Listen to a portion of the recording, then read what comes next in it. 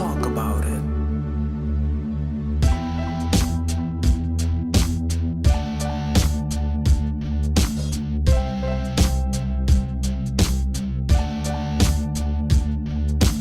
Real truth and power held. Wealth, knowledge of self, uplifting the community. Let's talk about it.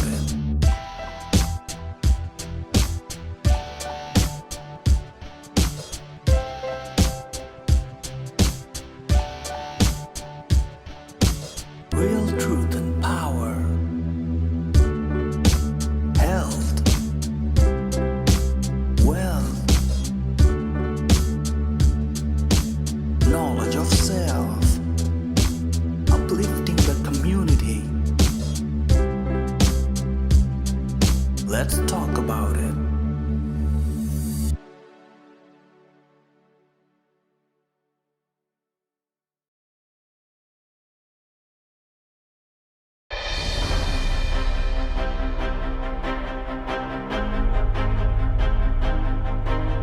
They wiped the archives, said I was divisive, said I was too loud. I've got one shot to bring real truth and power back, or the community loses its voice. It started as a podcast, just the mic, just truth. Then came the guests, doctors, entrepreneurs, revolutionaries. We laughed, we argued, we built something sacred. But the deeper we went, the more resistance hit. Algorithms buried us. Platforms ghosted us. Not because we lied, but because we told the truth. I was ready to walk away. Then, after practice, one of my players, 16 years old, pulls me aside. Dead serious, he goes, "Coach, that podcast, that was the first time I heard someone actually speaking to us." Then he smirks. "Also, you kind of went viral in my group chat. Don't let it die." That was it. I rebuilt the studio from scratch, mic back on, files restored, and this time, I hit record like it's war. Real truth and power is back. Raw, necessary, unstoppable. New shows drop soon. Subscribe now.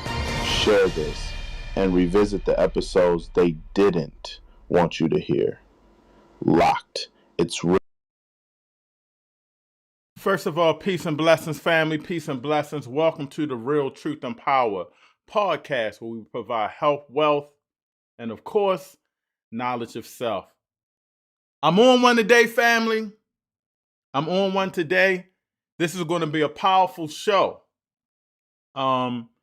It's going to be a powerful show, so I hope you guys can be a part of the show. I'll put the link in a little bit later. I want to go in for a minute before I start. Had a little controversy yesterday, and I want to talk about that a little bit. The name of the show for today is, "Are Black Leaders Too Soft?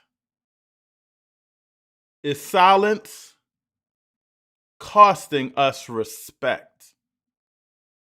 Are Black leaders too soft? Are Black leaders too soft?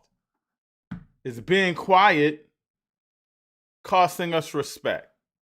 So I'm going to go in a little bit.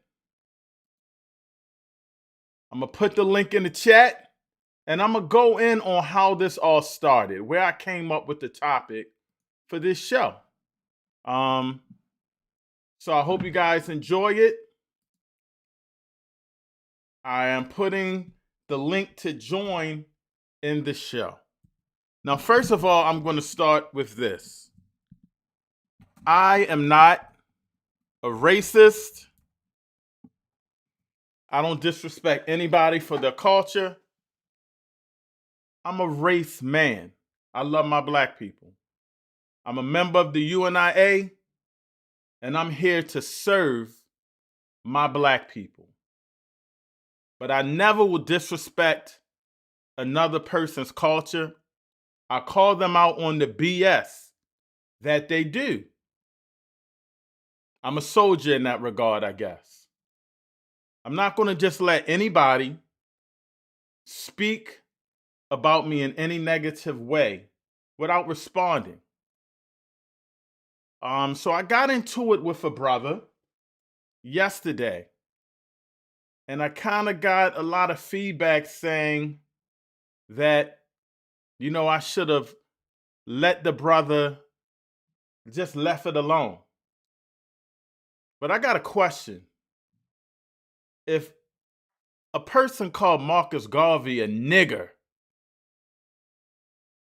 said to F him, if they disrespected Marcus Garvey, you think Marcus Garvey would stay quiet? I got something even deeper. If someone disrespected Marcus Garvey now, do you think that person would not get dealt with? So my question is, we all want to focus on the work. We want to focus on the work. That's the most important thing. But you can't come up and disrespect me as a black man, my organization, the UNIA, founded by the Honorable Marcus Garvey, the elders in the UNIA, people that are in the UNIA, and think I'm going to be quiet and shut my mouth. You can't disrespect people in my community, the elders in my community. You can't disrespect the sisters in my community and think I'm going to be quiet and shut up and play some higher ground. If somebody disrespected the minister Louis Farrakhan in his face, you think he would stay quiet? There are consequences that must be paid when you are disrespectful. So the reason I'm on this is because I am going in, and I'm going to let everybody know why. But first of all, before I go in, I was disrespected yesterday, and it was a lie that was said about me before anything else. If anybody has watched my show, I started the show probably 6 years ago, and it was just for fun, like it's for fun now. We talk about topics, I interview people. It's not about disrespect. This show, this platform is for black people. This show and this platform is for black people. We can have serious debates. We can argue. We can fight. As long as we come together with love at the end of the day. It's not anything serious. It's not anything serious. But this platform is about black people. I'm not going to have some white person come on my platform, say Carmelo Anthony deserved to get 35 years, whatever the case, call me a racist for saying race first and these things. I'm not going to do that. I'm not going to allow that person on the platform. But I won't disrespect them, even though they're disrespectful to me. I'm not going to do that. So I'm going to go into this real quick. Oh, I'm on one today. Hello, is this mic on? I'm on one today because I don't take disrespect lightly. I'm not going to play the argument about this black man sitting with his white wife who I came on a platform to talk sensible to him. We got into some disagreements. Someone told me that they wanted to bring me on the show with them to talk about issues without any arguing, coming face to face, respectful conversation. We agree to disagree. And the first thing when I got on the show, brothers asked me, does my wife cook in a non-profit sector? I'm like, she's not a chef, so why would she cook in a non-profit sector? For those that don't know, my wife works in the school system. But if you want to talk about her cooking, as many times I brought many kids over here, basketball and football, and we fed them. We fed these kids. My wife. Team Rumble basketball. My wife gets those flyers in the school system. So I don't know why we're talking about my wife anyway, but I'll digress on that. So the brother just starts going in saying, F me. I'm like, whoa. Saying all of this disrespectful stuff. I'm like, how did we get to this? I came on here to talk about the topics. Why are you even talking about this? I thought we were beyond this. And it started getting very disrespectful. To the point where this black man again, for multiple times, the first time I called the show and told him don't call me the N-word. He apologized. This time he called me the N-word 4 times, 5 times, 6 times in front of what he felt was comfortable enough to call me that in front of his white wife. And I'm still being cool. I said, brother, you keep calling me the N-word. I told you, don't call me the N-word. And then he proceeded to N-word, N-word, N-word, N-word. I'm like, how did we get to this? This is not what I came on the show for. Where's this energy coming from? Where is this energy coming from? And so I'm trying to be calm and I'm trying to be peaceful. I'm trying to be respectful. And he kept going on and on. He started talking about Baltimore City. I thought he was from Baltimore. And Baltimore, and I'm 5'6", I'm this, I'm that. And he kept being disrespectful. There's only so much that I'm going to take. And I'm going to explain why. I got young kids following me. And some people say, man, let that go. Just don't say anything. But you know what these young people feel? They want to feel when they're with Coach Everett. Not Brother Everett. Not President Everett. They want to feel that when they're with Coach Everett, they're with a thorough dude that can protect them at all times. They know when they come into the gym or when they see me on the football field, they want to feel protected. They want to know that if someone comes to them, I'm going to stick up for them and protect them. So then I went in. I said, brother, it sounds like you want somebody to put their hands on you. You keep calling me the N-word. You disrespected my wife. And he went in, so I went in. And so the question for tonight's show, are black leaders soft now? Is that why the community's struggling? Are we soft now? Because I'm telling the people in Baltimore City, the leaders of the UNIA are not soft.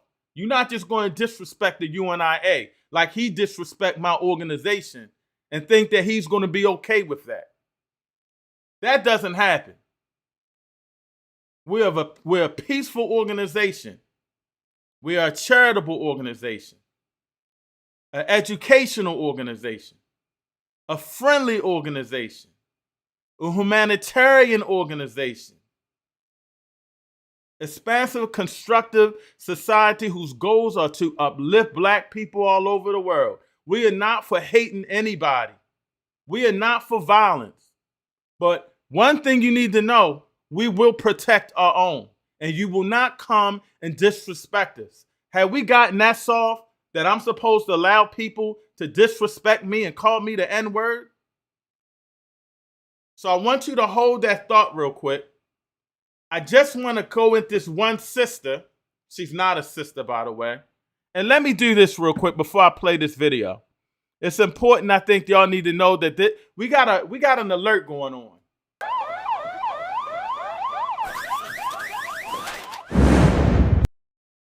We got an alert going on. I'm going to do that one more time for you.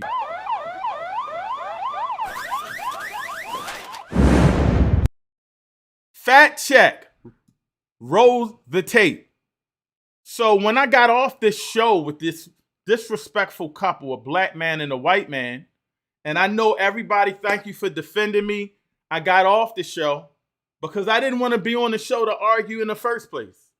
I didn't go on the show. I thought that we would build. I thought that we would grow, have a great communication. We might disagree, agree, but everybody say, you know what? Those brothers argued, but they came together and brothers can work it out. That's what I thought. That's what I thought. But when I got off the show, my wife said that the white lady said that I put her picture up after saying genocide to white people and Jews. Now, y'all know y'all been on my show many a times.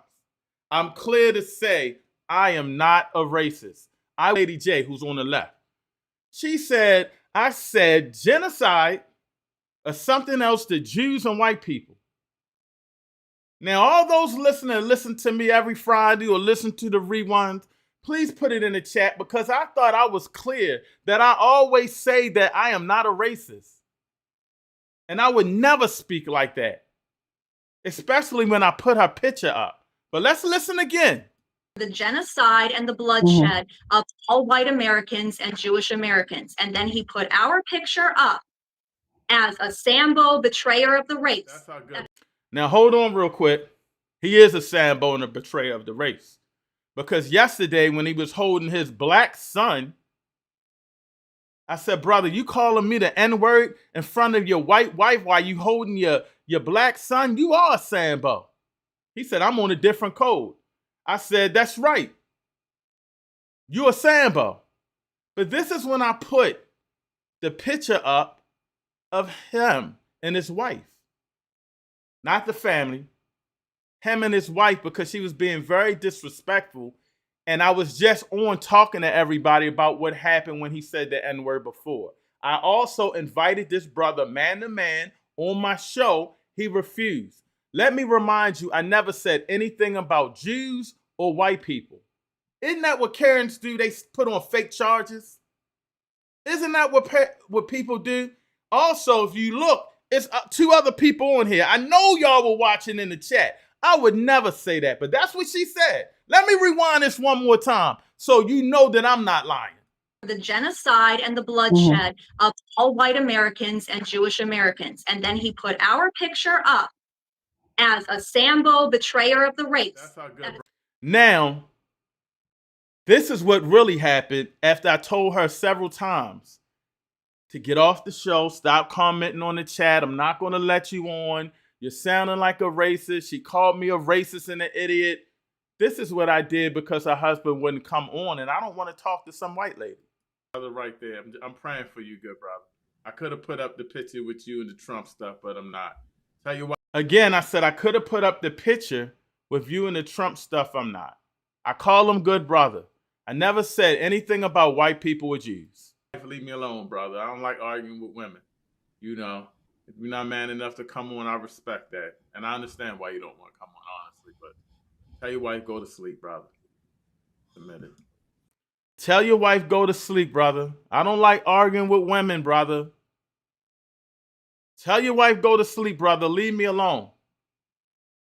Did I threaten them like they said I threatened them? Did I mention anything about Jews and white people? But she went on a platform and straight up lied.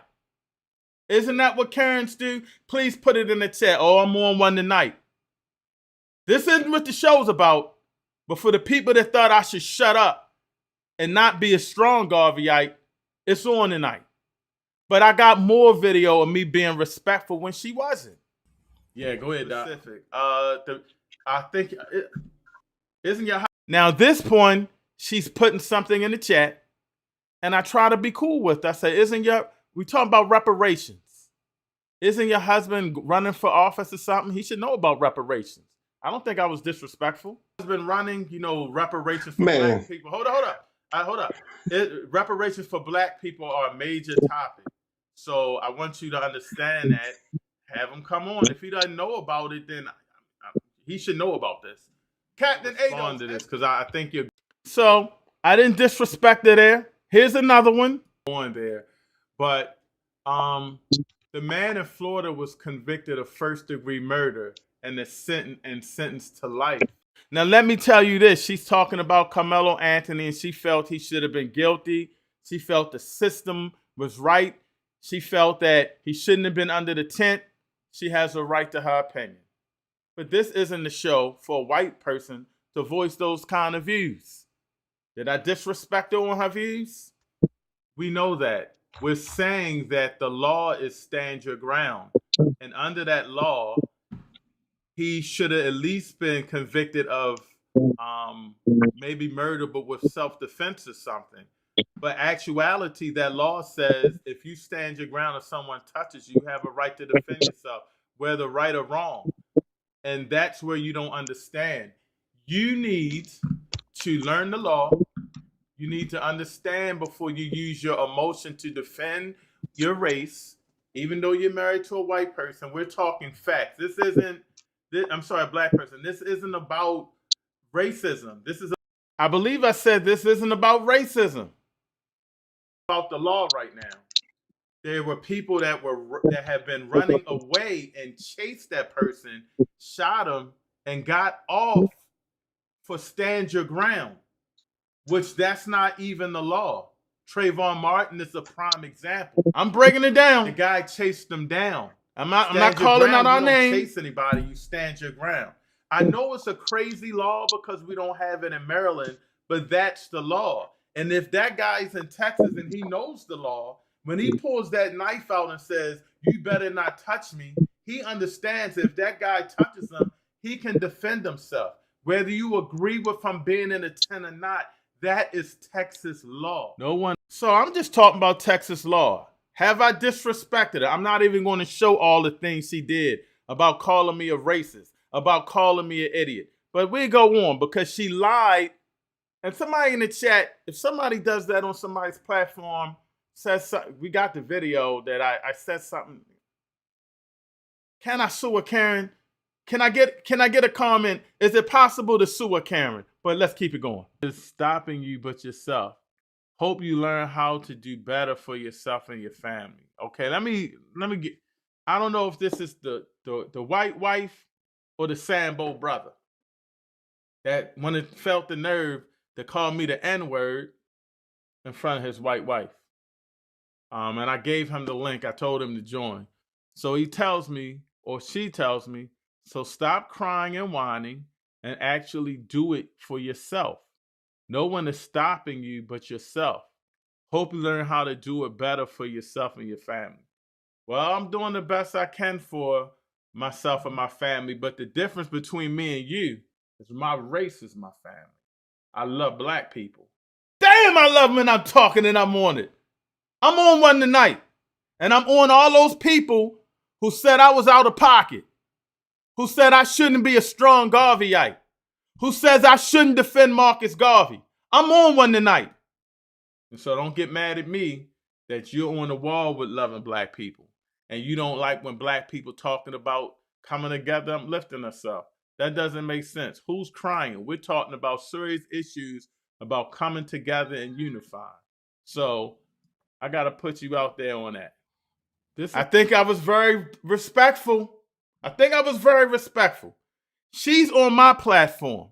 Now, to go back, I let them know that I would be talking about the incident on Lady J's show. I was upset for like a couple days about it. Yo, this brother called me the N-word, this or that. But I invited the brother on because he apologized. I thought, yo, I shouldn't have said, I'm like, yeah, brother, I want you to know that hurt. But we here, we building respect. He didn't come on. He might have mentioned something in a comment. He's gone. So the brother isn't speaking. This is his wife, a white woman going at us for saying race first. I don't even want her on the platform. But she's going off saying I'm an idiot. I need to worry about this or that. This is a white woman. This is the white lady. This is his wife. My husband got bored with you, so he stopped listening a long time ago. No, your husband can't deal with race issues. That's what it is. She says he has heard all of your talking points before, so it was typical. Now, the talking points was us not worrying about a guilty or innocent verdict. I want everybody to know that that show wasn't about Carmelo Anthony being innocent or guilty. It was about why are we still crying about the justice system? The justice system worked. Whenever a black man puts his hands on a white man in Texas, most times he's going to jail. That's Texas law. Check my Facebook page about all those white racists that went in there like, yo, this Texas. He should be hung. I want you to think of that when you think about what this lady's saying. We're saying, yo, what are we going to do about the system? Why are we acting like this system is for us? Why are we sitting back, always relaxed, always crying, always boycotting and picketing, and nothing's happening? At some point, enough is enough. We need to start. Where's my man, brother Keith Scott? We need to start our own political party. You need to join the UNIA, the black government for our people, the red, black, and green. We need to be united. We need to be united globally because we're getting our butts kicked globally. This oppressor got his foot on our necks. But never once did I disrespect this woman. Now here's a sister, here's a white lady that says we talking all this race stuff. No, I think your husband punked out because he knows we right and he's just going to shut up. He knows to shut up, you know. But I'm glad we're entertaining to you. You know what I'm saying? You know, so I wish your husband well. I wish your husband well. I said it twice. Damn, Doc. Every time I mess with you, Doc, I get involved. Exact comment. It's Dr. Daw in the building. I'm going in tonight, good doctor. Are you in the building? Mm. You're more obsessed with race than actually bettering yourself. Hold on. This is the white lady again. In the chat, you're more obsessed with race than actually bettering yourself. Let me remind you, I'm not even talking about this lady the whole show. There are people in the chat going at her. She's just going all in. I'm just pulling up, the chats. Okay, let me read this. Oh, dang, it's the white lady again. You're more upset with race than with actually bettering yourself. I don't even remember this. Let me see how I carried it. Was that disrespectful? Let me see. Doesn't that sound like a racist to say that? Am I right on that, Doc? I'm worried more with race than bettering myself. I'm worried about bettering myself and my people. And this lady is married to a white. Is married to a black man. But he told her and the black man takes it. May I ask you and Brother James something, Doc and Brother James? Mm-hmm. If a black man has a wife that speaks like this, is that an example of a Sambo, brother? Is that an example of a Sambo? Somebody that's selling out his people and allow his own wife that's white to say that black people shouldn't focus on themselves and uplift themselves or feel economically? Maybe that's why he felt the need to call me the N-word in front of his white wife.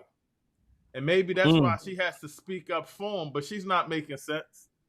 I'm kind of worried about the brother. No telling what's going on in his house. That's right. Brother, you able to come out, brother? Brother, you okay? The Doc veggie back off of you, Brother James. But she was, here she goes again. She won't stop. Talking. I'm telling you, I could write a script for you. Same old talking. Okay. Get some original material next time. This routine has been done before. You got let me say this real quick though, because if the husband can't man up and call in, we just not even gonna pay attention to the dumbass wife. We just got to call it what it is. She seems to be a racist. Before you go, Doc, I'm really worried about the brother. Let me remind you that I said that she sounds like a racist, but on the other platform, she called me a racist. On the other platform, she said I said genocide to all white people and Jews, which I never said nothing like that at all. And then I put a picture up of them. What her husband said was I put a picture up of them and told my organization to go at him or something to that effect. He wasn't on the show from what we found. And this is a combination of not one show, 2 shows. And I didn't put the worst stuff she set up about calling me an idiot and all of that stuff. I didn't do all of that. But she went on somebody's platform and straight lied. Please tell me in the chat, isn't that what we call a Karen? I'm trying to figure this out. I'm trying to figure out why I shouldn't be upset that someone disrespects my organization, some punk Sambo, and I should be quiet and not say I'm going to put hands on his brother. I'm really worried. Can you imagine a brother that has a white wife that talks like this, that's against black unity, that's saying with the same old talking points? Maybe that's why the brother won't call. I feel sorry for him, you know. So it's not racist. It's not racist at all. This is our first vice, Brother James Richardson. We call him Brother J. Rich. I'm sorry for saying your government name, brother. He's talking to the lady now. It's not racism. It's just race first. Go ahead, brother. It's race first, like you said, because we're concentrating on that. Hold on, I'm gonna let the doc veggie back off of you, Brother James. But she was, I guess she's talking about why, since you've been the one talking, I'm telling you, I could write a script for you. Same old talking. Okay. Get some original material next time. Now, and I'm gonna admit this, Brother J. Rich, you were right. I should not have even read her chats. That's why I failed. I should have just ignored her. But I'm trying to bring some sense into it when people in the chat and we're saying race first and someone's saying you're racist, you're an idiot, you know, get some talking points, blah, blah, blah, blah. I want people to understand that there's a reason we say race first. Go ahead, Brother J. Rich. This routine has been done before. Let me say this real quick, though. Because if the husband can't man up and call in, we just not even going to pay attention to the dumbass wife. We just got to call it what it is. She seems to be a racist. Before you go, Doc, I'm really worried about the brother. I'm really worried. Can you imagine a brother that has a white wife that talks like this, that's against black unity, that's saying with the same old talking points? Maybe that's why the brother won't call. I feel sorry for him. You know, I feel sorry for him. You know what I'm saying? I don't know what kind of fetish the brother's into or whatever the case may be, but I'm really worried about him. So I'm praying for you, brother. You know, I'm sorry that your white wife is feels that we're talking about black unity, and that's a problem. Remember, the only issue I really had with the brother was when he called me the N-word. I want you to hear this again, y'all. I said, really, the only problem I had with the brother is that he called me the N-word. Thought that was an appropriate sitting by his white wife. But now his white wife seems to have the balls in the relationship. Damn. That she feels that she can call and speak and disrespect brothers that's talking about black unity. Think of that. Let me watch myself. Just because you're married to a black man, don't think that you can come and disrespect black people. Talking about black unity. You know, those days are over. So I feel sorry for your husband. And, you know, the things you say. I would love to hear from the Hanlon, but you won't give. It's a her. Now, we almost done, fam, because I'm tired of dealing with this white lady. But somebody in the chat said, I would love to hear from the brother, thinking it was the husband, but it's the wife. But he's also saying, I agree that it was a stand your ground. I just want y'all to know how this one came about. Not disrespectful at all. You won't give her a chance. She's definitely standing his ground.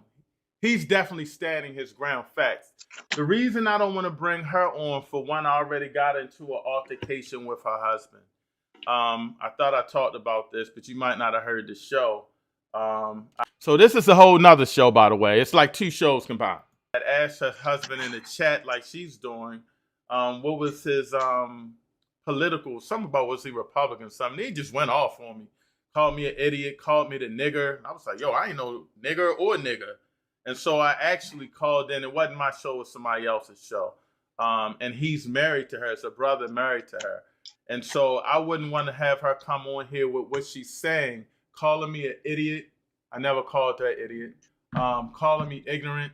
I never called her ignorant. And so if she was to come like that, I would actually be aggressive to her and go back at her. I think that she has racist ideology because she's not even listening. I never said the brother should. I never said the brother didn't commit murder. Obviously, he killed somebody. We're just talking about the system for black people. And if she was on earlier, she would have understood where the show was going. She might have came on late. And the first thing she did was go against me. And I told her I would rather argue, not even argue. I'd love to have a discussion with your husband, who I got into it with. And he actually apologized to me. So I can't say anything negative about that.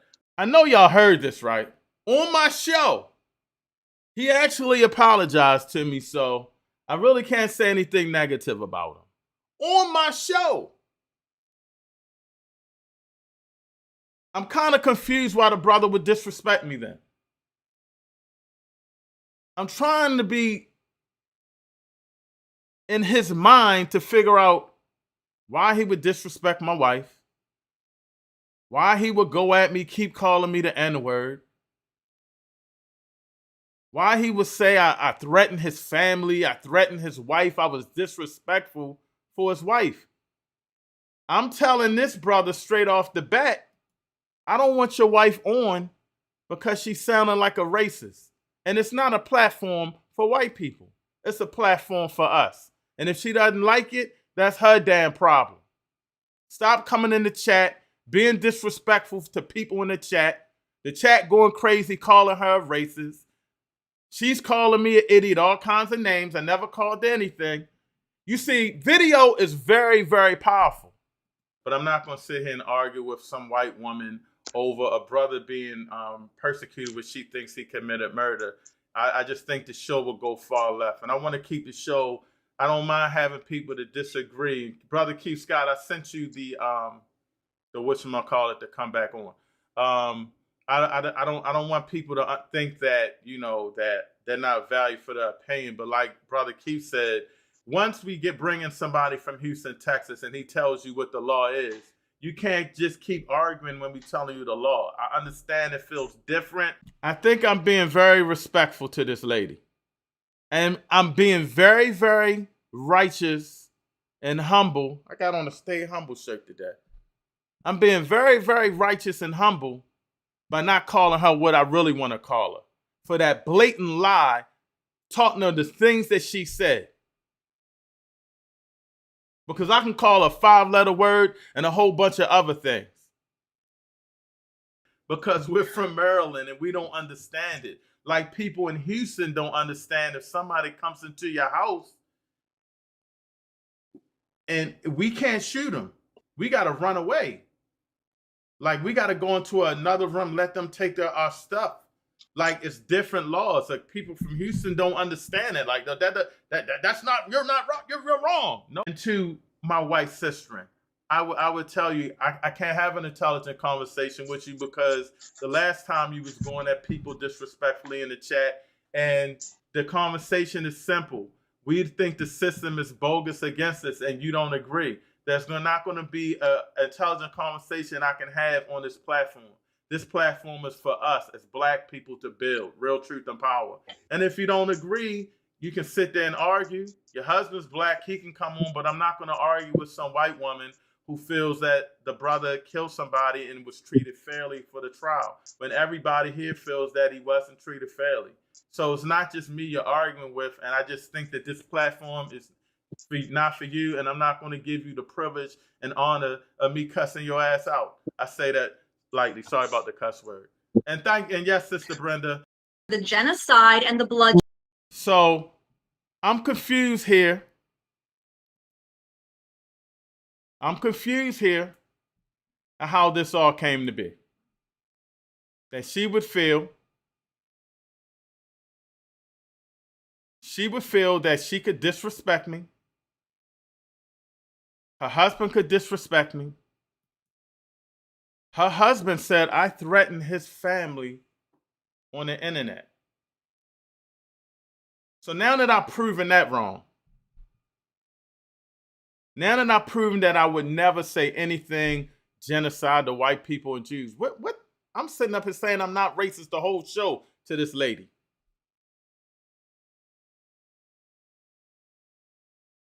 So I'm thinking, now I got to go back to that conversation the other night. Reed, I see you. I see you, Brother Keith Scott. Hold tight. I'm on one tonight because here's my question. Am I supposed to allow this black Sambo of a dude to disrespect me when I'm coming on a show talking peace? Disrespect my wife? The mother of my kids? Disrespect the UNIA? I'm supposed to allow that to happen without saying anything. I'm supposed to allow that to happen without saying anything. Do you know how I would feel if I went to bed at night and I shut my eyes and I thought about Marcus Garvey being a leader of his organization, not just a president of the UNIA Division 106 Barker Clark, Baltimore Division, named after not only our great scholar, Dr. John Henry Clark, but named after the General Hannibal Barker. That I would not say anything, shut my mouth, and bow out gracefully. Have him continually call me the N-word. Have him continually disrespect me. And go all in. Reed, I'm going to bring you in first. I'm going to just get the chats out the way real quick. Tony Carter, Sergeant at Arms. Race first, good brother. I'm on one tonight. The subject is, a black leader soft now? Because I'm not going to be a soft leader. I'm not going to be a soft leader. Peace and blessings, Dr. Dawg. Keith Scott is in the building. You up, and right after Brother Reed, I believe, Keith Scott. Dr. Dawg. Uh-oh, I'm on one tonight, Doc. I'm on one tonight. I believe this is Brother Shaka Barak. One love, peace, power, and unity. Long live the UNIA. My man, I got something to tell y'all. We not no punk organization. Don't think that you're going to continually disrespect the UNIA and think I'm going to allow that to happen. We're a peaceful organization. But my question is simple. Have we become that soft that we allow disrespect? We got brothers in Baltimore City going around trying to disrespect the elders. I'm on one tonight.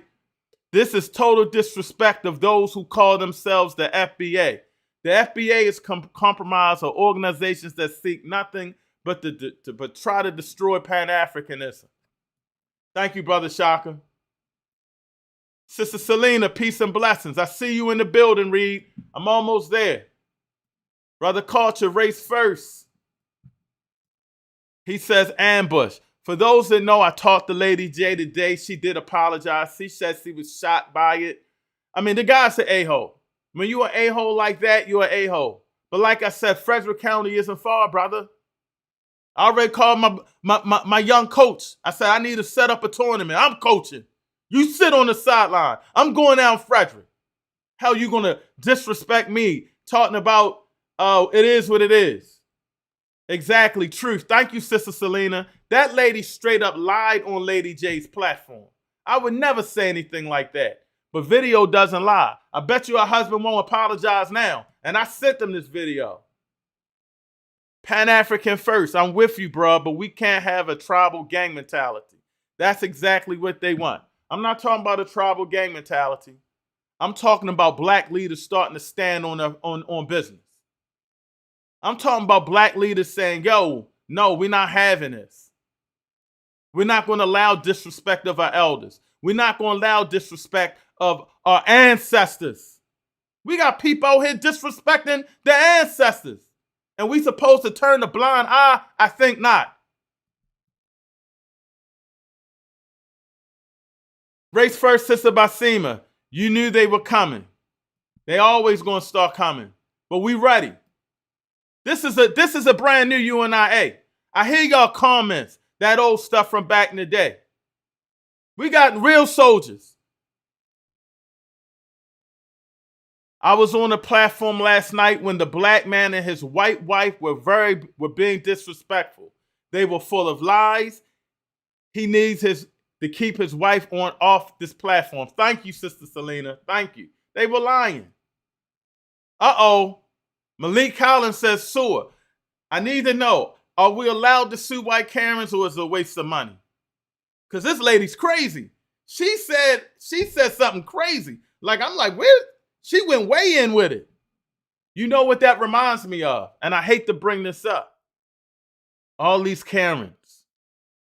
Could you imagine a brother getting into an argument with her in a grocery store or something, and what she would tell the police?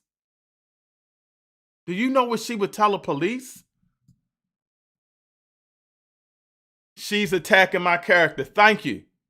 You see, one thing my father told me, and me and my father didn't have the best relationship, but one thing my father told me is, have a strong character and never let anybody disrespect your character. That's all you have at the end of the day when you die, your morals and your values. Character is a UNIA lesson. Where you at, Brother John? Character is a UNIA lesson. I'm almost there, Reed. Sister Basima says race first again. Keith Scott, I'm going to let you go in 1 second. I got Brother Reed first. Say it loud. We black and we proud. I think that's what he's saying. Almost there. Brother Ori, never be soft in leadership. Now I get the context. I spoke to Brother Ori on my Facebook when I posted tonight's show. This must have happened last week. No, it wasn't on my show. It was on Lady J's show last night. And like Lady J said, I told her I didn't want to come in and argue with the people. And she was like, cool. And the first thing the brother did was disrespectful. Maybe the brother didn't get on the show. I might give him a pass. Now, I ain't giving him a pass for what he said. I'm not going to give him a pass for what he said. But maybe he thinks what the ladies tell him, his white wife, that I was being disrespectful to her, that I put her picture up and threatened him and stuff like that. I actually put the picture up. I had it up early because I thought he was going to come on the show. And if they called in, I would have put it up there. But he ain't call in or nothing. And she kept talking trash. So I put it up. Nobody threatened him. And his family, I would never do that to her. The boy is like, oh boy, not calling any but one a boy. That's right, good doc. Almost there. Brother Cliff. Such insults and attacks must be answered, but they must be answered smartly. Some people will try to bait you into a sophomoric back and forth. I'm sorry, I got my glasses, Brother Cliff. That makes us all look bad. I agree. Never mud wrestle with a pig. You both get dirty and the pigs. I guess I agree. And he caught me off guard. I'm not even going to lie. I think that's what Culture was saying. I figured it would go left, but I figured it would go left on the topic. I didn't know he would just come off the bat and try to insult me. Karen for sure. They said a picture of the family to pull on the emotional heartstrings of the people. Yeah, they had him, his white wife, the baby, on the show last night. Her behaviors are so naturally those of a white lady to mischaracterize you effortlessly. Wow, Doc. And she did do it effortlessly. Wow. That's crazy, right? That's crazy. That's crazy, right? And yeah, they were all on with the family. I'm like, this is crazy. Brother Cliff, he was triggered, rightly or wrongly. Yeah, I don't know why he was triggered. I mean, I even be texting the brother. I actually messaged him on Facebook, not text, and said, brother, your wife's been going in, being very disrespectful, but I'm not going to allow her to be on the show. And I also want you to know that you have a black child, whether that child's mixed or not. When that child gets pulled over by the police, he will be viewed as black. So I don't want your white wife to have this ideology that nothing's going to happen to him and that the law is fair, because he won't receive justice. Like when I tell my son and my basketball and football players, when the police comes down, shut the F up. No, shut the F up. Have your license in this hand, and if you can record your phone in this hand. If you don't even have tinted windows, wind all the windows down anyway. But no, coach, they disrespected us. We didn't do anything. I don't care. I want you to come home tonight. That's all that matters. And we'll handle it the next day. So I sent that message to the brother. He ain't respond. I'm going to bring on my first guest. He is married to a white woman. That speaks to his character. Wow. And you know what? I never said that. When he kept calling me the N-word, and I was like, yo, you gonna call me the N-word sitting by a white woman holding a black baby? He said, I ain't like the rest of y'all. I'm on my own thing. I said, we already established that. Sambo. Now I'm gonna bring in my good brother. You be calm, brother. What up, Reed? Introduce yourself to the people. What's going on? It's the one and only Ronald Reed. Now, I came on here a little late. What's actually going on here? Well, actually, the topic today, brother, is are black leaders soft now? Are we speaking up? What black leaders? Uh-oh. Baba Oi. What black leaders? Uh-oh. Man, hold on what real black quick. Leaders? Hold on real quick. Because your definition of a leader might not be the same as my definition of a leader. Well, what black leaders are you talking about? I'm talking about like me as a basketball coach, a football coach, a leader of an organization. Should I not speak up? Okay. I'm talking about elders in the community. I'm talking about not even elders, people that are telling me to stand down, to not stand strong when people disrespect my organization, to not stand down, to stand down when people disrespect my homeboys like you, good brother. We wasn't raised like that. I remember you talking about the little Metcalf thing. That's what started all this. No. No, you late, brother. But what happened was I went on the show and I thought I was going to have an intelligent conversation with a person that called me out my name. I spoke to him. His wife was being disrespectful on my platform. And when I went on there thinking that we were going to have a decent conversation, this brother just started going in on me. He was asking me, does my wife cook? Has my wife ever cooked for a nonprofit sector? I'm like, what? My wife's not a chef. What are you talking about? What was the That was the conversation about the black leaders? No, the conversation's about the black leaders tonight. You've been drinking, what was brother. the conversation? We didn't get into it. All right. With the guy, we didn't get into what was the conversation that got you into it with the guy with the white wife? We didn't get you so upset. All right, I'm gonna tell you, we didn't get into a conversation. I'm like, why are we talking about my wife, brother? Let me talk. And he wouldn't let me talk. He just kept saying, you, answer the question. And then he started calling me the N-word. What was the conversation about? The question? He wouldn't even let me answer the question. The question was, has my wife ever cooked for in a private sector? My wife is not a chef. She works in the school system. I don't know where the brother was going. He was just attacking. And so I said, I didn't even get upset about that. Hold on. I didn't even get upset about that. What I said was, brother, I didn't even come on here for that. And he just started, F you, you N-word. I said, yo, the last time I talked to you, I told you don't call me the N-word. I'm not a nigger or a nigger. Excuse my language. So respect me with that, especially while you sitting with a white lady. Don't disrespect me like that. And then he said, N-word, N-word, N-word, N-word. I come to Baltimore this and Baltimore. I'm like, brother, you being very disrespectful, brother. You know, he just started going in. So after a while, I was trying to talk. I couldn't talk. So after a while, I said, you know what? You keep calling me the N-word, you're a Sambo. And some people like you need to get their hands. Something. Go ahead, brother. He got a white wife. You got to understand something. He got a white wife. And because he has a white wife and because he's black and his wife is white, his wife feels as though because she has a black husband, that gives her a free pass to comment on black issues. Does it give her a free pass? No. Thank you. That's what I told her on the show in the video. And that's what I told her why she ain't allowed on my show.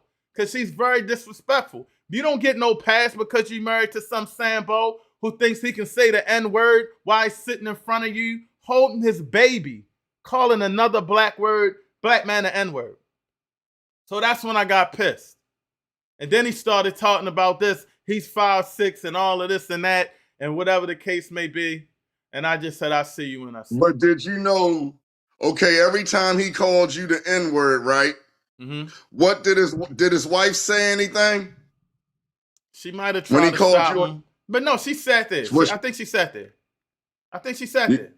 She might have tried to tell him to calm down.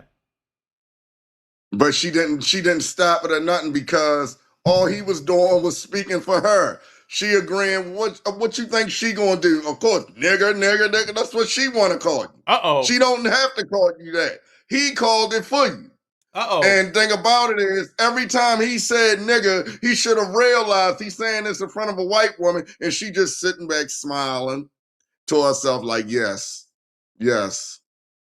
This is what I like to hear. Yes, look at my husband. I'm so proud of him. Not realizing he's a nigger too. You sitting up here trying to impress your white wife, calling another black man a nigger. Try not to say the N-word. We don't want to say the N-word. We got to do it. You know the Q-Tip song. But what let's he be need like, to realize, let's assault to spray it. What he need to realize, how many of her family members calling him one too. Exactly. Or laughing while watching it too. Here's the problem though. I'm not that man's enemy. If you watch the video, I wasn't disrespectful to him. But what I ain't see the video. All right, but let me ask you this. For my reaction to him, was I wrong? For saying you got one more time to call me that N-word. You got one more time to keep coming at me. Well, if you're going to stoop to his level, yes. Okay. Because unless he put hands on you, you know, you got to show him how intelligent you are. Well, he said he was coming to Baltimore. Hold up. He said he was coming to Baltimore and he wants to get in the boxing ring. I'm like, we don't even got to get in the boxing ring, brother. Speaking of boxing, Reed, I'm looking good right now for our rematch, brother. From 1993, brother. I've been working, brother.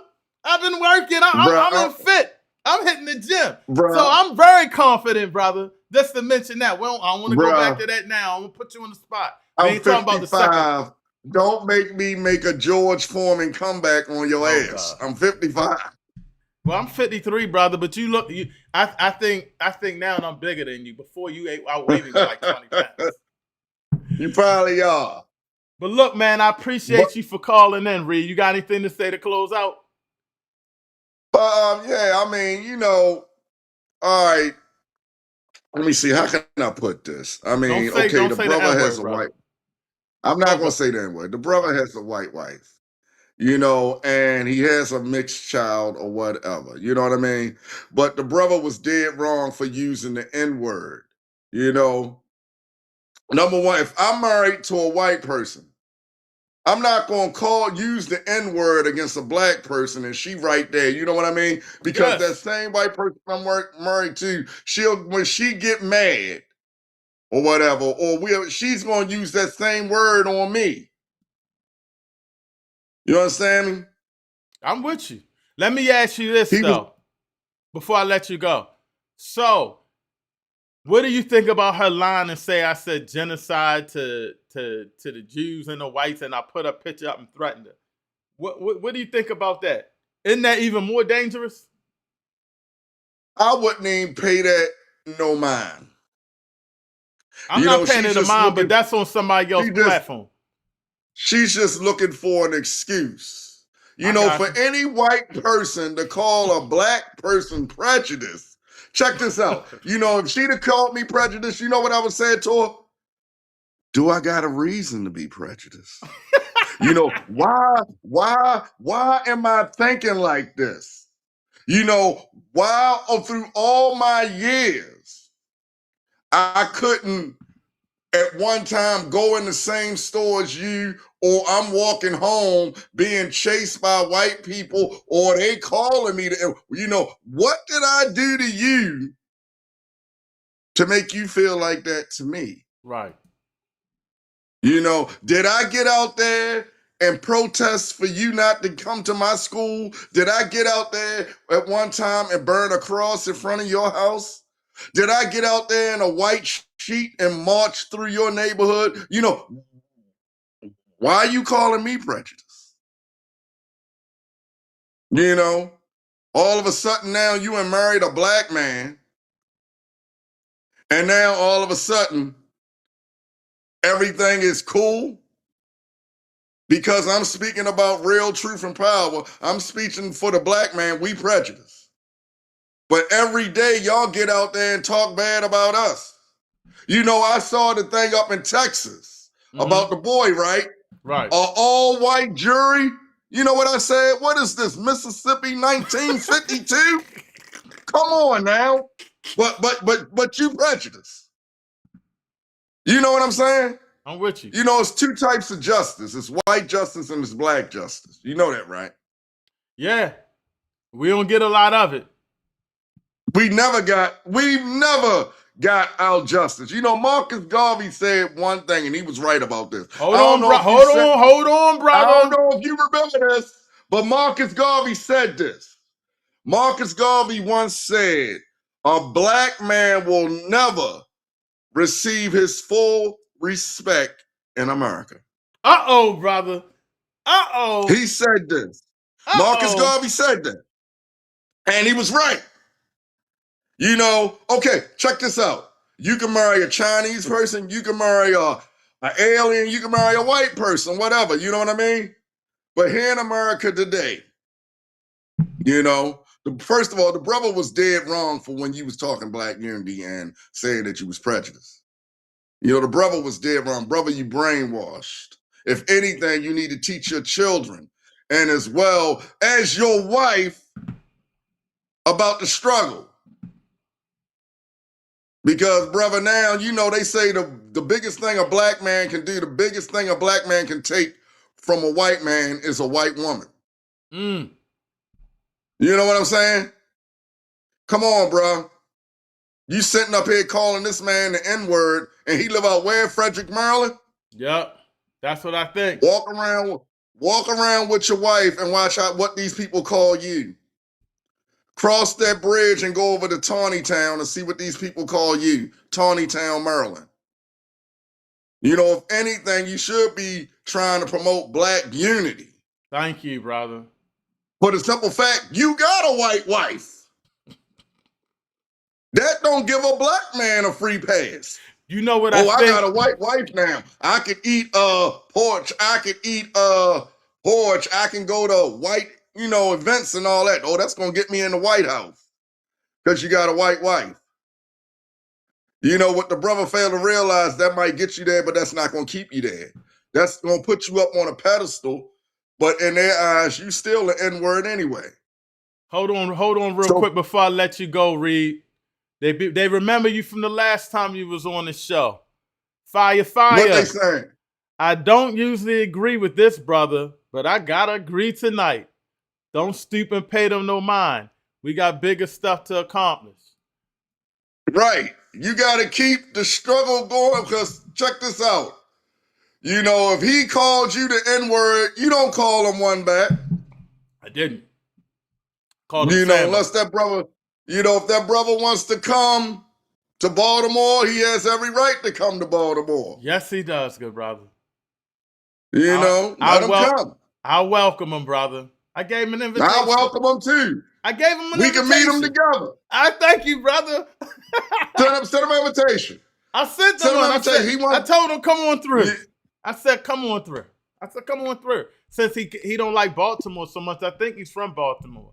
But, you know, sometimes, you know, and listen, for those brothers that are married to white women, shout out to you. But don't sell your soul. Don't sell your soul. You know. Don't use the N-word in front of your children, that's one. Like crazy.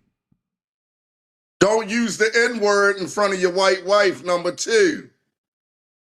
Because when you call a black person that N-word, guess what? It's like when you point the finger and all that, point it at yourself. Because you make yourself look stupid. Here, your wife is white. I'm pretty sure she's seen Roots. I'm pretty sure she's seen some type of racism. You know what I'm saying? And here you is, a black man calling another black man the N-word in front of your white wife. Won't you just get her whole family together and call them an N-word so they can be very, very proud of you? You know, like in the Jingo, you know what I mean? The little servant. Listen, Uncle Ruckus. We keeping it real here, family. We keeping it real here. Do me this favor. Before I bring in our next guest, hold up, Reed. You know, we got a lot of people on right now. We're on TikTok.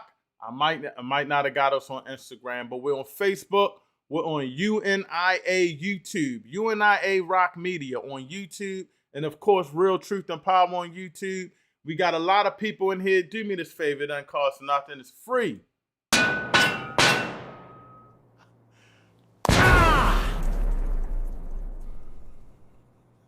Smash it! You know, now! Hit that like button. Hold up, Reed. You know, I got to do my promo. And if you're on YouTube, hit the subscribe button. If you're on Real Truth and Power, subscribe to UNIA as well. Because Real Truth and Power is only going to have my stuff. UNIA Rock Media has our strongest show. Community focus on Mondays and Tuesdays, and we got a lot of other shows coming up. Brother John, I need you. Gotta get your day. We're gonna have a lot of UNIA shows. So please hit that like button, and I appreciate you. If I'm wrong, I'm wrong. But I think that we're gonna go a little deeper with our next guest. But Reed, I just think sometimes I'm looking around, and maybe I just got a little bit of my father in me sometimes as I grow older. And I remember how my father was a little crazy sometimes. You know, he'd see somebody bullying us and he'd be like, nah, and bring us back outside with the boxing gloves. I'm like, Dad, this guy's like 15. I'm only 10. But you know. Because when they push, you got to push back. Yes. I mean, come on now. This is what, 2026? Come on now. Be honest with you, the brother got on your show, he got a white wife, you know, it really shouldn't have been no problem with that. But the brother took it somewhere else. You know, when you talking black, you know, black man in his right mind should be against black unity as far as, you know, us sticking together. Yeah. If I had a white wife, number one, and let's say she right beside me, you feel me? I'm not going to sit up here and say you wrong enough. How can I say the way the black man has been treated over the years? We talking centuries, how he's been treated. How can another black man call you prejudiced because he got a white wife? I mean, I'm pretty sure his ancestors went through the same thing as my ancestors, your ancestors. You know what I'm saying? That's right. And how can and truthfully be on, no white person in the world has the right to call a black man prejudiced. No white person. No white person. If you're not with me, you're against me. You know what I'm saying? I'm with you. It didn't make no sense. I mean, he was just mad because he got a white wife. That's not my problem. Are you embarrassed, brother? That's what it is. Are you embarrassed, brother? I mean, we can't change what the white man did to us in the past or whatever, whereas though now we got to talk about it. You know what I'm saying? We've been talking about it for years. The brother know that. Why are you so emotional tonight, brother? What's wrong with you? You know, the emotional is just that when the truth comes out, I hate to see it. Than me. I mean, you know, as Ice Cube said it best, as soon as y'all get some dough, you want to put a what on your elbow? You know? I'm with you. I mean, come on now. Like I said, for real, I came in late on the conversation, but for me, no white person in America or anywhere has the right to call a black man or black woman prejudiced. You know what I'm saying? I'm with you. All right, Reed. Now, had that been me and my wife would have been on there and she would have been white or something, she would have been over there and she would have kept her mouth shut. I would have been doing all the talking. Listen, I'm going to bring on my next guest. No N-word. I'm going to bring on my next guest, but before you close out, you doing any comedy or anything lately? Not lately. Because I want to go see you, but the last time you did comedy, I don't want you talking about me the whole comedy show, brother. Nah, I don't talk about you. You're a liar. I know you're going to say a couple. I wouldn't do that. I wouldn't put you out there. I don't like know, to keep brother. it all right. I wouldn't put you out there. All right, man, but let us I know. wouldn't put you out there. Let us know. I'm gonna let you know the next topic for next week. You got to stay on, brother. We love you. Marcus Garvey All Day. right, You man. gonna be Marcus Garvey Day? You gonna be there? Where is he gonna be at? Harlem Park. Harlem Park. I ain't too far from the Harlem Park. What's the date? It's the Saturday. I'm gonna let you know because we got the convention coming up. We got a lot of free events at night. So you gonna All get you to gotta meet. do is let me know and I'll be there. All right, I got you, brother. I appreciate you, Reed. I love you, good brother. Love you, man. Peace. All right, peace. Yo, that was my childhood friend, Ronald Reed Williams. I'm bringing in my next guest. Let me get caught up on the chat stuff real quick. Again, we are live on TikTok. I don't know how it's doing now. I got logged off, but get over and I'm gonna bring my good brother in lesson 7, character. Thank you, brother John. UNIA lesson characters, lesson number 7. Brother Cliff, there's a fine line between restraint and intelligent response versus being timid. Absolutely stand up and defend yourself, but make sure you don't get dragged into sensationalization. I think I read that, Brother Cliff. But I'm going to take it to another level now. Should we not speak up when they disrespect our elders in the community? I might have failed at that, Brother Cliff. I think I apologize to you today for it. Are we not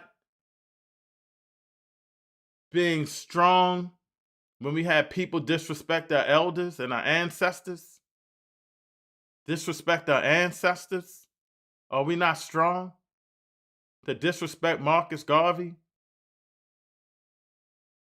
Should I get checked for that? Because I got checked by a brother, I'm not going to say his name, told me I was wrong for going at somebody for disrespecting Marcus Garvey. Let me tell you what this brother said. He said, I hope Marcus Garvey burns in hell with a whirlwind. And I went off on the brother. And the person told me I was wrong. I'm not the type of person that's going to allow disrespect. That goes for the Marcus Garvey, the person that's sitting in Marcus Garvey's seat right now, the UNIA Council of Elders, the Maryland Council of Elders. Are we not standing on business as leaders? Are we allowing too much of this stuff to go on? Let's take the focus off of the clown right now and his wife. Let's put the focus on where it led me to. Leadership.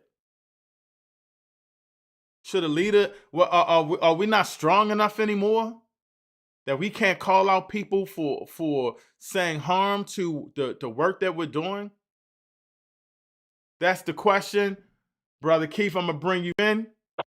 Peace and blessings, brother. Before you go in, hold on. Let me just get caught up on the chat real quick. Be my guest. Sister Mia, if he's married to a white woman, that speaks to his character. Brother Cliff still going in. There's some of us who married white but still remain at least a balanced sense of truth and justice. Yes.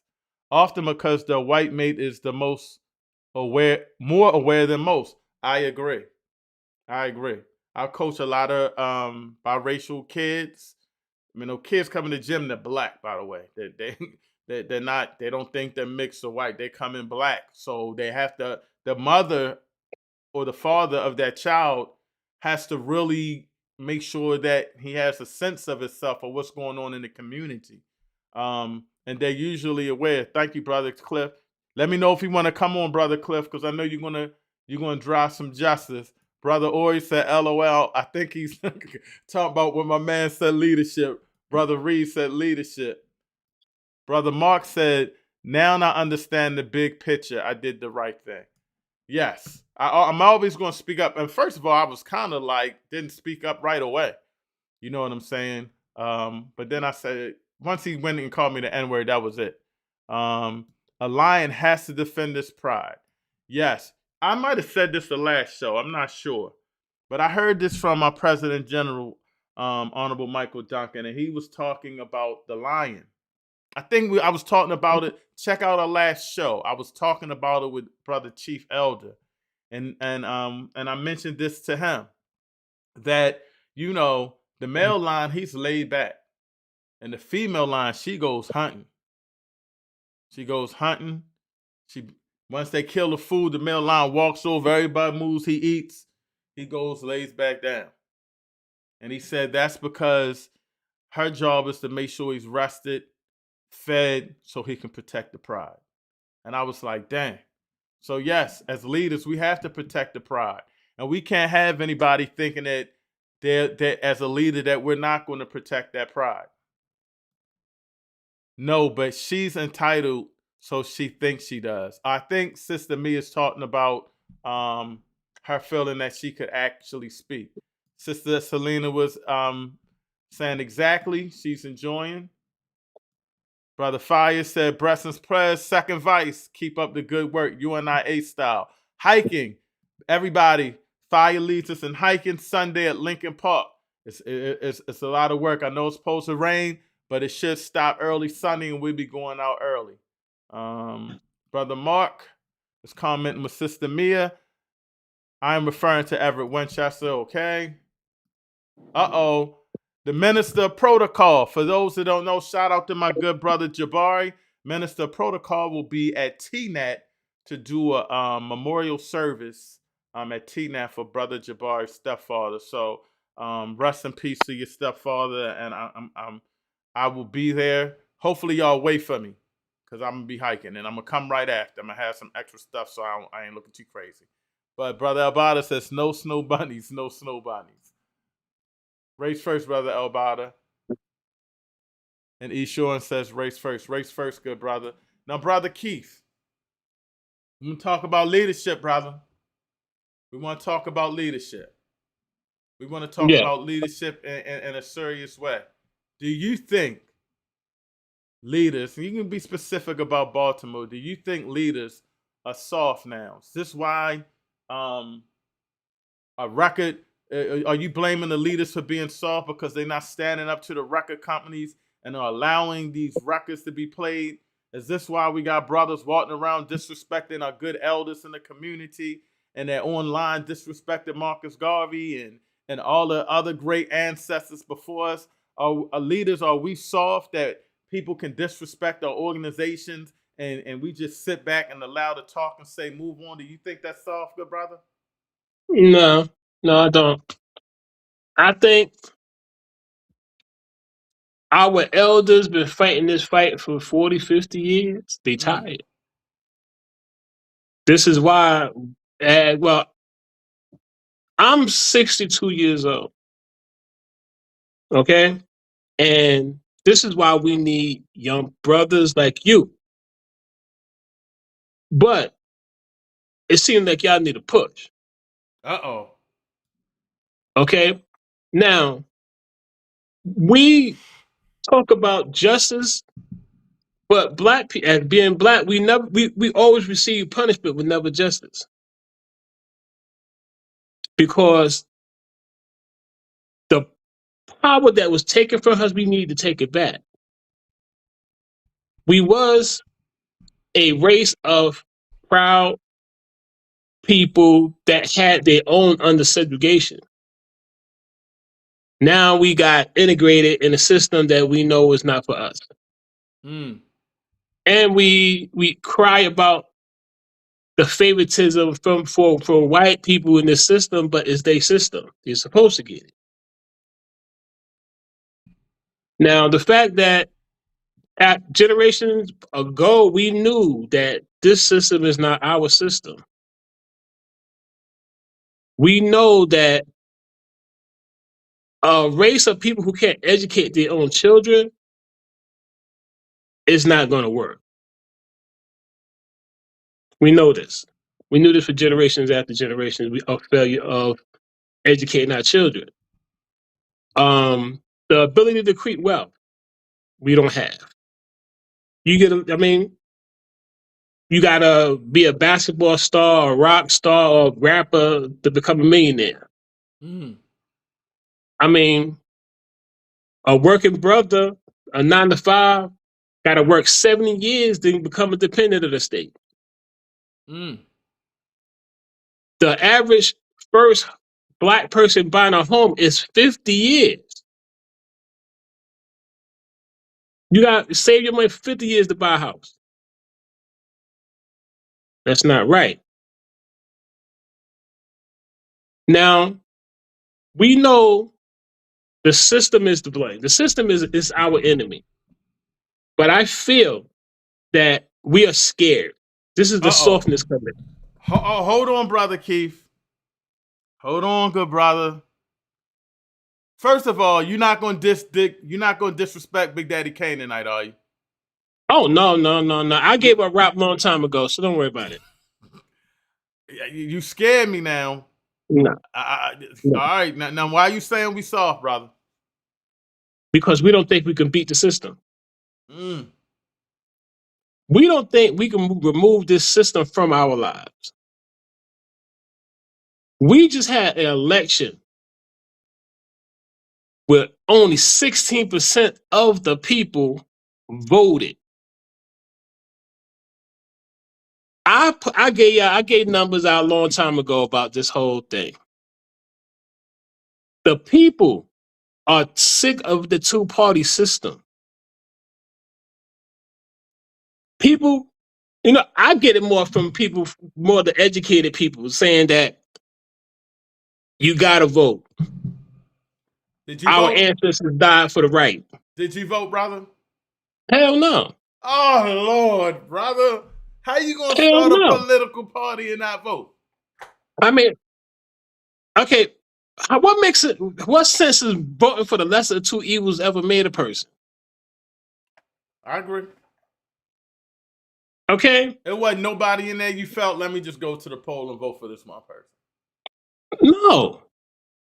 What party? Michael Ruff? No, what party ever did anything for Black people? No party has done anything for Black people. Okay, so I mean, the two-party system. Okay, they gave us the right. We can vote, but we got to vote for the Republican or the Democratic Party, and knowing that both of them is the same bird, different two parts of the same bird. It's not like we didn't know this. It's not a surprise. Come on, we knew this for generations. We know that our schools go through suffering. Our kids go through suffering. I got a question. He's showing. Let's critique the leadership of our most influential organizations, the Masons, the fraternities and sororities, the NAACPs. You a Mason, brother Keith? Are they soft? That's a question for you, brother Keith. But now they're not going. No, they're not soft. Want to tell you why they're not soft? Because we discipline. Who are you talking about, the Masons or the fraternities? Or the different fraternities. Okay, let me go back. Speak on the Masons first. Are the Masons soft? No, the Masons are not soft. What are they doing for the Black community? What they can do. It's like this here. We feel that stuttering, brother. You stuttering. No, we feel that. No, we feel that we stay in our groups and just promote our groups. Things will be better. Hold up, but I can't see. Hold up. I'm sorry, brother Keith Scott. I can't. I'm on my computer on this app. I can't see who Blue57 is on TikTok, but feel free to join. But I can't see the chat for now, so let me know who you are in the chat, in the TikTok chat. But come on over to I sent the link in that you can join. I see you going in on TikTok. I appreciate you. We are on TikTok. Oh, what up, brother Tommy? Peace and blessings, good brother. Thank you for joining the show. Feel free to join in, Tommy. Feel free to join in, but I appreciate you. We on TikTok, family. We're on Facebook. We're on 2 YouTubes. We getting it in. Sorry, brother Keith. But yes, so you talking about the Masons first. You talking about the Masons first. Well, the Masons are just soft, but you saying what are they doing in the community? Okay, you got a lot of Masons organization that does a lot for the community. I know a couple of them that actually, go out and feed the public and stuff like that. just like most organizations do. Okay. But we need to attack the system. I mean, everybody needs a hand up. I mean, this is what most organizations do. NAACP.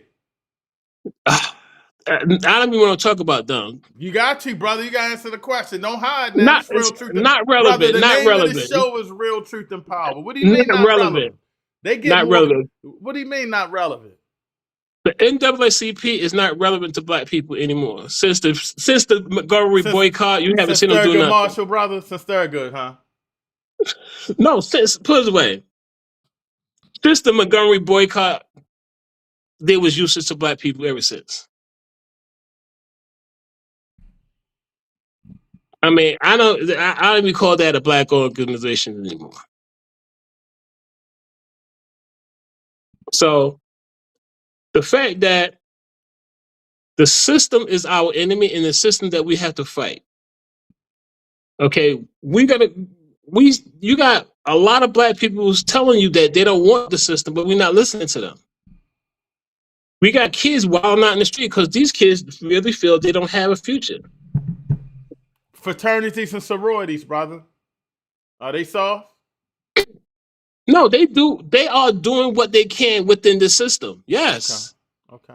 You know, they doing what they can, but all the sororities, fraternities that has all these influence over young black people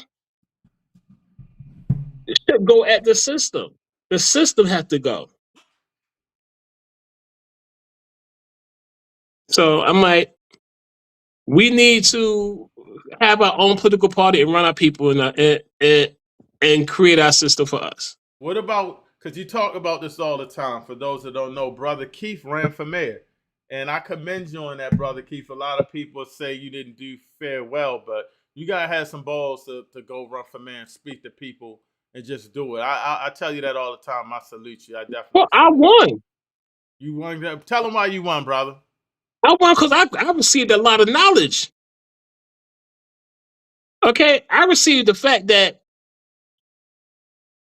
the major medias is against black people.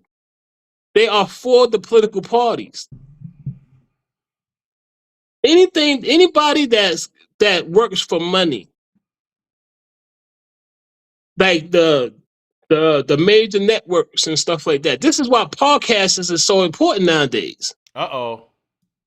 Because podcasts it's because you want to get the truth out. But these major networks is getting paid for their services.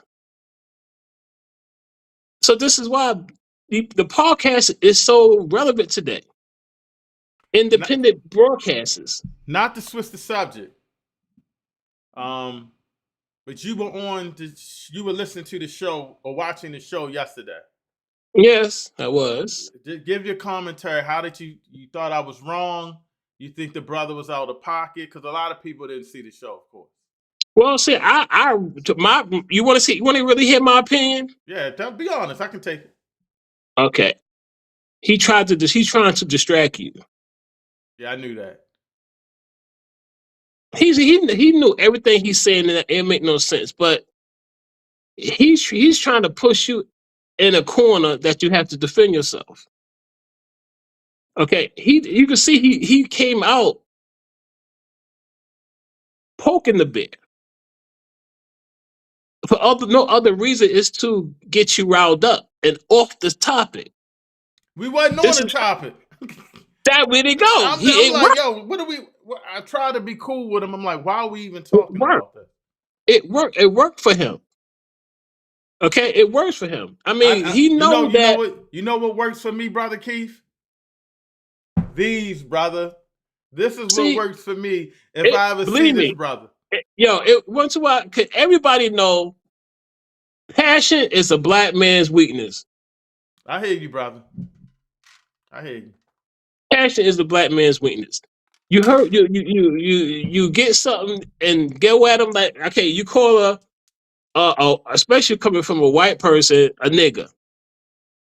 Let me ask you this. I'm sorry to cut you off. Sorry about the N-word. Sorry about the N-word. I know. It's like the Tribe Called Quest song. You know, Keita said, my lips will be like, ooh, as I start to spray it. And then I put the sucker in the front. So I understand, but yeah, just try not to.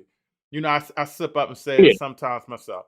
But talk about what's going on now when you have people that go around and disrespect our good elders that's doing work in the community, or call people in the community not relevant for the work that they're doing.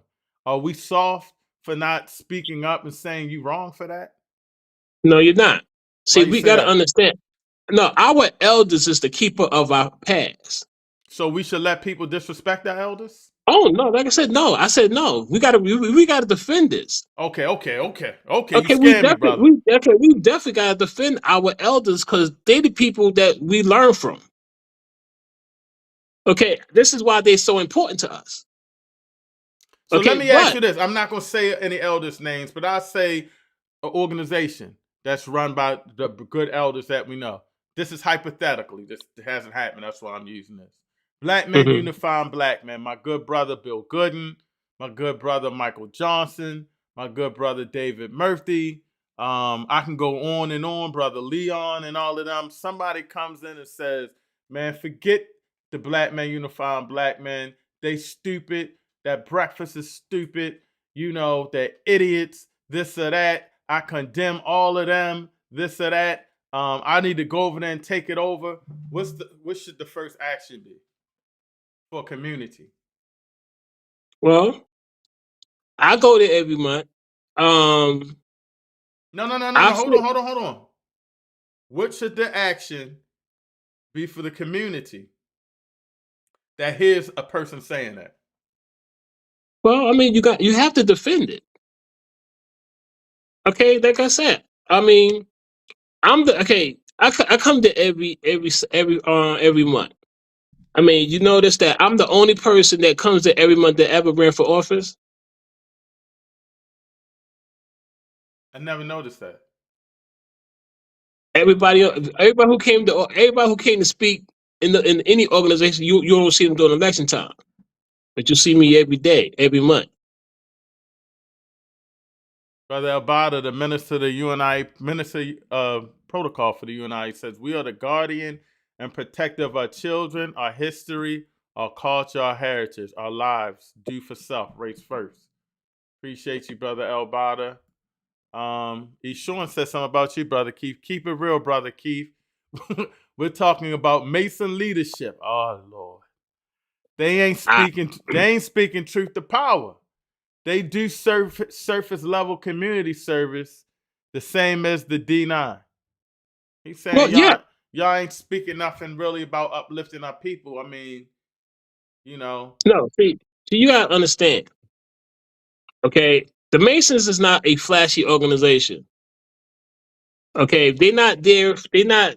It's gonna promote. You know, that's why you never seen any commercials on it. Hold up, though. He said they're not talking truth to power, though. That means they ain't talking upliftment and revolution, brother.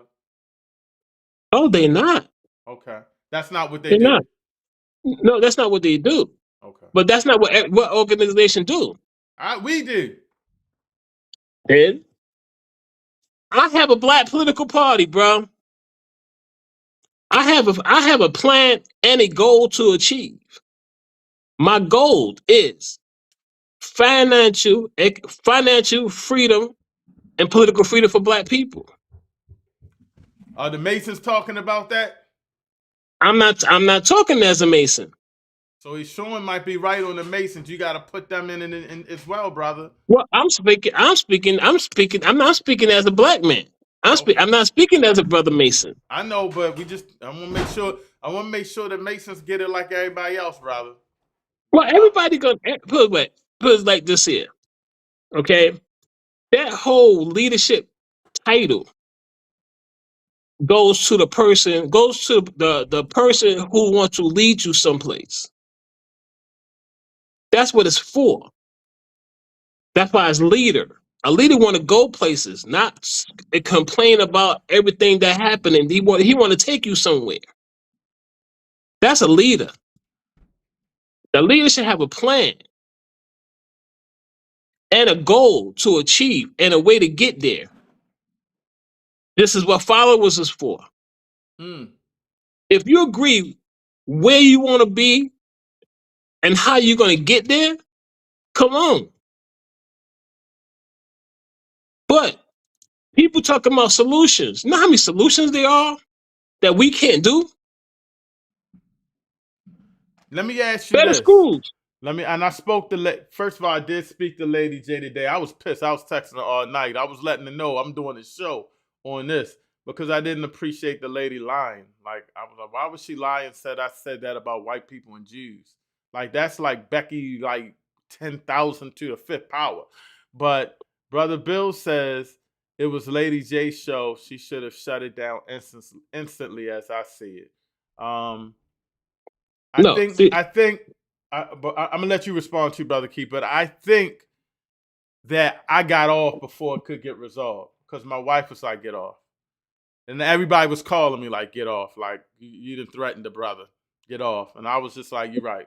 I was trying to actually get off Brother Bill before you got on. But I was trying to talk and he kept talking and we kept going at it. But I wanted to say before you got on, this is what I want to say. I'm out. I didn't come on here for this. I thought he was talking about issues. I went out of character, this or that. But the brother just kept going on, and then it just turned me up even more. But what do you say about that? That you think she should have shut it down? Yeah, I think she should have shut it down. But that's not how Lady J worked. Mm-hmm. Okay, Lady J, she'll let people, if you got a vent and whatever, she that's her platform. She want people to be able to vent their problems, and this is how she does it. I mean, I think she's a true media person. Okay, I love her shows. I watch her shows all the time. I be on her show sometimes too. We have conversations. Okay, she's a genuine nice person. And I know that she would not do anything to she apologized to anybody me, not up to cut or you nothing. off. For those that know, because I mean, I was kind of in the moment. If you had talked to me in the moment, I was like, yo, I'm going after this brother. And then like I wanted to go after this brother. And then, I was emotional at the time. The first person that called me was my first vice, Brother James, but I had ignored because I already know it. He won't be trying to talk me down. Then Brother Bill, I can't say nothing to Brother Bill Good. And he called me and he was like, all right, now don't put your hands on the brother. I'm like, I'm not.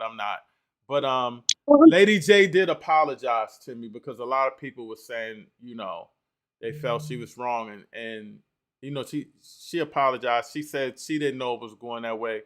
For those that don't know, me and Lady J talked about not having that type of attitude. I think she was probably just watching, maybe seeing how it would go, thinking it would go down. But I also didn't think that she thought that I would go that way either. But I'm going that way, brother. I'm going that way. Well, I mean, like I said, it's that passion thing. It's that passion thing. I mean, you a leader. You know what I'm saying? You the president. You might have to defend yourself on the yes. Yeah, and I want everybody yes, thank you for saying that. You said something that I want everybody to know. I'm a president. My goal is not to be soft. My goal is not to be weak.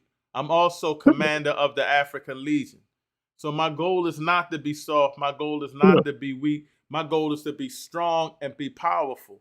And now after I go for that, then I might get pulled in and reined in. And that's okay. That's okay to get checked and say, all right, calm down, brother. But, we got to, and I tell people all the time, I'm saying this now, keep the UNIA out your mouth and keep Marcus Garvey out your mouth. Or you're going to have people coming at you because we don't play. Our work is very serious in the community. Esurent. Well, I hope I'm saying your name, Esurent, right? I hope. Put your name in the chat. Do I know you, good brother or sister? Brother Keith, it's because you always on the show. Brother Keith, it sounds like the Masons and the Divine Nine are working covertly with white hegemony. Will Mason leadership work with the UNIA ACL to build the separate political party that you want? Yeah, brother. Oh, are you just coming to the UNIA, brother? Call your other brothers out. Okay, see, it's like this, brother. You no, I'm stuttering. I'm not stuttering. we have a political party. The name of the political party is Newsom Party. It's the Newsom Party that I'm repping, the Newsom Party. Okay. Now, the Newsom is you can look them up, Newsom dot I think it's newsomparty.com. I'm gonna pull him up. Okay. Now, okay, he's a black man, he got his own party and whatever. And what we trying to do is, like I said, remove this system that everybody's so crazy about. Okay, and the fact that the system got so much a hold on us, we are so afraid to try to fight back. Now, this is a black party, correct? Yes. The Minister of Protocol. Let no one change the protocol, rules, and regulations of your organization without a fight. Oh, Lord, the crazy Garvey Ice is out here now, brother. You done got him started, brother Keith Scott. This is on and popping now. Let no one change the protocol, rules, and regulations of your organization without a fight. And I agree with that. I sent you the link if you want to join, Brother Elbada. I'm also put the link in the chat, and I can rock out with Brother Keith for a minute. I got a question. Go ahead. Are we so afraid of the system to fight back? No, brother. I just think people just weary of this party. I may have to set up the day when you come on and we go through the website. I'm working on your video, by the way. I couldn't finish it in time. I'm working on that. I'm just working on one, not the one that we want to do, but just one for you to get a feel of it and tell me, like, go this way or go that way. So I'm working on that. But I think sometimes you talk about a political party, a lot of people came with the same thing before, and they may be like, what's different? They all the same. So you may have to. They're not all the same. They're not all the same. Well, explain how yours is different from Democrat or Republican. I'm black.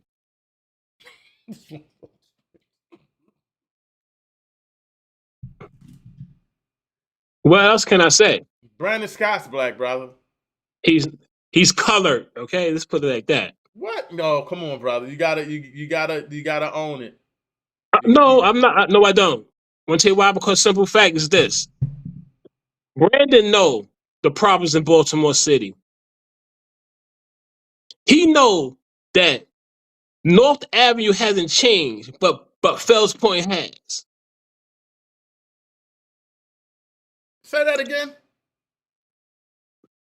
The last 20 years, the Fells Point area grown, the Inner Harbor grown, but North Avenue staying the same. North and Penn, brother? Yes. Okay, this is a black man representing majority of black people in this city, but black people get hell. Our schools are no jobs for black people. And this coming from this is the black man city. He's the mayor of Baltimore City. And we got black homeless men in shelters, bro. And we got an infrastructure that's torn down. What makes it say black men with no job, a city's run down, get black people jobs to fix up the city? How much common sense is that? Black men with no jobs, brother. A city that's messed up. Black men get jobs, they don't have to do crime. Fix black schools, black kids get a perfect education. They don't have to do crime. They don't have to go to jail. Brother, what makes sense in that? Hold up, brother. Our last Unity event, wasn't you sitting by Baba Ori? Yeah. And you know how he feels about Brandon Scott, brother. Why are you doing this, brother? Okay, I'm going to say it right here on your show. He's a Sambo. I'm talking about Brandon Scott.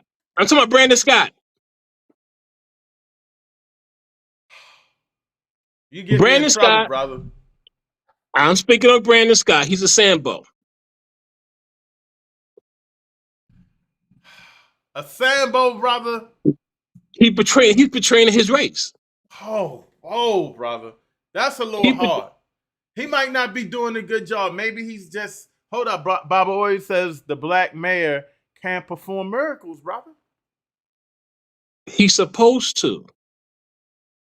Oh Lord. I'm gonna say hold your thought, because that's a deep one. I'm keeping this up. I will say this about all black people in office. We have to be very critical of them because we need a lot from them. But we have to also understand that they're under attack and they picking up stuff that's a lot of work. Yes, I get frustrated with a lot of things in the city. I think my mayor could do better, and but I might be focused on certain things. I might be focused on an educational thing. But if you focus on the crime, they say he's doing better. So it's a lot to take on Baltimore. It's a lot to take on Baltimore. Bro, I'm asking you a question. Okay, you Penn North. Okay, I'm gonna tell you the truth. I'm gonna tell you the truth. That's awful. You shouldn't even brought up Penn North. It's awful. There are people there. I go out there. We do food giveaways on Penn North and down across the street from Yummy's. I forgot the name of the church on Pennsylvania Avenue. And I get upset. I went down Lexington Street. My post was, do you see Lexington Market? I heard it's beautiful inside, but I never go out inside because I got stepped over a whole bunch of dope things. And my post was, come on, man, Scott. But that doesn't mean that. But that seems like a lot. Like, how are you going to move an open drug market? Now, if I was mayor, I'd probably get killed or something because I'm coming in with my nuts hanging, and I'm like, this got to go. Put it down Dundalk somewhere. They might get mad at me. But I mean, you got to remember. He came in with the city's been messed up for a minute. It's been going downhill for a minute. So. See, like I said, okay, we give too many people too much excuses, bro. We just came from a pandemic, right? We just got out of a pandemic, right? Yes. Right? Okay, all these children was out of school for how long? Dang, I don't even remember. It's a while though. Okay, opportunity to go into schools and fix the heating system. Why haven't that happened? Hold up, say that again. The kids was out of school. Okay, they could have went into the schools and fixed the heater system and the air conditioning system. They didn't do that. Oh, one thing I will say. I'm just texting Barbara Orr. He may want to come on. Just let him know. One thing I'll say: the education system and the mismanagement of funds. We have to hold them accountable for that. I hope that he would also release those records to this lady so we can get this over with. And he can show. I mean, it's some things that he got to tighten up on. Some things he got to tighten up on. Bro, Brandon's a dark-skinned melanin man. Okay, every brother's not. Brother? Explain that. Every brother's not a brother. Yeah. Why? Hold up. I gotta go to the chat real quick. I respectfully disagree. No one is immune to criticism. Marcus Garvey once said, "We have to break the mental shackles. We have to do for us." Yes, no one is, and I agree. We have to criticize our leaders. I agree with you, Malik, brother Malik. But it's like this here. How can you hold anybody? Hold on, before you say something, you might get some information to make you change your thought. Baba always says City Hall works out our social club every week. These things take time. Making steady progress. Talk to our people at our social club. Our good brothers at our social club. By the way, Baba Ori, everybody listening, UNIA Gala, August 22nd, 6:30, 7 o'clock. Our social club is getting an award. Sister Earth is getting an award. Bill Good and Mike Johnson's getting an award. And Black Men Unifying Black Men getting an award. You got to be there, brother. $75 a ticket. Baba Ori, $75 a ticket. Now, our good brothers from the Art Social Club. He said, what you think they're saying? Say it again? What do you think the brothers from the Art Social Club is saying? Say about what? Brandon? Yeah. I don't know. I'm not a mind reader. It wouldn't persuade you if you talk to him. It wouldn't persuade you that Brandon is Brandon doing good, doing a good job. No, Brother Malik says they are building new schools in Baltimore. I'll say this though, that the one criticism, and I do criticize him here. Baba Oy coming on. He gonna have to set you straight, brother. You need to set straight. I will say this. I think the education system is awful. But I don't think it's the education system per se just in Baltimore. And you have to have the right type of person to change that system. It starts with cultural education, which we don't learn. The Jewish community, the Catholic community, when they go into the schools, they learn about being Jews and Catholics and the Islam. We don't learn about being Africans. We don't learn about our true history. That's why it's so messed up now with these young folk and this FBA 80 stuff. Then we have, and then the money, I think there's a mismanagement of money. I would say that I'm really critical on them on that. It's that we got to do better in our school system. But Brother Ori's saying the big thing could be the crime. The crime. Why people do crime? Uneducated people do uneducated things. I'm going right back to the school system. What's up? Okay, then. So, I mean, all you're doing is proving my point, bro. Baba Ori says OIG records give them nothing. Okay, a better school would crank out better people, bro. But how do you change the system? I remember I told you that. You can't just go in there and buck and change it. It's systematic. No matter what you do, it's systematic. What would can I ask you a question? You wouldn't make. Go ahead, ask me a question. Okay. Do you consider yourself an education moral person? Yes.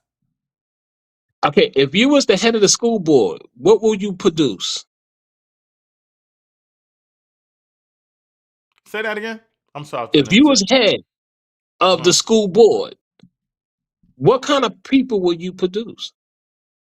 Oh, a lot of things would be changed if I was head of the school board, brother. Okay, you got the job, bro.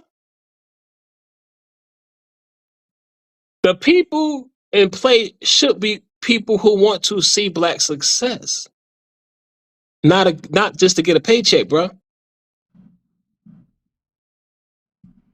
I saw you in the back office, Baba Oy. I'm gonna bring you in 1 second. I see you in the back office. See, now you gotta get it. Now you gotta get it, brother. We got the bobbling on you. Uh-oh.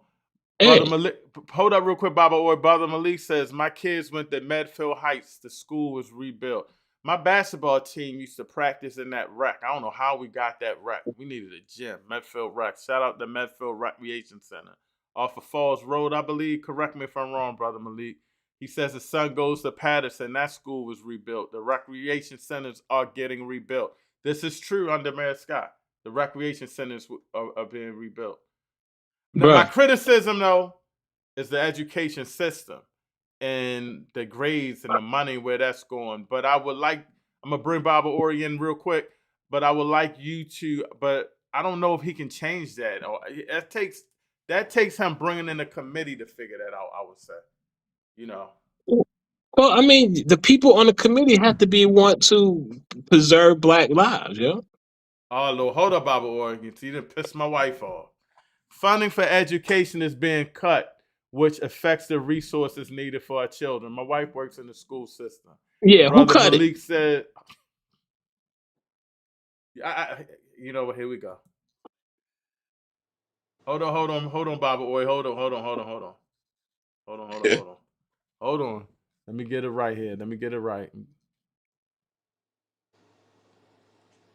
All right, I got y'all in here.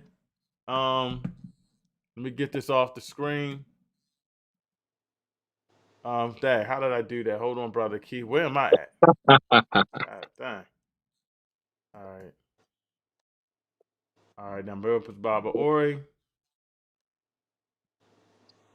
Are we all on? All right, but let me read this one more chat and then we can go in. Pan-African first. I believe a certain amount of after-school tutoring should be mandatory for students before they can advance to the next grade. My kids went to a school called Mother Seton Academy. And when the school, they had to be there like 8, but they didn't get out to like 6, something like that. Because they made sure they did the homework. They made sure they studied and things of that nature. We got to just do better with some good Baltimore City schools and good people, but I feel like the teachers at a misadvantage sometimes. It's like they can. Is that no school? No failing. What is it? No child left behind. Is that still active? Yeah. And I think we got to get rid of that. But Baba Oy, thank you for joining us. Your mic on, good brother? Yeah, can you hear me? Yeah, we got you good. Now, All I right. warned this brother many times, don't be coming after your mayor, brother. So hopefully you can educate him. I'm listening. And before you begin, I am very critical of our mayor. Very critical of our mayor. But I do understand that he's also under attack as well. I mean, some of the things could be happening because he's a young mayor. He might be making some mistakes. I question when he came into office, did he have the right people around him right away? You know what I mean? Because it was coming in under the Sheila Dixon, and who was the system before that? It was just like it was the same system. I think it's going to take him time. He may have to be the one to rebuild some things, but I am worried about a couple of things that's going on with the brother that's been milking the loot and stuff like that. But brother, or you always tell me, like, we can be critical of them, but we got to look at the things they doing. But my good brother, Keith Scott, that sat right by you on Unity Day, good brother, when we was at a Unity event, for some reason, he's not getting the picture. What's going on with, what do you got to say about his thoughts on our good mayor? First of all, I just want to say peace to you, Brother Everett, and peace to Brother Keith, and peace to the audience. And I'm not a spokesperson for the mayor, but I've just been observing some things through the decades. But when we talk about the mayor and criticizing the mayor, I think that's fine. I have no problem with that. But I'm criticizing 47 a little more. You see, I'm criticizing 47 a little more. But one of the things that I find with Mayor Scott is that I think this brother, just like Keith was saying about the organizations, the D9 and the other organization that he's a part of, that no matter the organization, right, people do the best they can with what they have. And that's what I think is happening with Brandon Scott. I think he's doing the best he can with what he has. But one of my observations is that people who criticize the school system are people who don't spend time in the school system. And it's the same way with people who criticize the church are people who don't spend time in the Black church. You see, outside critics tearing us down and really have no idea what they're talking about. A lot of this stuff happens at school. When I travel in the morning, going to the school that I go to, I see our children filtering all of these schools throughout the city. They are being maintained, if you will. You see, contained, if you will. These schools aren't busting out and just crazy stuff happening everywhere. These children, these students are finding it within themselves, the help of the adults in these buildings, to make progress. Everybody's not being socially promoted. You see, the news media, Fox 45, these people don't have our best interests at heart. And so when they visit the school one day out of the whole year, concoct all of these statistics, these people have no idea what they're talking about. And school is not just about what they report on in terms of academia and academics. School is about social development as well. And it culminates at the prom. You see, so it's not just about these numbers that they pull up. It's the same thing they're doing with collegiate. They can pull these numbers out and make them say anything. But what we understand is that our children are being exploited with all these different medias attacking their mind. So when you have children by the hundreds who are able to go to a particular school after or during puberty and they're able to make it through from September to June with one another. It needs to be applauded even before we begin to look into what they're doing academically. You see, and I know that it's not perfect, but again, we're doing the best we can with what we have. I think Brandon Scott is under enormous pressure, as well as Westmore. And I'm not a Westmore fan. You see, but this media system, this white supremacist media system pushes me towards Westmore.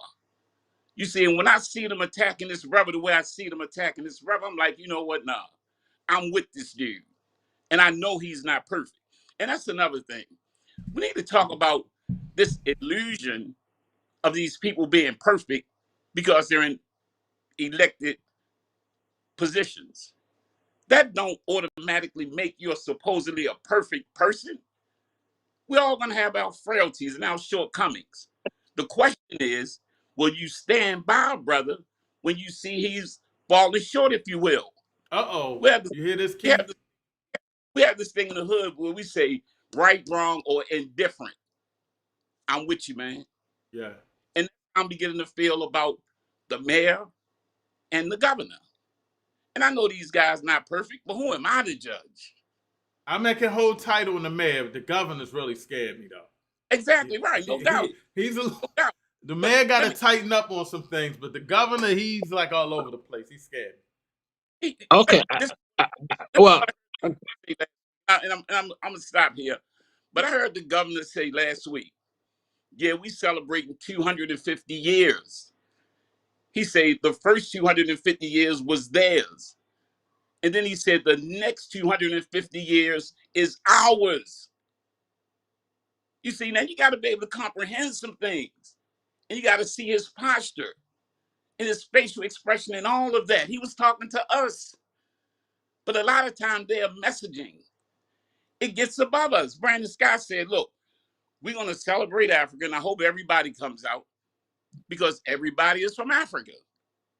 Again, it goes over our people's head. Ain't go over mine. I was giving him props for that. He had the red, black, and green fisherman head. I said, that's my man. Yeah, I was rocking with him. Right. And so what I in close, I just want to say this, not just Mayor Brandon Scott and Governor Westmore, but the average brother on the street. We got to learn how to have each other's back no matter what.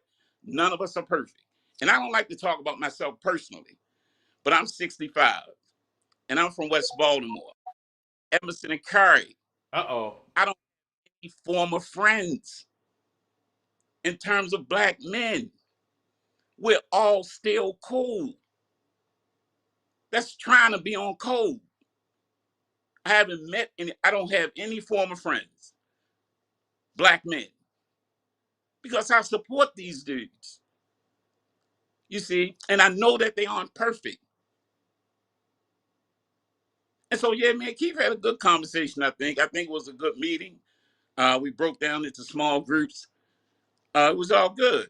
But sometimes I think that we fall under illusions of and our ideologies, and we wind up getting trapped.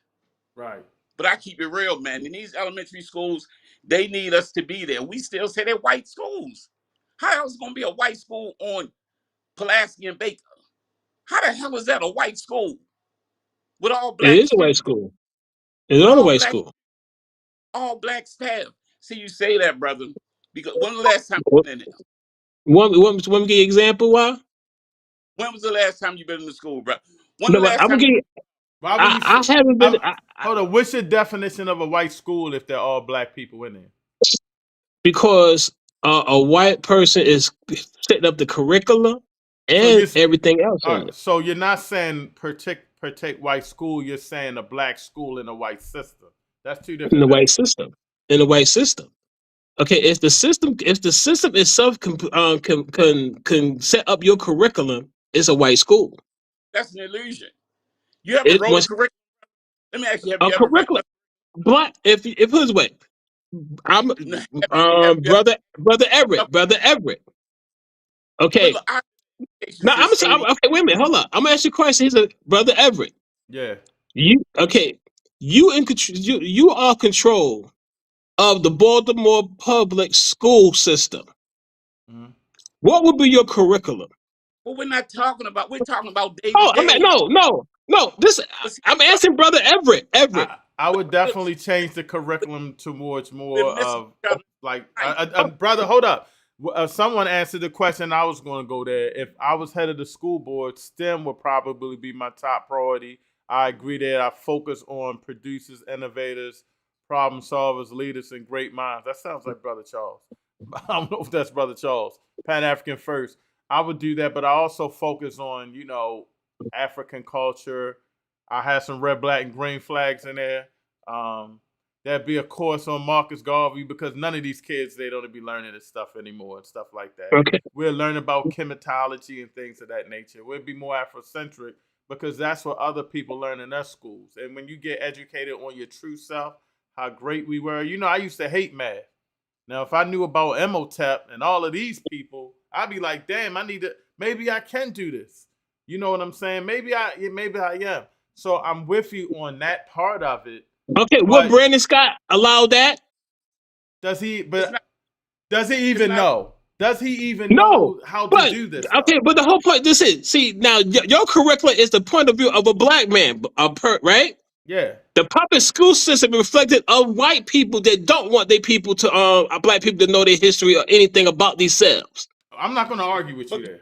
Go ahead, brother. Ori. So I'm not arguing with you on that either, Keith. That's not okay, what I'm so saying. that's the problem. But no. But Wait, see, now you got a mayor. Okay, this is a black mayor. He should be his point of view of black education should be the same as Everett's. Hold on, brother Ori. I wouldn't have known that unless I started studying Anthony Browder and going to everyone's place and being in the UNIA. If you asked me this when I was partying up UMES for 5 years, drinking and having a great time, I wouldn't have known about a lot of these things. And Yeah, so but see, if I graduated and became mayor, the only thing I know is what the system I've been in. So you can't blame him for being in the systematic system. You can. No, yes, you can. Once you Bible concerned, but this is the mayor of Baltimore City. But he doesn't. Maybe he doesn't know. He had. I mean, I don't know. Maybe he doesn't know what he's supposed to. Okay, he's the mayor of a black city. He should be taking care of his black kids, constituents of his city.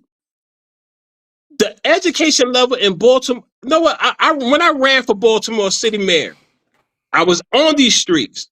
I asked these young kids. I said, "Bro, I'm running for mayor. What do you want?" He said, "Bro, just give me a job."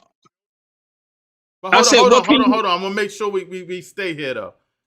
What I want you to understand is what I'm saying is I understand what you're saying about system, but Brandon Scott came up in the system, so you're expecting someone that's in the system to know about stuff outside of the system. You may know about Marcus Garvey. You may know about the red, black, and green flag, but he may not know as much as you do. He may not know about race first. He's indoctrinated in the system. You understand what I'm saying? Go ahead, Brother Ori. Hold on, let me let Brother Ori go in real quick, brother. It's not the fact. Okay, it's the fact that it's not the fact that he don't know it. It's the fact that the system won't let him. We may agree there, but then you can't blame him. Hold on, let me let Baba Ori speak. Yes, you do blame that. Yes, you do. We're supposed to be free men. We supposed to be free men, right? You gonna be calm tonight, brother? You about to get... I'm gonna sit back. I'm scaring me, brother. You know he disrespected Big. He was on one 2 weeks ago. He disrespected Big Daddy Kane and everything. This brother's crazy. This brother disrespect Big Daddy Kane, brother. I don't listen to rap, bro. Go ahead, Baba Ori. What Keith is saying about the overarching curriculum is 100% correct.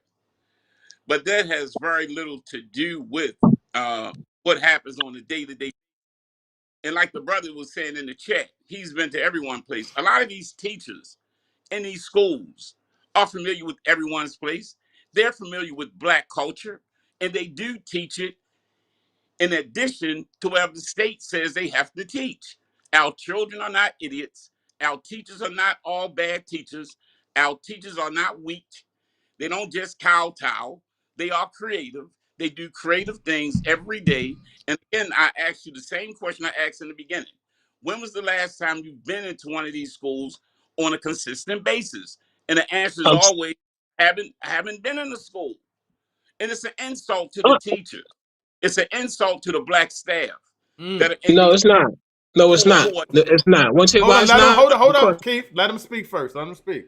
Who are doing the work of helping our children and all of this stuff about culture. That's fine. But one of the things that our children have to learn before they learn any of that is how to read, how to write, and how to do basic arithmetic. Not all of mathematics, but just arithmetic. You see, fundamental stuff.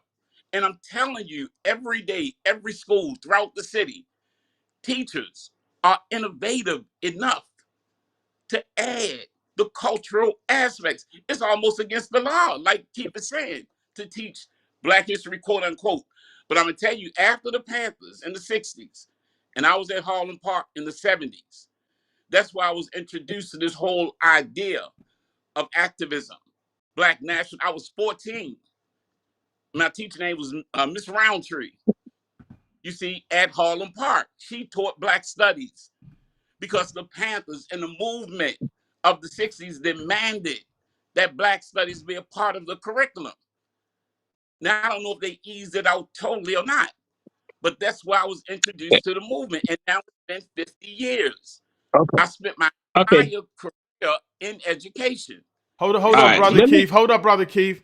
Brother Malik says, as a father of 2 kids that are being educated in Baltimore City public schools, I make sure my kids are getting an education. We have to find a way. My wife said, great job, Malik. Parent involvement is very important. A lot of things. A lot of issues. Hold up. Let me just go through a little bit more so I can make sure I stay caught up. I think I am caught up. But that's an issue as well. Like the mayor, we got a lot of issues that we got to overcome. Dr. Dahl, the first debunk his point, I think he said to debunk his point of view is that it's a white system, whether or not he has been indoctrinated into the system or not. I think he's saying he wants to debunk the point that it's a white system, whether Brandon Scott's been indoctrinated into the white system or not. I think I read that one. My wife said, I agree. Dr. Dahl said the system is still pervasive even with our best efforts as teachers. And he says, and he's a professor, I try my best as a therapist and teacher, but the system is still white dominated. Boom. Let me get something straight. Let me say something. Okay, let me say something. Okay, this is what I'm just. Let me make this point. Let me make this point. Hold up, Baba. Hold up, Baba. Okay, go ahead, Keith. Okay, let me make this point. In my opinion, teachers should be the highest paid workers ever. I agree. Because these is the people who's teaching our children. Second to doctors, brother. Second to doctors. Second to doctors. Second to doctors. Second to doctors. Because we will. What society will be without teachers? That's an honorable profession, and they should be protected. I agree. Okay, what's that got to do with? But you putting Brandon Scott on that though. That ain't. He can't. No, I'm saying that Brandon does not do enough for Black people in this city of Baltimore. Can I say this, Everett? Go ahead. On the issue of Baltimore Collegiate School for Boys, this is one of the issues where I'm having some serious problems with our Mayor Brandon Scott. You see, because I'm thinking that together with Westmore, they could have alleviated all of this mess that we're going through now. We had a meeting last Friday, I think, or last Wednesday, down at City Hall about Baltimore Collegiate School for Boys. We think they could have solved that issue months ago. but they're sending us through the red tape or whatever. And so it's still not completely over. So we're not saying that Brandon Scott is perfect. We're saying we have. Let me respond on says that he's too. perfect? Hold up, brother Keith. Let me ask you this, Baba Ori. Let me ask you this. And he's gone. Somebody brought this to my attention. Somebody brought this to my attention, so I wanna see what you say about it. And we both have a lot of love for my good brother Edwin. I haven't talked to him about this personally. I did jump on the last meeting Wednesday for a bit. Is it something that we're missing in defense of Brandon Scott? Is it something that we're not getting the whole story, and maybe the school had to close, and maybe I'm blind to something, and my passion for the school is going against maybe saying that the mayor, had the right to close it, that they weren't meeting these things, and that I'm wrong. That's what was brought to my attention. My only response was, if the public wants the school open, then the mayor should have fought for it. But is the mayor's in the back of the mind, the mayor's head, he's saying they haven't met these things. I wholeheartedly believe that they met the standard. You see, I believe they met the standard. I believe they do too, but somebody saying believing and knowing are two different things. So all we can do is go on what our good brother tells us, but we know him. Right, but no matter what is, I still support Everett in his efforts. And aside from the Baltimore Collegiate School for Boys, DPW, the hole at the senior citizens house where they're saying the rain is coming in, and a couple of other issues. You see, I disagree with Mayor Brandon Scott, but that does not mean I throw him to the wolves. You see, Brandon Scott is going to be here for 18 more months, and it's going to be somebody new. You see, and so we're putting like issues that's going on in the city since the 70s. You think he's not running? You don't think he's running again? Well, he can only do a term, and he's in his second term. No. Brandon can run one more time. No, he's in the second term. No, I thought you can do. When he was mayor, right? Then they put up the limits. So he came in before the limits was set. So he gets one more year. When did they put in limits? Because it's term limits. You mean one more term? Before he could one more. Before you could run unconditionally, right? Yeah. I didn't know they changed that. I didn't know that. Yeah, they changed it. Now they're going to run 3 times. Baba Khalil says doctors should only get paid when you're well. Doctors should not get paid if you're sick and stay sick. I agree. Damn. I agree with that. I mean, Everett, I think though that in the final analysis, we should our teachers, we shortchange our students when we try to weigh in on what happens in our school system without being there with the children, and then not understanding the contribution that we can make. If we see an issue in the school system, then I think it's our opportunity to do what we can to help fix it. All right, now that part, I agree. And I do too. Agonizing. And I do want to say that parents do play a critical role, and parents are playing a critical role in their children's lives. In school, they come when they're asked to come. It's not what they report all the time. And that's my main point. If you haven't been in the schools, and maybe you're just listening to the reporters, or maybe you're reading documents, you see, that does not outweigh actually being there. You got to be there. Listen, but the whole point is this. No, you still got to understand. Okay, you still got to understand. Okay, the public school system is failing the public. Okay, it's no matter what. But that's in every city. Hold on real quick, brothers. Hold on real quick, because Baba Ori, I want you to comment on this. Not this question that Brother Bill's saying, but on the topic at hand. How many schools will be closed if they didn't meet?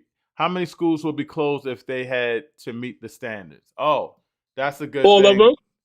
That's a good thing. We're talking about what they say is academics, and we really don't know these children's potential academically. We don't even know. These tests aren't accurate assessments of their real academic abilities.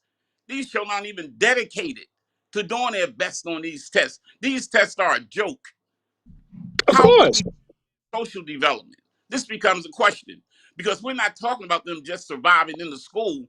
We're talking about them surviving in community and in the larger world once they're out of the school system. And I think what we do a lot of time is we minimize social development of our own people. And then we tend to concentrate on whatever media and larger society talks about in terms of test scores.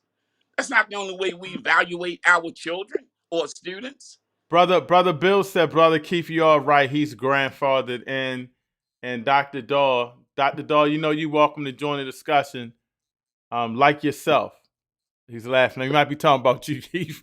Real quick to change the subject, though. We were talking about leadership, Baba Ori. And I know you and Dr. Daw have these conversations about leadership. And you had commented when I had posted, but I think you got the gist of what I was saying about leaders in our community. Right, no doubt.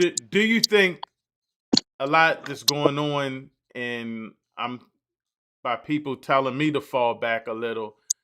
I'm saying I think we've gotten a little soft.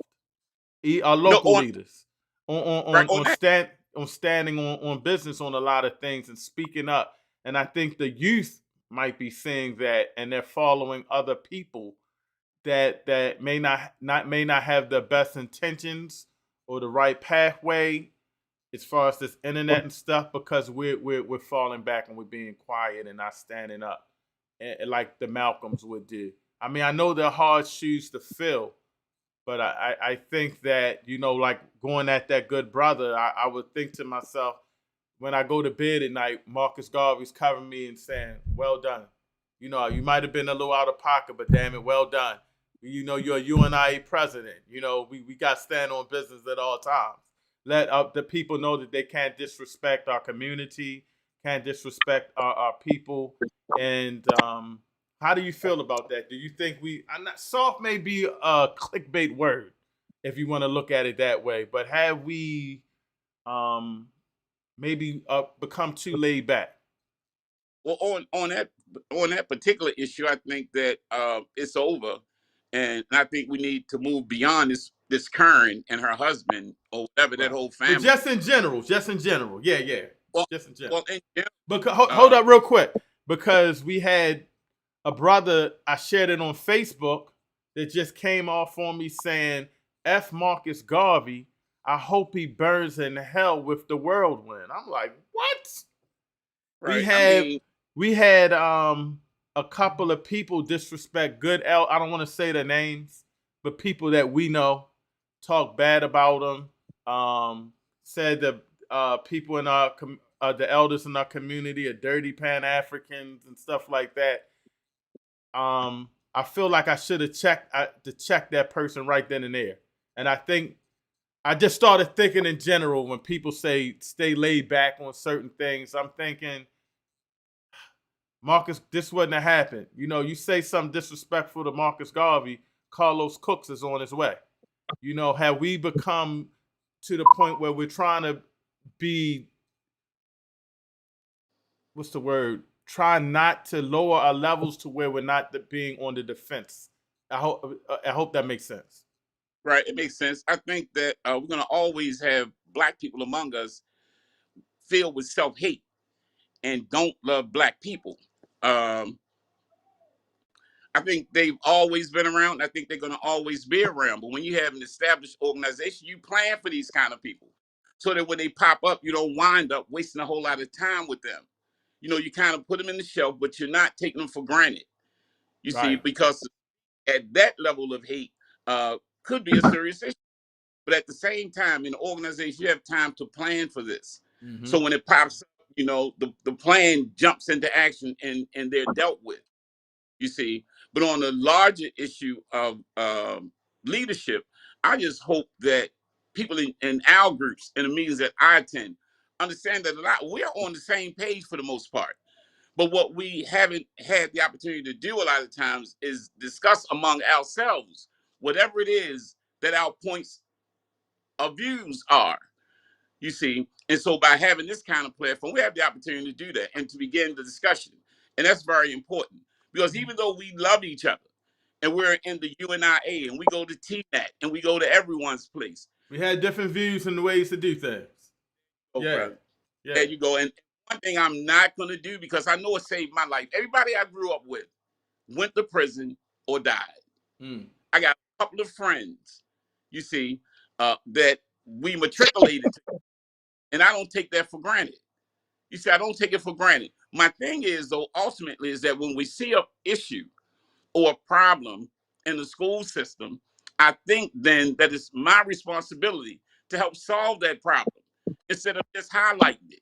Yeah. But my main point, too, is that teachers come there every day, man, day in and day out, and they are dedicated to our children. Are the teachers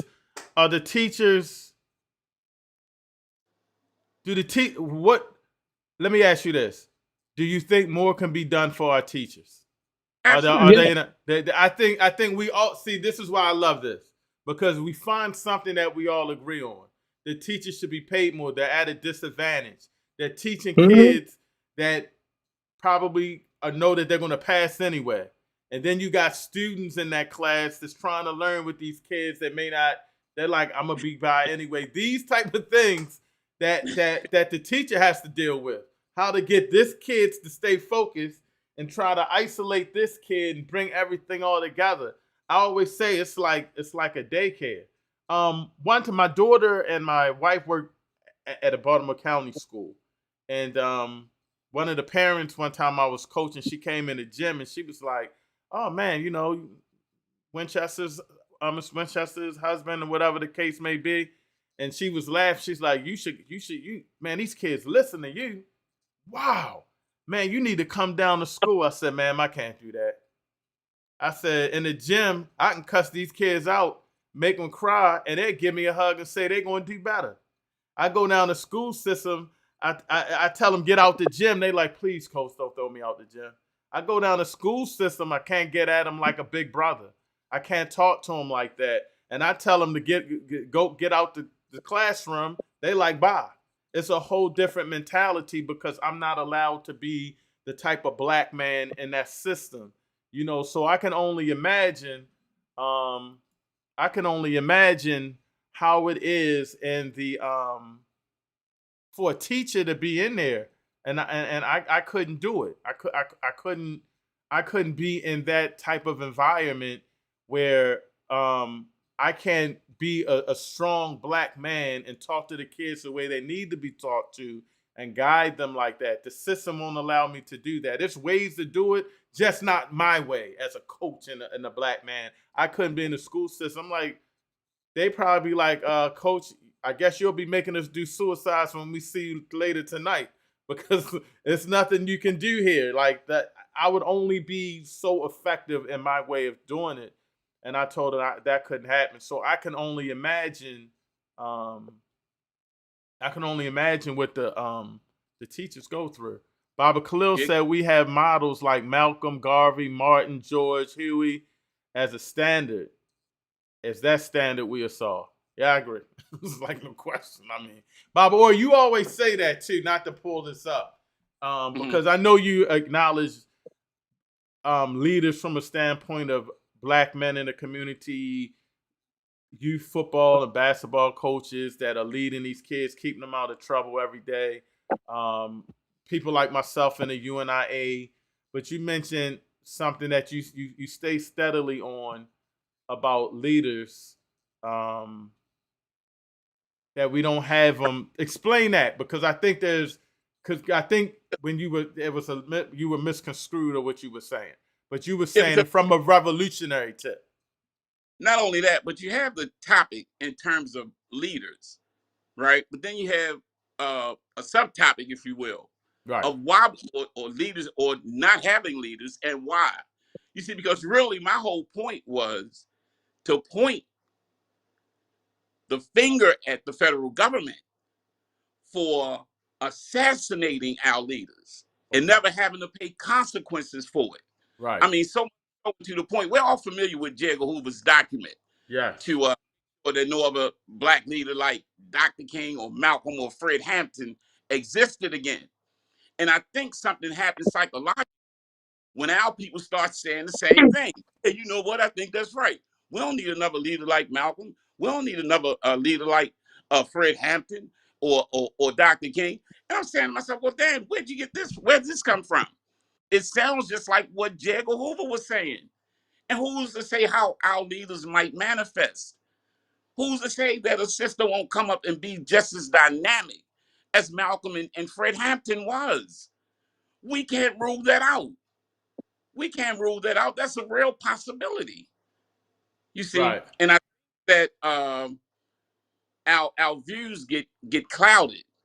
And if we were to talk about leadership, and I go outside tomorrow, my neighbors, and I know my neighbors on both sides, up and down the street. We live in a row house. We live in row homes. Mm-hmm. And I'll go out there and I talk to them. I say, hey, Brother Marvin, who's your black leader? And I know how he's going to look at me. You see, so we're at different levels with this discussion. I'm at the ground level. We have super intellectuals. They're at another level. I'm not at that level. And I admit it. I'm on the ground. I'm on the ground. Can I say something? And all of that. I'm talking to Baba Ori. Huh? Brother Keith want to ask you something. All right, check this out. I'm gonna give you an example. I'm in the car. I'm driving with y'all, but you and Brother Everett in the car. Hold up, and brother. I say, are you drinking and driving, brother? Because you no, like I'm straight. I'm straight. Bro, I'm sober. Sure. All right. I'm sober. I just had a cup of coffee. I'm up. Right, and I'm driving in the car. Right, and I turned back to y'all. I said, brothers, where you want to go? Okay. Now, if you don't know where you want to go, I can't take you there. But I'm gonna give you a destination. I said, okay, I'm getting in the car. I'm going to economic, political independence of black people. You get in the car and I take you there. Well, did that make me a leader? Make you a driver. Yeah, make you a driver. Don't make you no leader. See, why not? I'm taking you someplace that you want to go. You're just driving me there. I'm more the leader because I got you taking me there, brother. You failed. You in the back seat. Rethink it next week. Bring it back up. I just have one more point. Now, now the same example. Okay, where you want to be at? Where y'all want to be at as black people, man? What do you mean? Where we want to be at? We want to be. I mean, everybody want freedom, economic independence. The ability to create wealth, ability to teach our own children our ways. Everybody want that. Right. Okay, so if this system won't let it happen, what we got to do? We got to fight, man. We just got to keep fighting until we get to where you are. See, where you are intellectually and what you're saying, we agree with that. But right now, and it's not about me. It's about all the people in the neighborhood. Everybody. Yeah, but see, that's the thing. But it's about It's about. You know why? See, it's about you. You know why? What's why it's about you? It's about. I'm gonna tell you why it's about you. No, it's about the mass. No, listen to me. It's about you because you're an influencer. Talk about me. All of y'all. Y'all are influencers. You gonna tell me y'all don't influence people? I'm just lost at what you talking about, brother. Okay. Okay. Bring it home, brother. Bring land a plane. Where you going? People who are influencers, that is people who able to influence other people, is what we need. If you are an influencer, if you got people listening to you, got a platform. If you got people listening to you, right? That means you are influencer. That means my influence. They respect you and they respect what you do. They respect what you do. This is why we do. That's what we do to get the respect. Once you become an influencer, you get to influence people to consider things, that you're thinking about, the direction you're going. And I think that's fine, but my influence, I know, and it has been since the mid-'80s, has been in the classroom. And I think I know my lane. And I'm in that lane. I step out and I try to participate in community, involvement activities. But that's my lane. Inside the Yes. class, that's why I'm comfortable. That's where I have my experiences. You see, but Everett, I think the question to it at some point has to become, are elected officials leaders? You see, especially in the black, are BEOs leaders? Kwesi Nkrumah was ready to fight us a couple of years back when we said he was a leader. He said, man, I ain't no leader. I'm a representative of everybody. You see, and so we at least have to have that discussion. And if they aren't leaders and we're electing these people every couple of years, can we make the office, can we reserve the office for leadership? You see, or are we going to just let people continue to waltz in and waltz out as if it's like a part-time job? You see, when they allocate millions and sometimes billions of dollars that's supposed to come to our community, and it doesn't make it there. You can't be a Republican or a Democrat. You can't be a Republican and a Democrat and support black people. Our communities weren't getting anything. And I think that with Brandon Scott, we're getting something, and we can see the difference. And we think that's why he's catching so much hell. We're getting some. What we getting? What we getting? The question becomes, are elected officials leaders? No, because the elected officials is not our elected officials. They products of the Republican and Democratic Party. Nothing else but. Hold up, Bravo Boy. Let me ask you this. When he said he wasn't a leader, right? Right. How did you feel about that? Because to me, that seems like, I mean, it was kind of disappointing, but I was wondering, maybe this guy's right. I mean, officially, he's a representative, not necessarily a quote unquote leader of black people. You see, just because he's in the office. And the same thing would apply for city council people all up and down the line, Annapolis, and ultimately Congress people. You see, because if they aren't leaders, you see, then what are we doing? You see, then where's the leadership? You see, because again, we can have the discussion, and it can be an intellectual discussion, an academic discussion. But when we go outside and we ask our neighbors, and you can do the same thing. Keith can do the same thing. Without giving them any idea what's going on, just ask them a simple question. Who's our leader on the national level? Who's our leader on the local level? And most of these guys and women are going to look at you like, stop playing. And no, because it's true. If we offer up names and then say to them, are these people, is this person your leader? They're going to have no idea what we're talking about. You see what I'm saying? This is how 12-year-old Tamir is able to be shot down in the shooter with no consequences. You see, the same reason why this boy could be locked up in Texas now. Right there. And we have Dr. Daw on as well. But right there. That's a major thing of what I'm saying. Are we saying to a certain degree that our leaders are just soft not to be able to step up to the plate like those ones before us? Is that what we're saying? Because if that's the I feel that part. I feel that part when I'm like, wait a minute, man. This wouldn't be happening on Garvey's watch. I gotta reevaluate myself. Like, no, I gotta step up. I'm not playing anymore.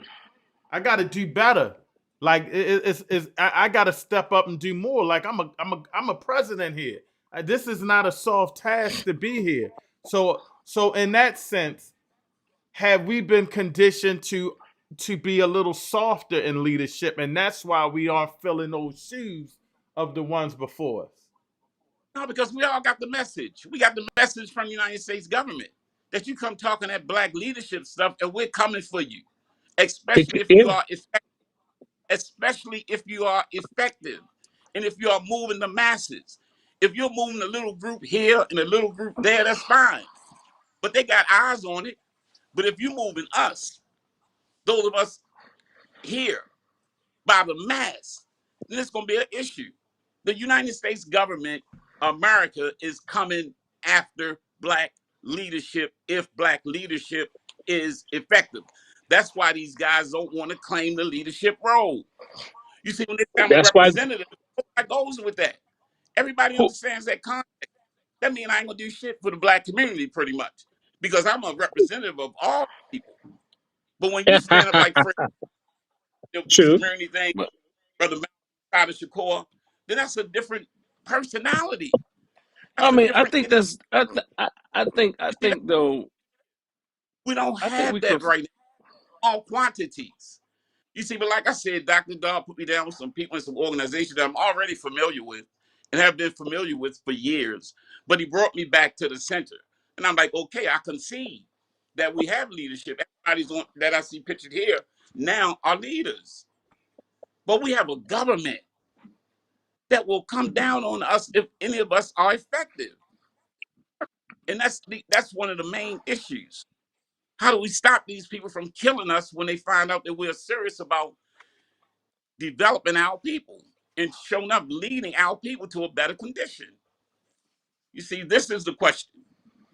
You see, we're not playing games, having just intellectual discussions.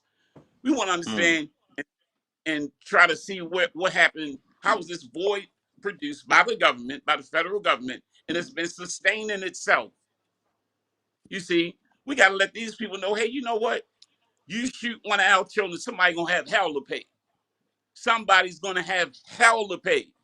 But they didn't get that message. That's why they're still shooting our children and getting away with it. We don't want to hear nothing about no judicial system and all of that. That's done. That's over. Hurt one of ours and we coming after your ass. Bottom line. And now people not saying that.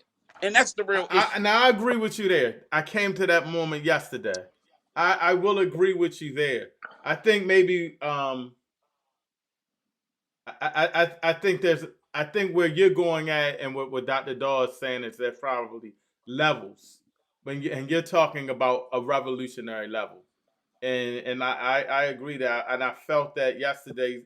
What do what do our leaders, I add myself in this, what do we need to do to start taking it to that level? Because that's the key. That's the key. Because we have to be at least on that verge to that level so we can bring up somebody under us to really go in. But they're not going to do it unless we sacrifice. What do we need to start doing to sacrifice for that? Those little guys down in Fells Point, if we can't find a way to bring them under the umbrella, you see, this is going to make our job a lot harder. Because I'm 65 and time just keep moving. You see, we have to refurbish ourselves with black youth. You see, we have all these meetings around town. We have these protest gatherings. And a lot of times, it wind up being senior citizen meetings, to be quite frank. A bunch of old people, and me included.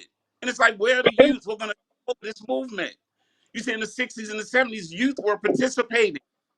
The government peeped it. And it got out.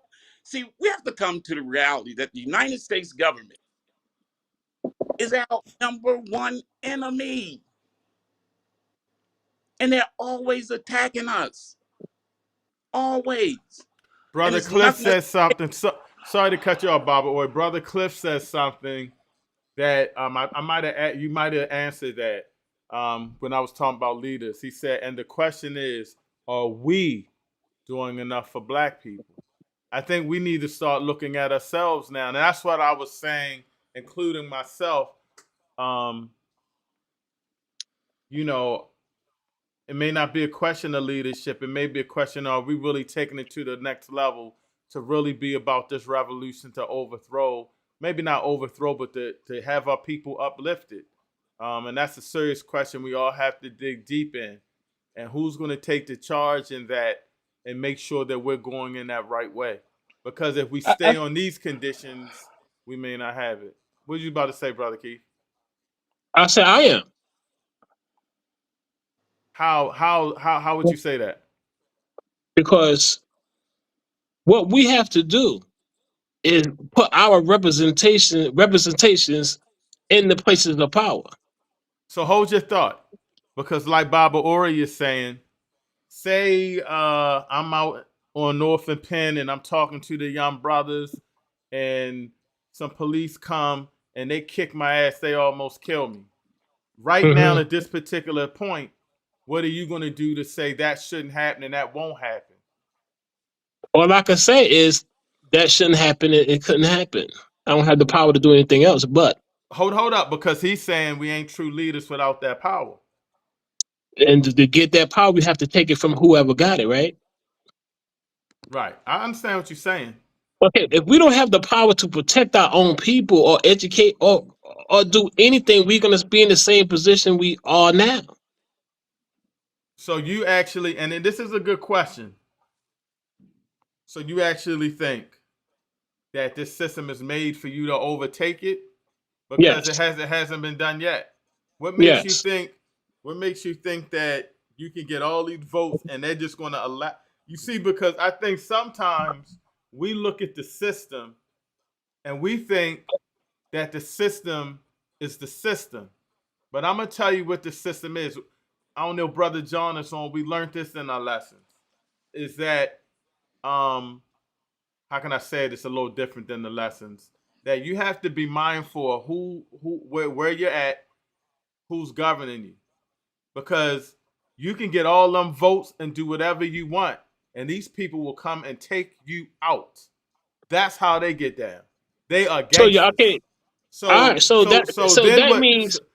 So that's what we're saying, because every time we tried in some kind of way, from Black Wall Street, to Marcus Garvey, his movement and how they did him, to Malcolm and how they infiltrate, and to all of these things. Most of that was by they didn't do. I think they didn't take out Marcus Garvey because I think they felt that if they took him out, then it would kind of be like a martyr type thing.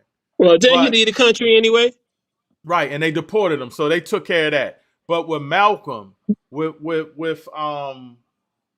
Black Panthers, they took him out by force. So whole point. So when I'm just saying, so while you're thinking that we're gonna get these votes, we're gonna go and we're gonna get into power, man, he'll be like, you're out of here. He'll wipe you out. He'll take you. He'll go to your bank accounts. He'll take care of you financially. He'll go through your mail. Some of these I've witnessed. That hurt you financially. That hurt your business. They go in and they open up your mail and things of that nature. And so it's not going to be that easy. And it may have to be a force, brother. Bro, the topic of the whole conversation is our Black leaders weak? Right. So if I would care if they would do that to me, am I weak? I'm not weak. I'm willing to take that chance, bro. I'm willing to fight. Like I said, if it's worth it, it's worth dying for, bro. Okay. I'm here for my people. I got you there. I'm not. That's not my problem. I mean, it's the put it this way. It's like this here. That's not my problem. Okay, my problem is the problem is if I accomplish all this and they kill me, what you gonna do about it, bro? That was my question, and that's when we'll find out if you're a leader or not. Not if they take you out, is when they take you out. What's the repercussions of it? Baba Ori, what was you about to say? Right, that's pretty much my point, man. But one of the things that's real important in terms of what do we do now, locally, we have a lot of organizations that are meeting, a lot of young people who are doing some good stuff. We really have to try to understand this thing about unity. But in all of what we do, we got to find our way to protect ourselves from this beast. You see, because these people are not playing. And we talk about the condition of the schools. The schools are under attack, just like leadership is. But what we find with staff throughout these schools is that, they're saying, damn the torpedoes. Damn the torpedoes. We're going to do what we do. You see, there's no overarching mechanism to protect. We are in the belly of the beast. Hold up, brother. Hold up, brother. And I definitely have a plan for that. I have a plan for that, but I can't discuss it on TV, though. Right. Hold on. I wanted to give Dr. Dawn because he couldn't cam up, so I can't tell if he's about to speak or not. But before Dr. Dahl, you go in, Baba Khalil said, "Bruh, all of us have to do better." I appreciate it. You know, I'm hard on myself, Baba Khalil. You know, I'm hard on myself. But Dr. Dahl, you there? Yeah, can you hear me? Yeah, y'all hear him, right? Yeah, I can hear him. Okay, what's up, Doc?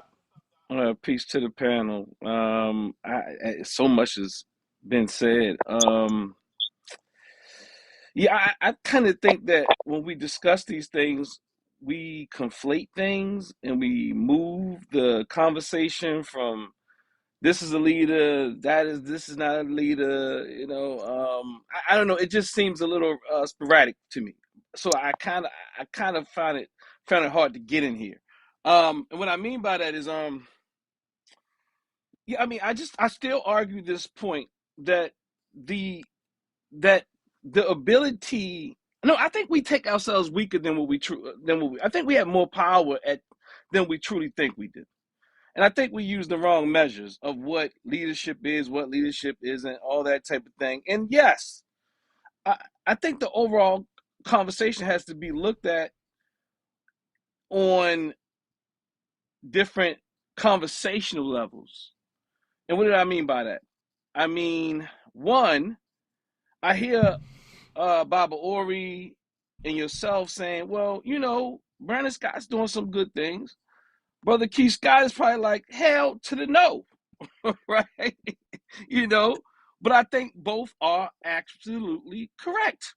Yeah. So I think when we look at it from within the system, if we're judging and measuring Brandon Scott on politics within the system, yeah, he doing some things. He pushing Afro-American culture, and he might actually feed the homeless like all we do, like the Panthers would call survival programs. So I think we have to understand the difference between we're talking about survival programs and revolutionary programs.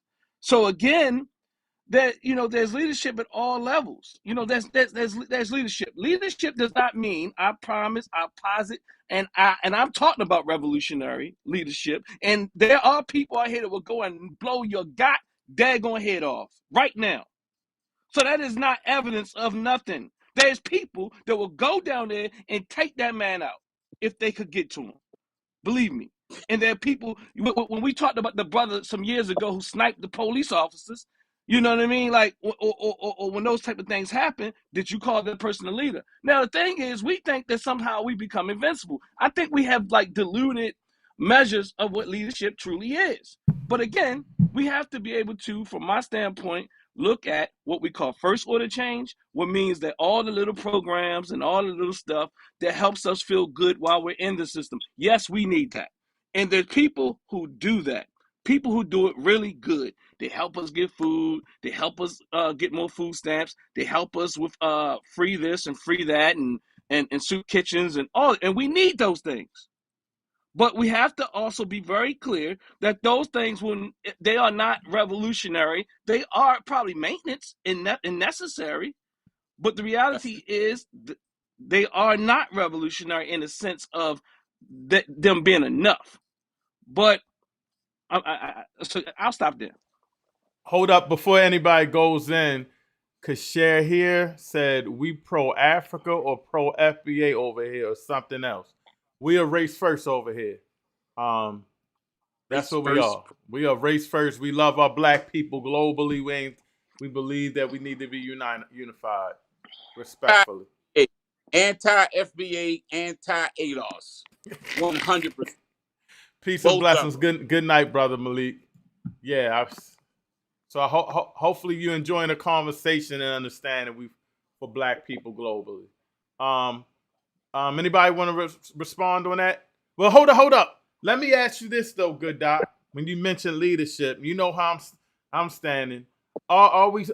Do you agree that we need to step up more? We're soft right now when it comes to certain levels of leadership. Soft may be a tough road to a tougher word to say. So, maybe I should say, should we step up more, stand on business a little better?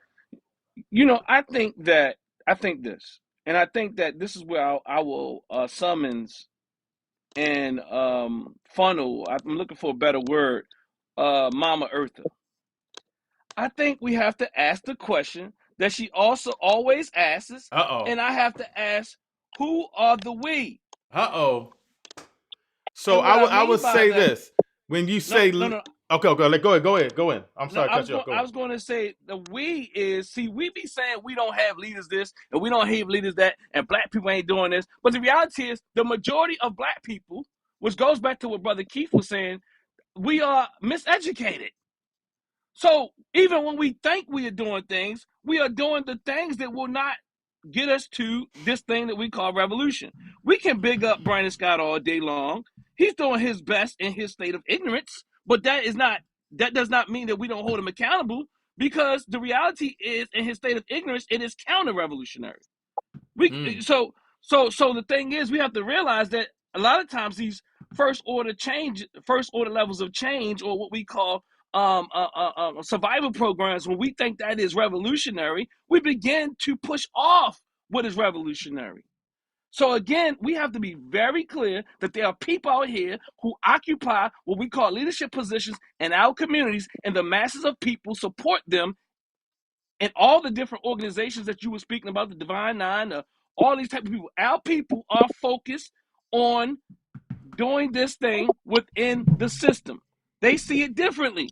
So it's not like our people aren't unified in their belief system. They believe that we can do it here the way we've been doing it.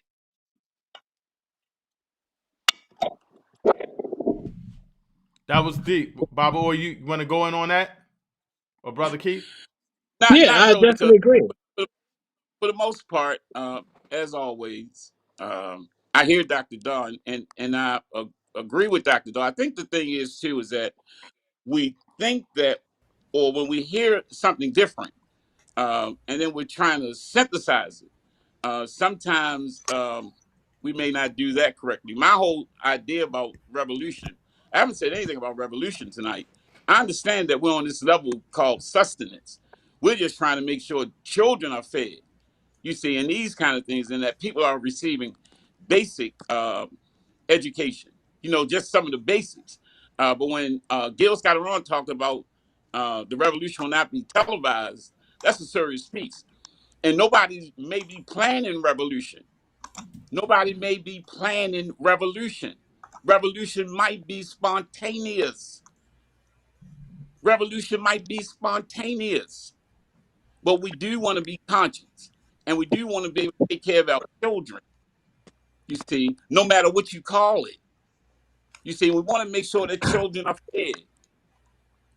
You see, and these kind of basic things. And so that may not be revolutionary. Okay. But it's important that children aren't walking around hungry. It's important that no one in the community is walking around hungry. And no, it may not be revolutionary, but if you keep messing with them children down Fells Point, the same thing is going on in Chicago, and they having these meetups.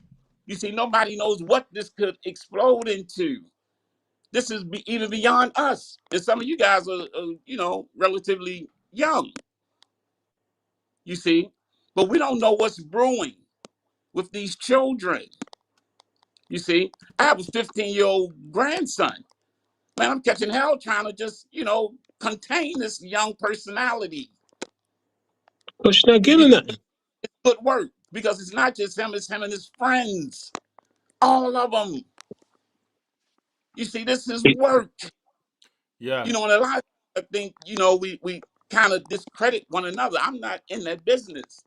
I'm in the business of building black men up, any way I can. But to your defense, Baba Oi, whole type of, to your defense, you have said that you have been critical of the mayor as well, correct? No doubt. No doubt. Hold on real quick. We got some new people in the building. Do me this one favor. I see a lot of people still watching. I don't know where you're at. You might be on TikTok for all I know, but do me this favor. Hit the like button. Hit the like button. Let's get this information out to our people. Smash it now! Smash it. It's for free. And if you're on YouTube or any YouTube, UNIA Rock Media, YouTube, Real Truth and Power, do me this favor. Hit the subscribe button. Let's get it in. Get it in. We are live on Twitter, and I think Twitter X. I think that's where a lot of you are. If you're on Twitter, if you want to comment, your comments can be seen, but you got to actually click on the video and then you can comment, and I could see your comments. So please, if you're on Twitter, hit the share and things like that. And yes, you was definitely on fire with that, Baba Ori. Brother Cliff, go in a little bit. Talk to the people a little bit about what you think about the conversation so far. And introduce yourself. You came on late. Okay, yeah, I was entertaining myself listening to the rest of you and trying to pick up what I can as part of the conversation. Brother Cliff, I'm the moderator of the Maryland Pan-African Cooperative Coalition, or MPAC. I'm also the Maryland facilitator of the 6th Region Diaspora Caucus. And I guess that's about as much of an introduction as people particularly want to hear from me. The two thoughts that popped into my head, and you guys finally provoked me to call in. We're talking a lot about electoral politics. Was Malcolm X an elected official? Nope. No. Was Dr. King an elected official? No. No. Were the Black Panthers elected officials? Nope. As a matter of fact, when some of them became elected officials, they seemed to lose their effectiveness.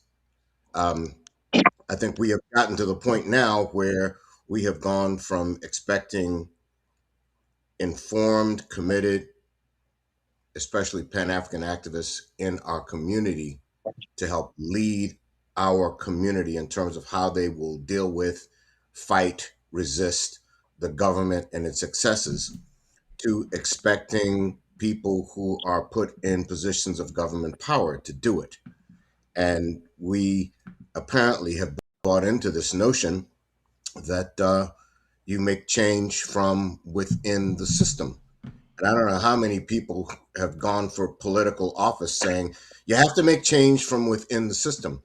And too often, those same people who've said that and gotten into the system have come to realize that the system changes them first. In order to be able to get a single bill passed in Congress, you have to start doing a lot of pork barrel bargaining. You have to start making deals, often with people who are on the other side of the aisle, people who would normally try to destroy whatever initiatives you're trying to pass, but you make a deal with the devil in order to get your particular agenda assisted, advanced by enough people in Congress to be able to make it a law, a bill, or whatever. So you wind up watering down the very things that you said you were there to do. You wind up compromising yourself. And in some cases, you wind up getting wrapped up in corruption charges and all this sort of thing. And then we still, however, for some reason, think that the only way is through electoral politics. I'm not saying that we should not vote. I'm not saying that we should not attempt to make change to electoral politics. And I'm not saying the idea of an independent Black-led political party is something we should not pursue. I mean, I agree with Brother Keith that an independent Black-led political party is an important thing. I would, however, also say that he's not the first person to have done this. He's not the only person doing it now. Right here in Baltimore, you've got the Ujima People's Progress Party, and conceived long ago, several years ago, by Brother Nnamdi Lumumba. They've been pursuing an independent Black worker-led political party for several years. Before that, you had the Umoja Party out of, I guess, primarily Washington, D.C., Lisa Mitchell, Mela Mapuma, that group. And before that, you had the National Black Independent Political Party. Before that, you had the Black Political Convention in 1972 in Gary, Indiana. So these kinds of efforts have been made before. It's not a new thing. It is something that still needs to be done, and I'm glad that Brother Keith is continuing to push that. At the same time, I would not say that the only thing we should be talking about is political representation. Just like I would not say the only thing we should talk about is economics. We love to say it's all about political representation. It's the economy, stupid. Revolution is the only solution. And yet you look back through history, and some of us have even referenced some of this history tonight. Wilmington, North Carolina, 1897, created a fusion government of progressive whites and African Americans, led by a brother named Alex Manly in 1897.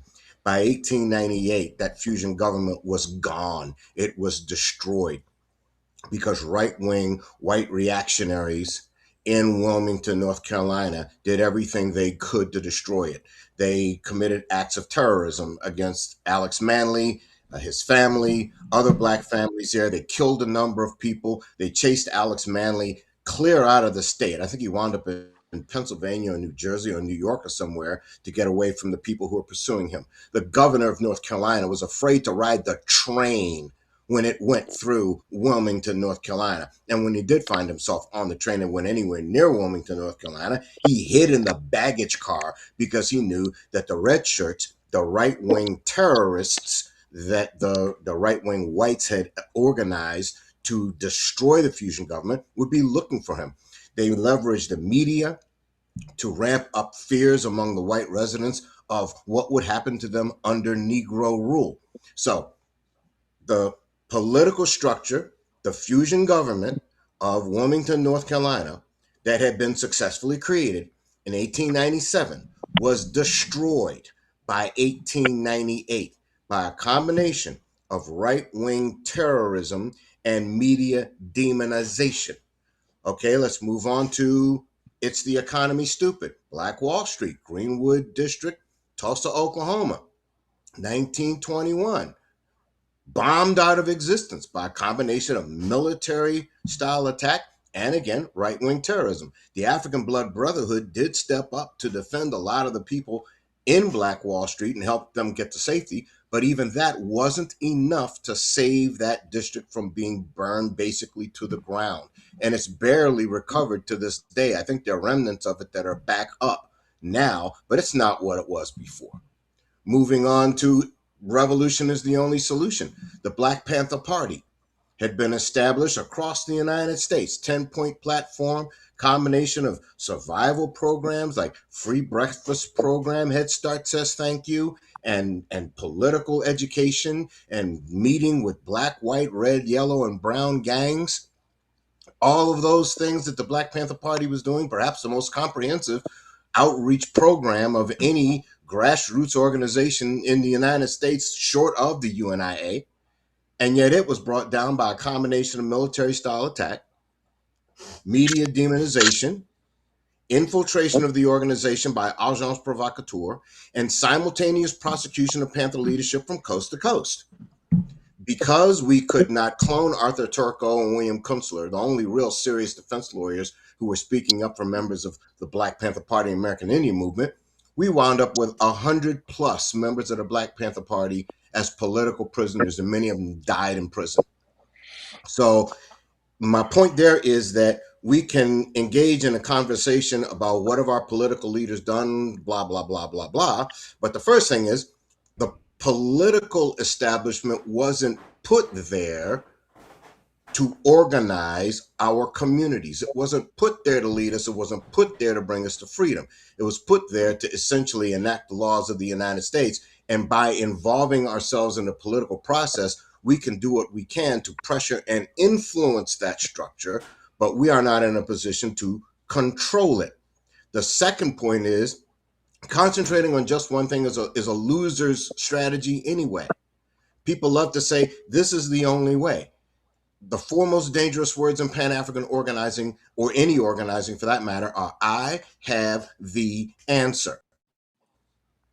Because if I think I have the answer, it means I think you don't. And that is, to me, one of the most disunifying attitudes that one can bring. So if you want to do work in the political arena, fine, go ahead, do that work in the political arena. But then see how you can work with people in the economic realm, people in the revolutionary Pan-African realm, people who are into the media, people who are into culture, people in education, international organizing. One of the organizations I'm in is attempting to take the voice of the African diaspora out to the African Union, the United Nations, the Organization of American States, or any international group that's willing to hear the voice of the Pan-African diaspora, something Malcolm X told us to do 62 years ago. So To me, if you're talking about what is the way, the only one way I can think of is the way that brings all of those different plans and strategies together. And as far as who are the we is concerned, too many times when we ask a question like that, it serves to shut down efforts to continue to build. So I wouldn't push too hard on whenever we're having a discussion about building unity or organizing in our community, just jump up and say, well, what are we going to organize around? Who are the we? What is our plan? Well, we come together, bring all these different people from these different disciplines with these different plans and ideas, bring them together so that together we can formulate what that plan is. If we're organizing around something, let's organize around the fact that there's a state of emergency impacting our people right now, and we damn well better do something about it. And we need to come up with some kind of a plan that moves the entirety of our community forward, and one that can fight back and defend us on all flanks, because our enemy will find the flank we're not covering and will attack us there. If we concentrate in one area and one area alone, if we are surrounded by our enemies, all we are asking for is to be shot in the back. Well, hold on, Brother We have Cliff. to cover all of them. Hold on, you went in, Brother Cliff, and I appreciate that. You asked me to go in. Yeah, you went in. A question, and I'm gonna go around. My camera froze. I'm trying to get it fixed back up, but I don't want to get off and mess the show up. But I'm still on. I'm working on hooking my phone up. But one of the questions, Brother David asked, the question is, what do you think a leader is, and what is a good example of leadership? I'm gonna start with you, Baba Ori. What you want to answer that first? Shout out to Brother David. Thanks for joining. Leadership is persons, organizations doing the work to lift Black people up towards freedom, towards justice. And we have a long road ahead of us. But leadership is raising Black people up, moving Black towards justice, freedom.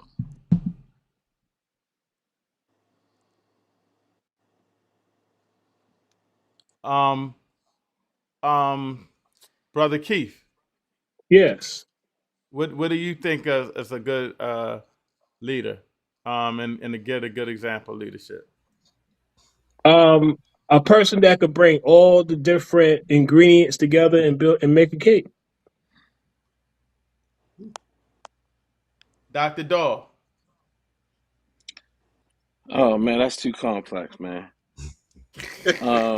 I mean, I got so much I want to respond to because people was responding to me, and I want to kind of respond back because one of the things is, even with the Baba Cliff and his closing comment, I say no. Eartha is actually Eartha might be doing that, but I do think it is also awesome.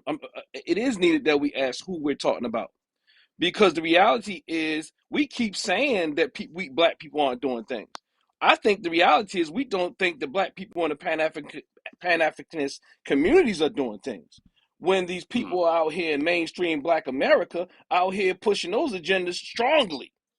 And we can act like on this first order change, this like Baba Ori said something earlier, which goes against his own definition of leadership. Like he says, well, we don't have to talk about revolution. And he said that he never spoke about revolution, but Brother Everett talked about revolution, and Brother Keith Scott talked about revolution. And I never said neither one of them wasn't necessary. In fact, I said they both are. I said when we're having conversations, we're not having clear conversations. And I tried to bring some order and some scaffold to the conversation so that we can understand how we're talking past one another. So the thing is, I am saying that these survival programs are very necessary. And the reason why I'm saying that your question on leadership, why it doesn't match your own thoughts around, we're hungry and we struggling out here and we need to eat, which I also agree with, is that, and then maybe revolution might just happen. It doesn't even go with your own definition of leadership, because your own definition of leadership requires some level of intentionality. But I would say that with all of that, a leader has to be intentional. A leader has to be passionate. A leader has to be authentic. A leader has to be forward thinking and minded. And we have to know and look at the phenomena that's going on in our communities at various levels, and see things clearly and be committed, authentic. And it's Baba Khalil Bay said, nah, Brandon Scott, if he's not a leader, or Kwasi Mfume, if he's not a leader, he needs to get the hell out of office. Bye. Yeah, that's crazy though. Baba, well, you shook me up when he said that. Brother Cliff, what do you think about that? When they asked, why am I going blank here?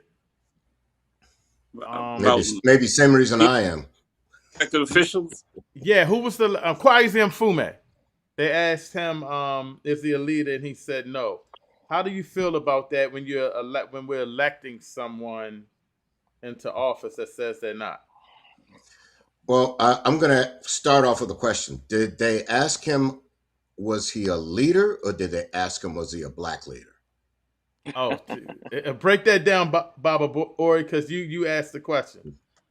Right, I don't know if I can break that down, but I'm sure it was in the context of, it's black leader, of course, because the response was, I'm a representative of everyone, which kind of implies that he's not exclusive, and that he might be using representative and leadership as synonymous terms.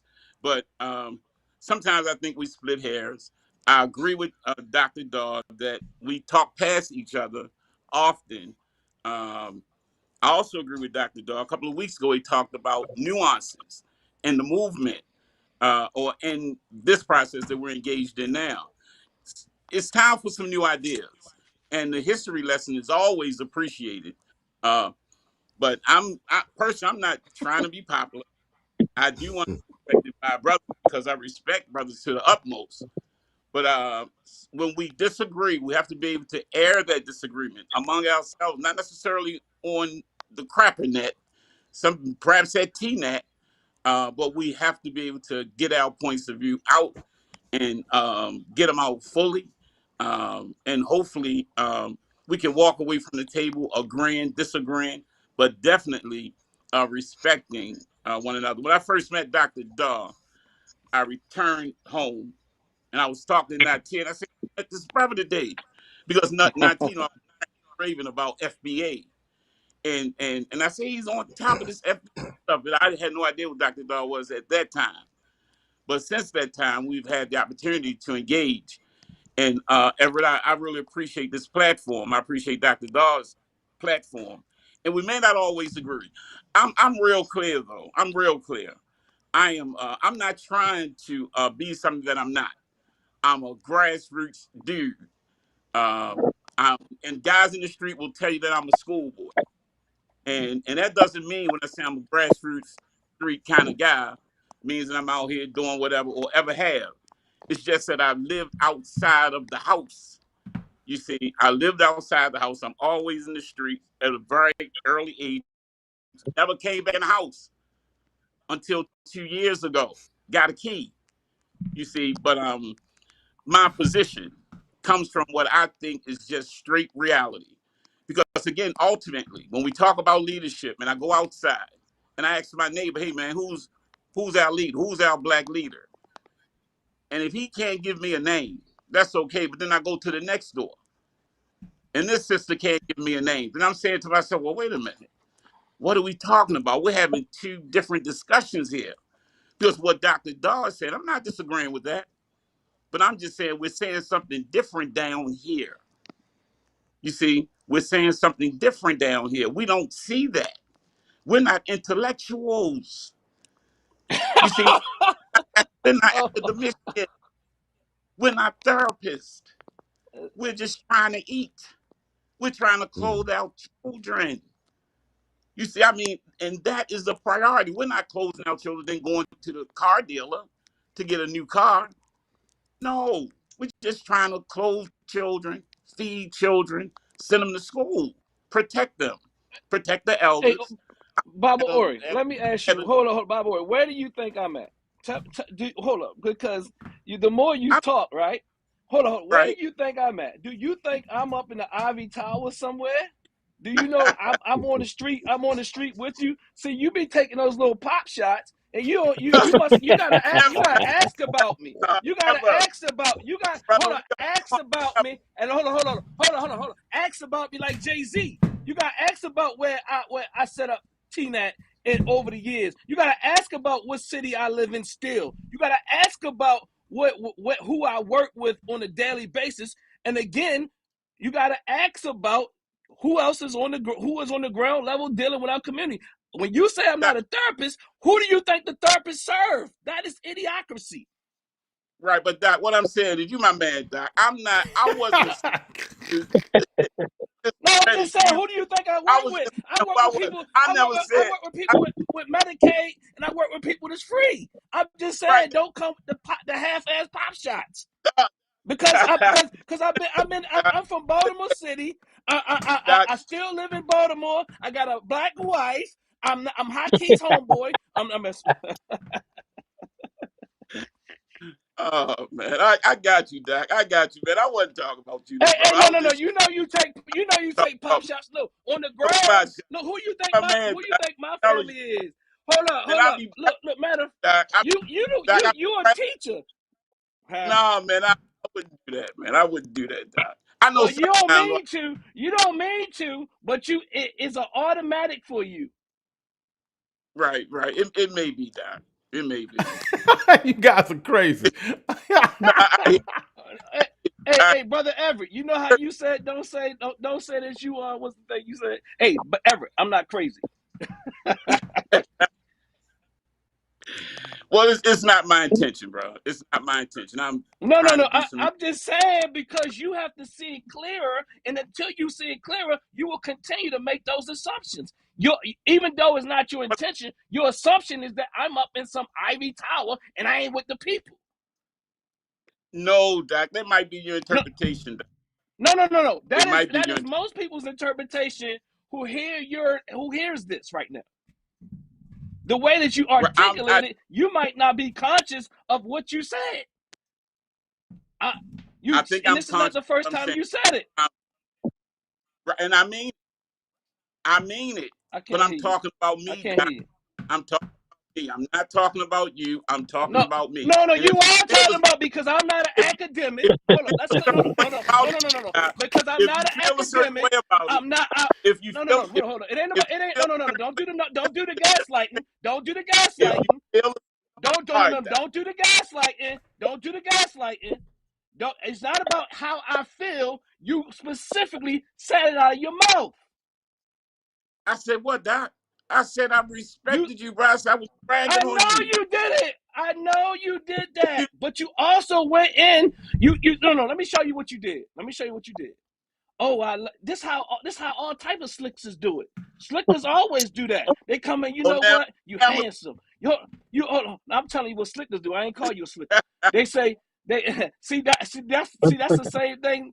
That's the same thing I'm saying right now. See, look. So what people do is they come in. They say they finesseful. They say, yeah, man. I really love you, man. And but I'm in the street, man, and I'm out here with the children, man. While other people are up in offices and air conditioned, buying new cars after they leave the soup kitchen, and they driving in their automobiles, and they over there in Turk Valley country club, and all that type of thing.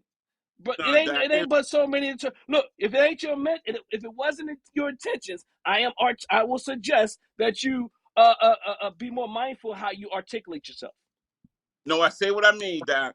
But if you meant it. Well, no, mean it then, and stand on it. Mean it and stand on it then. Don't backtrack. I respect you, Doc. No, I'm not don't mad, respect me and disrespect me at the same time, because that is insulting. I'm but not going Doctor, to tell you, I'm not going to question your street cred. I'm not going to question your where you going at after you leave. I don't know where you going at. but see, you must, Doc, what I'm saying is I respect you, but I was talking about me. But if you No, you felt a certain wasn't. ill, Who was you talking about when you started saying academia and ill all this other Ivy Tower and going to the car lot after you leave the soup kitchen, all that type of thing? I'm not a therapist. Hold on. You read me down, brother. Stop it. I what? Stop it. I'm not a therapist. I'm not a professor.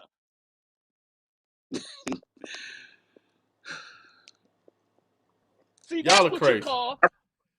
You know what, Doc? Brother President. I ain't crazy. I can tell you that. Well, I concede. He concedes, Doc.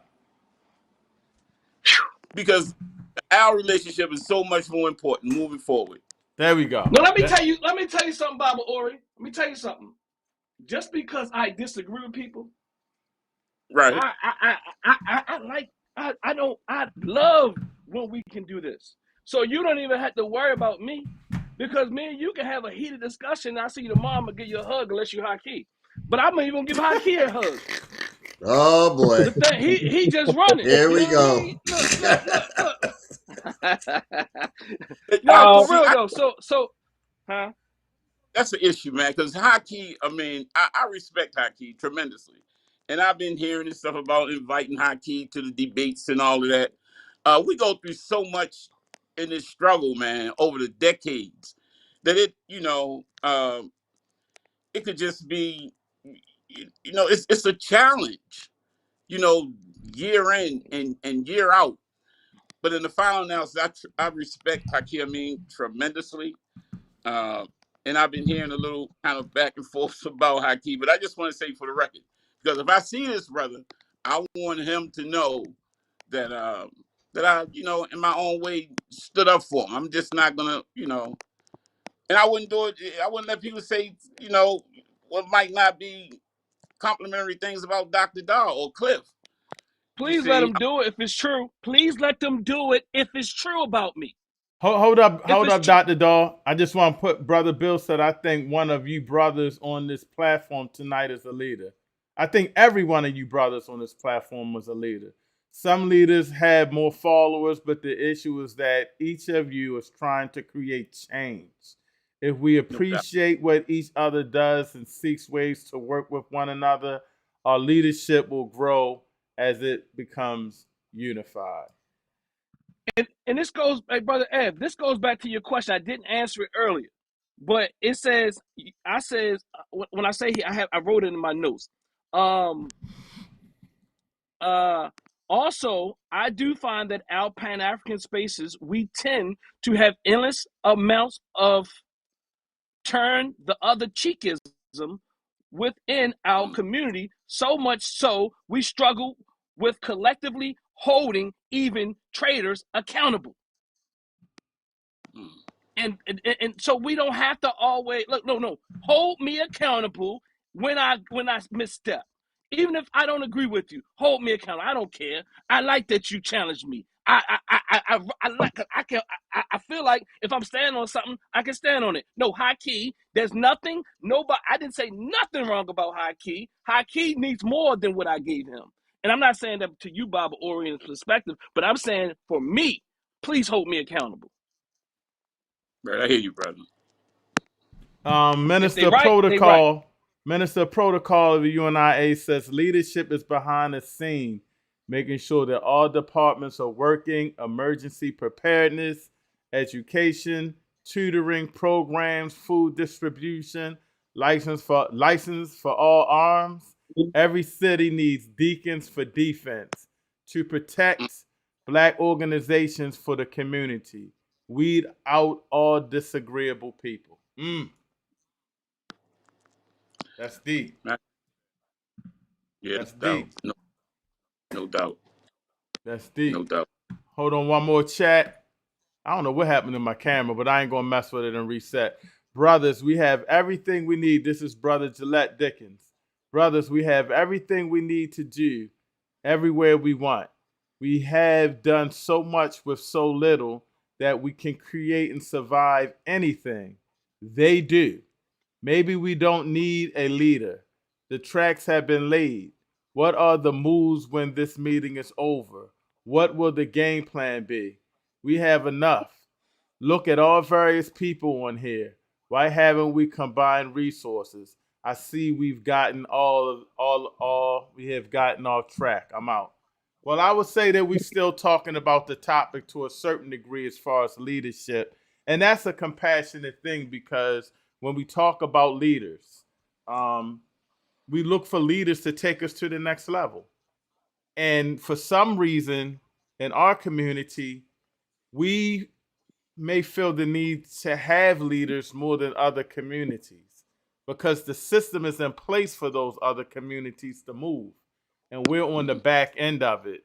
And we look for someone to just, grab us and take us to that place. But I think what a lot of us, what I got that we came out together today is that we do have people that are doing a lot of things, and we do have leaders in a lot of ways. I believe that we just need to find a way that we can move and get some progress and all be on the same level. Which goes to the meetings that Brother Cliff has, bringing organizations together. What goes to what my good doctor is doing at TNAT, what goes to what Baba Ori's talking about, what goes to Brother Keith is talking about. I think our disagreements are small, and we can debate on those disagreements. But what I have seen is a lot of agreement here from the brothers.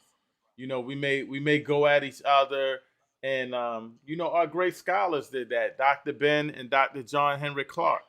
They went through a lot of those things as well.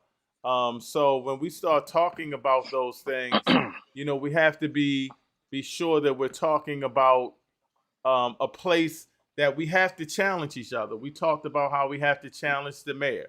We talked about how we have to critique the mayor. I tell everybody, me and Dr. Daw had these conversations. I think I'm my worst critique. I already know that in the UNIA as a leader, they're going to critique me. They're going to pull me up and say I was wrong on this or I was right on this. So it's nothing wrong with being critical of our people. We have to accept criticism all the time. I talk to Brother Cliff all the time when I'm going in.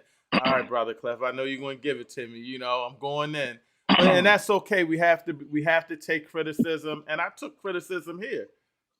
Dealing with the brother. You know what I'm saying? And a lot of people's like, yo, he got you. I know he ambushed you and it came real quick and he got you out of character. You know what I'm saying? And I wasn't expecting that. Usually I would have been on point with that. I probably would have said, okay, let me get off of here. But I wasn't expecting that the way to go. So we all make mistakes and we all grow. But I think the most powerful thing that we've come across is that, and what I think is that we all need to maybe look at ourselves and see what we can do to do more. I think that's something that we all have come across. If we are the leaders, this goes back to what Baba Ori was saying. If we are the leaders and we are looking at going to the next level, we really need to discuss what we need to do to be more. And I'm a firm believer on the community aspect. We only go as our community goes. And I think looking at myself, man, I may need to be a little bit more on code on how I move in the community and the things that I do as far as the community. I may have to do that. So I think it's a lot of things that we're doing to move in that way. And we have to understand that, like, it is definitely difficult to be in a place to where we're moving, where we're pushing our agenda, we're fighting, we're uplifting our people. We're all just passionate. We all black people. We are all in this fight. You know what I'm saying? We're all in this fight. Going back to the beginning of the show, I probably went off, because I don't play that. I probably went off and was shocked because I couldn't believe that somebody would disrespect me in that way. Like, you know what I'm saying? And that's how hurt that's how lost we are as a people, that we don't understand, and we got to do better. We got to do better at communicating. We got to do better. But I will look at myself and say I got to be more cold, because I'm been saying this for a minute. We're at dire times, and I do think that with all that's going on social media, with all that's going on with all of the things that we've come across with social media and all of this stuff, we have to really, really focus on getting our community together, being on code. Sometimes the people that are doing the disrespectful things in the community, if they can't get on code, we gotta cut our losses with them, because right now we don't need anybody going against the system. I hope that made sense, but I think to brother Dickens, I would say I think that don't look at the small part of what you're hearing as part of the discussion. These discussions need to be had. You know what I'm saying? These discussions need to be had, because these discussions are what makes us who we are, and it's how we sharpen our skills. It's how we critique each other. It's how we help each other move. And we have to understand that we have to move a certain way to be better. And you know what I'm saying? I'm a firm believer that that we have to be better. We have to do more in our community. We have to fight more. We have to stand on business a little more. We got to be more vocal. We got to be more strong. We got to be more accountable. We got to hold each other more accountable. So, I think that what I got out of it is we can do more. Like we all leaders, but we can do more. And, I would say that. Brother Keith, I'm going to get you to close out. Anything you want to add on to that? You muted, Brother Keith. See if you can unmute. Let me see if I can unmute you. Hold up. See if you can unmute on your end. It says you muted.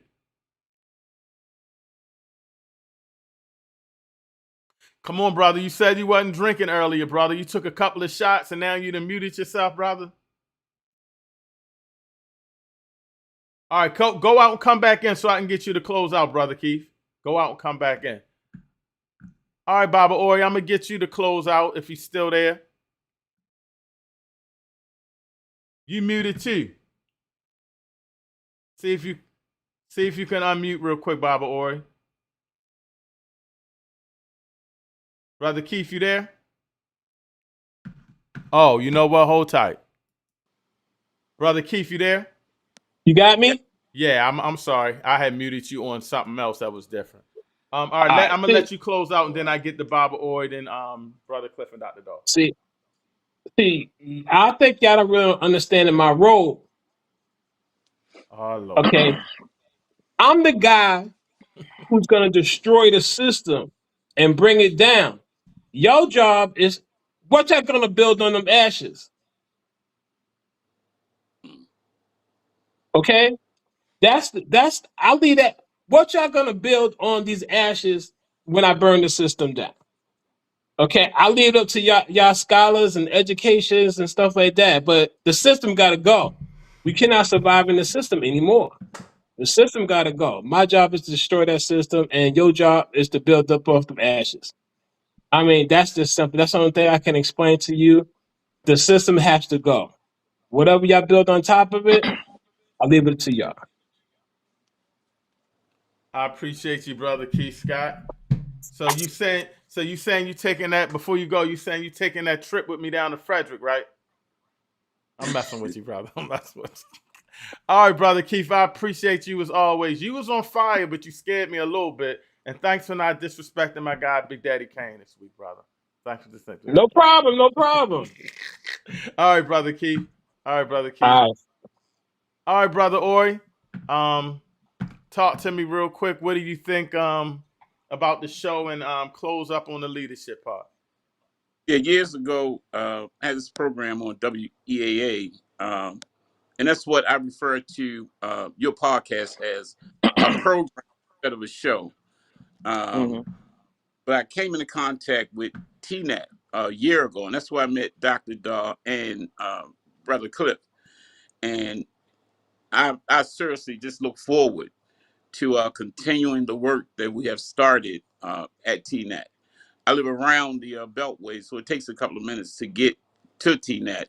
But I do look forward to doing further work with Dr. yourself, Everett, and Brother Cliff. Thank you, Baba Ori, and I'll hit you up during the week. Remind the convention coming up. Get your gala tickets, brother. It's gonna be fire. No doubt. We got a lot of free events too, and we also going to be that Friday. We're going to be at Dr. Dawes, and we're going to have a panel discussion. And you know, my good doctor he does some great panel discussions. Looking forward to it. All right, I appreciate you, Baba Ori. Be safe.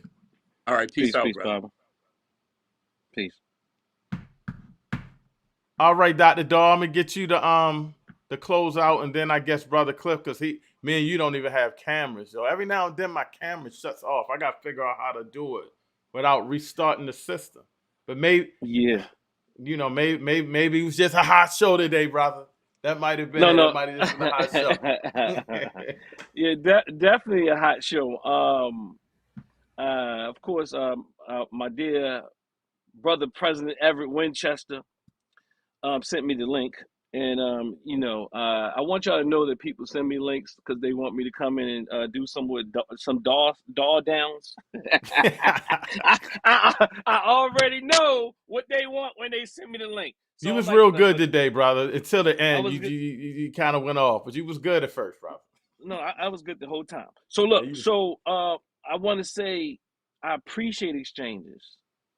That's what I want to say. I also want to say that I think we need to do more of that.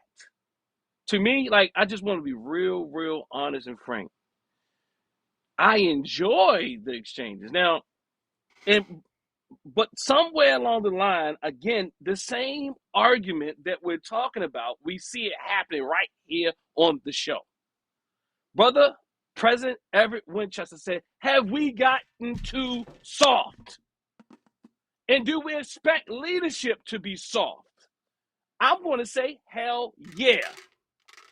Because the very leaders that you respect and you said they were murdered came with a certain level of certitude. Is that right, Brother Cliff? They came with a certain level of intellectual vigor. They came with a certain level of I'm going to stand up for myself. Mm-hmm. They did not kowtow. They did not bow down. And whenever they did it with tact. And the other thing is, I saw a comment early in the thread, and this is what I'm talking about. Because what was you talking? Not to cut you off, you said somebody was going at you. What was you talking about? Something in the thread? I don't know. Somebody was going at me. Maybe no. I was messing with Baba Cliff and Baba Ori. All right. I was saying I said let me respond to some of their things, because they say things and it's okay for them to say things until I respond back. Then it's like I hit them in the head with a bat or something. Like, you know what I'm saying? Like it's not Baba Cliff per se, but nonetheless, yes, Baba Ori. But I love you, Baba Ori. And when you talk to Baba Nati, say he know me. It's Arsar if he didn't figure out who Dr. Daw is. But nonetheless, it was a comment in the thread earlier today that speaks to more what the core reason for the show. And that was someone said in the thread, they said that I said something about Haki earlier. And the reality is I didn't really say nothing about Haki. I was making some fun, some jokes about me and Haki debating. And this person's like, well, what was the actual comment? I'm trying to pull it up, but I can't see it anymore. But I know how to get it. I know how to get it real quick. The person said, I thought everyone here plus Haki are raised first. Why are we clashing with each other? See, this is the type of stuff I'm talking about. I think we really, really need to slow down and think about that. Mm-hmm. What did we do today?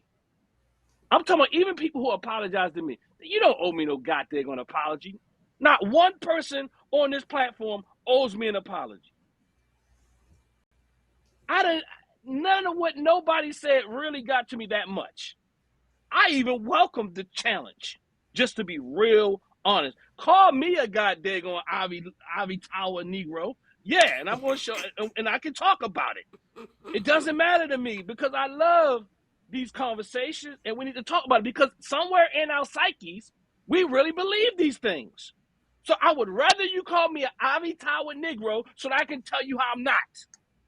You might have took that wrong, though, Doc. You think you No, might no, no, took... no. I didn't. No, I didn't. No, I'm very perceptive. I know what an Ivy Tower Negro sound like. I know what an Ivy. Look, I would. If Bob, look, if you, Brother President, if you don't stop, I'm gonna do a whole show on it with the clip. I'm gonna let it go, then, brother. I'm sorry. I'm gonna let it go. No, don't do it, brother. It ain't worth it, brother. I'm gonna show and prove that this is a psychological condition in our communities. When somebody disagrees with us, we gotta find a way to discredit them. But it's not even always conscious. People from the Ivy Towers like these Negroes don't nothing. People from the grassroots is like these Negroes don't nothing. The problem with me, I'm in both spaces, but I'm more grassroots than I'm an academic. That's because you don't know about me. The academia, and I don't need to even say this, but the academic iteration of myself is more recent. I have a whole life, almost 40 years before now, 50 years, 35 years at least, 30 years. I've been, look, my intellect did not come from academia. I went to academia intentionally with it to help my community.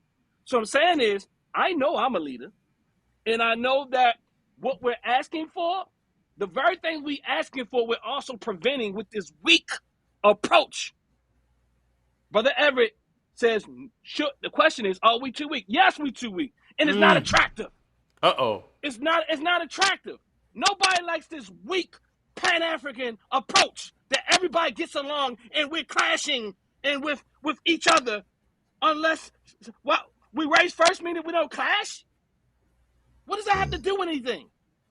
This person says, pardon me, I don't know who it is because I just took the note. I thought everyone here, plus Haki, are raised first. Why are we clashing with each other unless some are not raised first? That one. I missed that. There's a lot of them you missed. Yeah. Oh, damn. Yeah, we was going on. No. My camera stopped working. I was trying to get it to work. Hey, Bob and Cliff, I'm messing with him because he started off this morning with Look, I'm giving it back to him this morning. This morning I had to put my therapy thing on.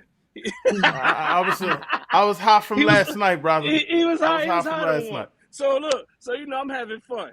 But reality is this one right here again. I thought everyone here plus Haki are raised first. Does that mean we don't hold Haki accountable for continuously beating on our community? Huh? Does that mean if I do something out of order that you don't hold me accountable? We are clashing with each other. That's what people do in relationships. If you don't learn how to clash, you will not be in one. I suspect people who always talk about this, can't we all get along stuff, probably they don't have too many relationships. I'm just trying to tell you, I've been with my wife since I was 16. Dang. How old are you now? Good doc? You don't got to say good doc. No, I'm 47. I'm 47. So what I'm saying is, I've been with my father, my mother, my sisters, my family, as Baba Ori was saying, look, I still got friends, right? Now, the problem is I don't have friends because I'm being nice. And some of us have people around us forever because we daggone nice and everybody likes us. No, you ain't gonna be around me if I can't tell you the truth. Like you stepped on my foot.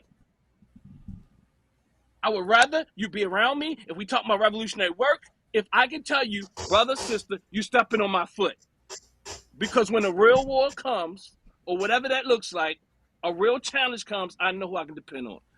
With that, I say thank you for the panel, brother president, brothers Ori, brothers Cliff, who else was on here? brother, the mayoral candidate, brother Keith Scott.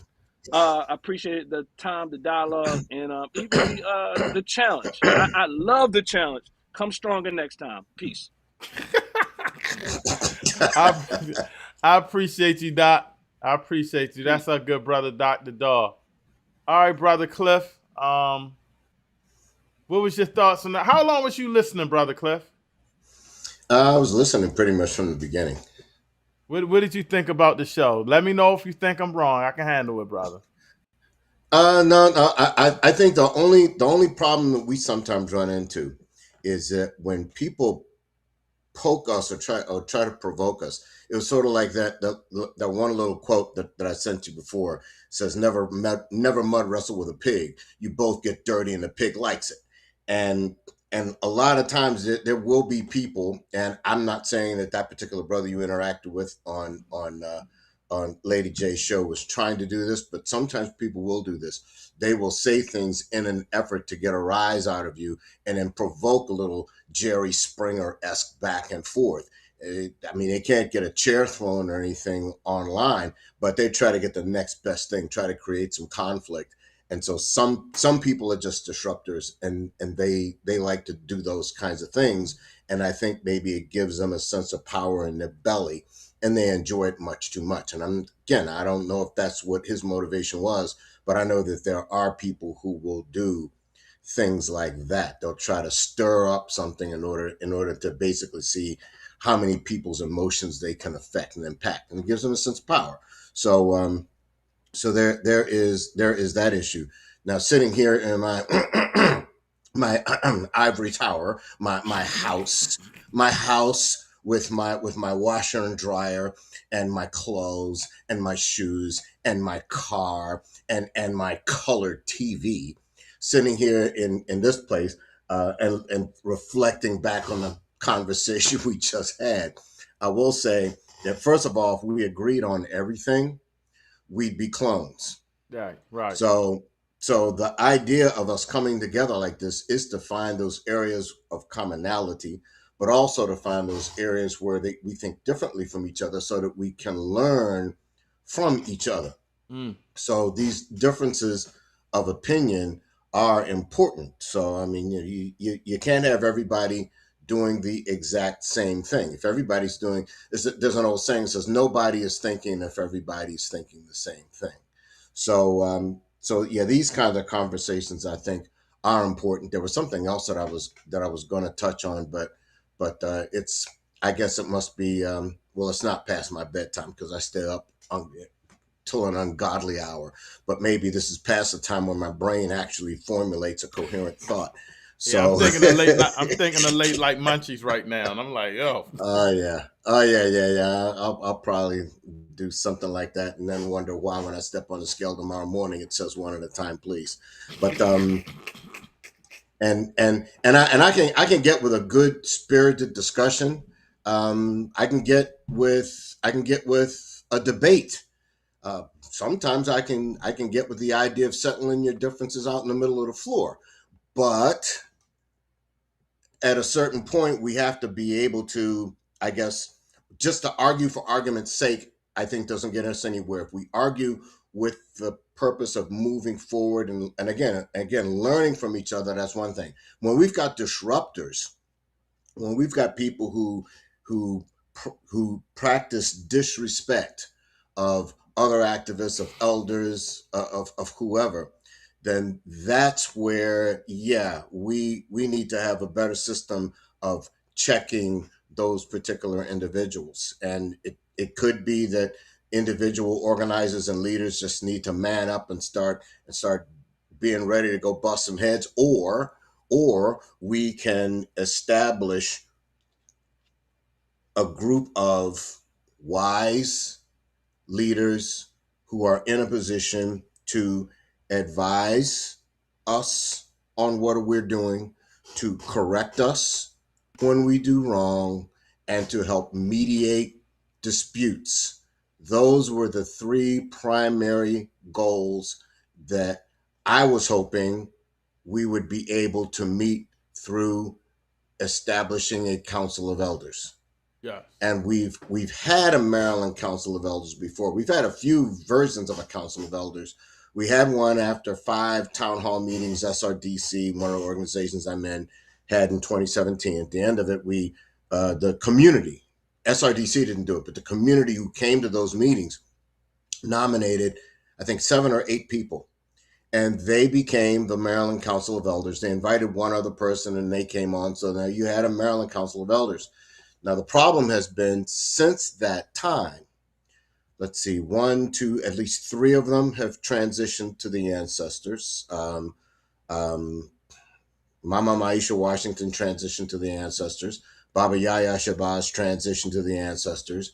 And Dr. Ken Morgan transitioned to the ancestors. And then 4 others just left. They just exited. And some of it might have been because of internal tensions. Some of it might have simply been because family or health concerns told them that, okay, you're going to have to get up out of here. But as a result, now what was the Maryland Council of Elders of 8 is now down to 4. And now, hey, Brother Cliff, you got, and it's funny that you said that. Hold on real quick. Brother Elbada said new leaders need to be behind the scenes, and I'm pushing that because the brother on the panel, talking about Baba Ori, I believe, talked about and gave you a list of our leaders that were murdered by the system. So we need to be behind the scene and push our agenda. But one of the brothers, I did you get the video? Dr. Jaw interviewed him, Baba Khalil. I don't think I did. I'll have to look for that. I'll send you that. That's one of, and I recommended Baba Ori too for the Council of Elders. I know you're rebuilding it, but he says we need to come to an understanding that we are all co-leaders, developing leadership, making sure that we're making sure that it's something that takes place. And one of the people that I intend to reach out to a little more assertively to see if they are interested in becoming a member of the Maryland Council of Elders is going to be Baba Osar Winkler, Dr. Winkler's father, and so I've talked to Baba Charlie Duggar. I've communicated with Baba Kenyatta Howard, who's a lawyer, and he was on the Council of Elders earlier, and then he bounced out. He had some family issues that forced him to leave, and I'm going to see whether or not he might be interested in returning. There's Baba Atiba Nkrumah of AAPRP, so I'd be interested in seeing if he would be interested in coming on. And then of course I need to find some mamas who would be interested in coming on board, including people such as Mama Ujima. To see whether or not they would be interested in becoming members of the Maryland Council of Elders, because I think we're going to need those elders, if for no other reason. I mean, they don't have to be as activistic as they were when Abena Dishro and Rafiki Morris were primarily running it, because they put together a lot of the African Liberation Day things. They had some standalone town halls of their own. But the main thing that I'm looking to a council of elders to hopefully decide they want to do is to provide that kind of guidance, that correction, and that mediation, so that when there are disputes, arguments, whatever, between one organizer or activist and another, there is someone, and these people who are going to be in this council of elders, they have to be people who are recognized by the community. I know some people say, well, I'm an elder, I'm a queen mother, I'm this or I'm that, and so I should be on the council. The key thing there, though, is that the community still has to recognize you, and the community has to be willing to take your counsel. If you can have all the status that you want, but if the community doesn't acknowledge it, it's like if a tree falls in the forest and nobody's there to hear it, doesn't make a sound. So part of the key there would be to get a group of elders who are respected, who are known, who the community is willing to go to for that guidance, for that correction, for that mediation. So then when someone is on a podcast and uses the N-word on you 7 times, that council of elders can then get together and issue a statement saying, okay, you're out of line. You're out of line. You should not have gone there. Right. And then that way, Brother Everett doesn't have to talk about throwing hands, right? Bro, if someone decides they want to come hard at me, a council of elders pulling that individual up and saying that was improper. You shouldn't do that. Then that takes the responsibility off of me from throwing hands, giving somebody a rich hand to the Adam's apple or anything like that. So that was a little violent, Brother Cliff. God damn. You can tell you do martial arts. That would be the I think perhaps the most productive upshot of creating that council of elders, a group of veterans of the movement. They don't all have to be hardcore Pan-Africanists, just people that everyone respects, so that when they call up someone and say, okay, listen, brother, listen, sister, you said this thing, you did this thing, and that just wasn't proper. I'm sorry, that just wasn't proper. You need to make this right. And then at least that way, that individual has been basically maybe put on notice, or at least informed that, yeah, you've offended people with this behavior, and you need to straighten up. When you straighten up, when you correct this behavior and don't repeat it, then you regain the full respect of the community. And otherwise, if you decide you're just going to go rogue for the rest of the way, then at that point, the Council of Elders can then decide, okay, do we want to start pushing practices to just shun you, to push you away, whatever. So absolutely, I think that would be an important thing for the Council of Elders to be able to tackle. And Baba Osar, being a practitioner himself, is someone who I would personally not want to offend. So I think his opinion and that of a number of other wise, experienced elders in our community would carry a lot of weight, and just kind of help us learn how to disagree without being disagreeable, to use a perhaps overused civil rights term, but to be able to behave toward each other more in the spirit of Ma'at and Ubuntu. Man, that was deep, Brother Cliff. I thank you so much. I'm going to let you go. I'll be probably texting you in about another 10 minutes. Because I'm still hot. But I appreciate you, man. Thank you as always for coming and giving me your guidance. And just be ready, because I've been working on my chess game. Okay. I've been working. All right. Wait. I've been working. Well, yeah. Well, and like I said, that may be one of those things that's best done eyeball to eyeball. You and me and a board, and just sit there and just play with the pieces and go with it that way. Yeah, because that way we can talk smack at each other if we need to. And that way you can let me cheat. I appreciate it. All right, Brother Cliff, I'll talk to you soon. As long as you're not using ChatGPT. I saw a video one time where ChatGPT. You can use that for chess? ChatGPT played the world's strongest supercomputer called Stockfish in a game, and this guy on Facebook did a video of the game. And Stockfish somehow or another managed to beat ChatGPT, despite the fact that on almost every single move of the game, ChatGPT cheated. It made illegal moves. It conjured pieces out of thin air, and somehow or another, Stockfish beat it anyway. So that's crazy. I don't even trust ChatGPT for information anymore because of that video. Thanks. So when you see me going in my pocket when I'm playing you, then you'll know. All right, Brother Cliff. I'll talk to you soon. All right. Peace and blessings. All right, family. I'm sorry that my camera shut down. I got to get that fixed. I got to get a backup. I tried to hook my phone up. But I'm going to go over all of the chats that I didn't get to. Wow, there was a lot. I think I got to this one about the okay. Brother Assurant was saying, I thought everyone here, plus Haki, was race first. Why are we clashing with each other unless we are not race first? No, there was a heated debate. And my good brother Haki had got into it with a few people in the community. I haven't seen them doing that anymore, so I'm thinking everything is good to go. And th- we love our good brother. We just want everybody to be on code. And maybe I can get Brother Haki on here.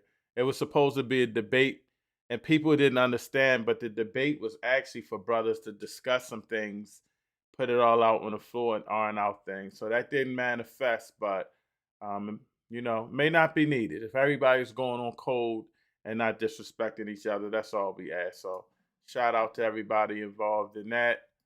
Brother Abad, I think I read this. Our new leaders need to be behind the scene. Yes, because we got to protect them. We need to come to an understanding that we all are co-leaders, developing leadership, making sure that we're making sure. I read that. Thank you, Baba Khalil, on that one. Make sure I got everything else. Some more down here. This is from Ujima Sani, 9066. Can I say something?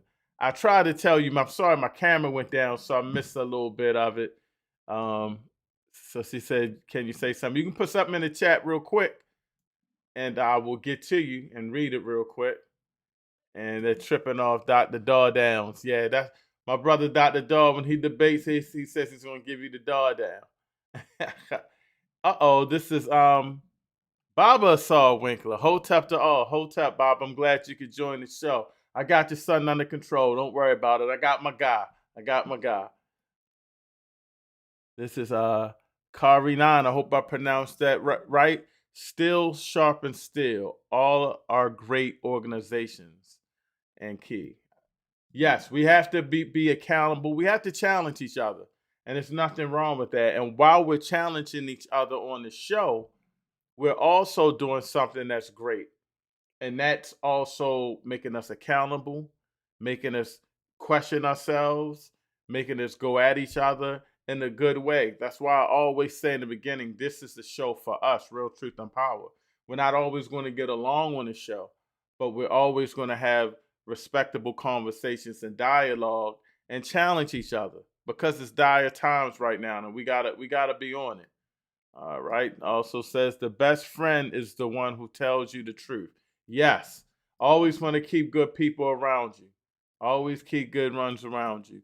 Baba Saw says, I raised my son from a baby to be a warrior. Yes, he's a warrior. That's my good brother. He go, if you're not on code, he gonna give you the door down. The People's Education Forum was full of ideological clashes over the solution for the black man. And some of those disagreements could not be reconciled, but they were absolutely needed. Yes, and this is the place where we're going to do it. We're not going to always get along. We're not always going to get along. We're not always going to be in a place to where we can be the best of who we can be. But we have to challenge each other. We have to have these conversations.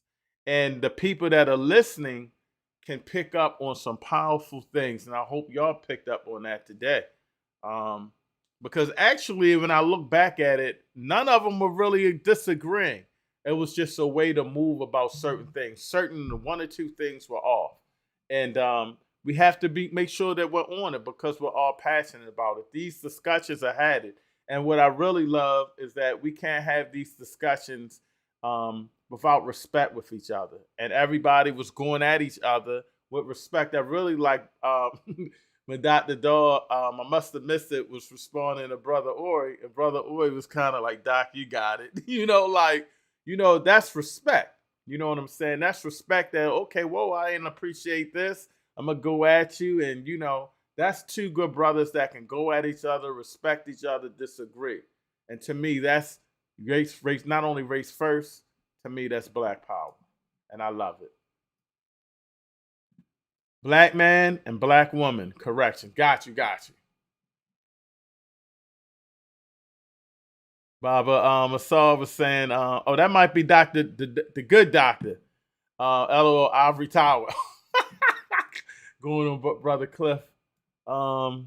LOL, Baba Cliff, in your ivory tower with your washing machine and dryer. Yeah, Brother Cliff, you look like you was in the closet, brother. You look like you was in the closet or something like that. That was funny.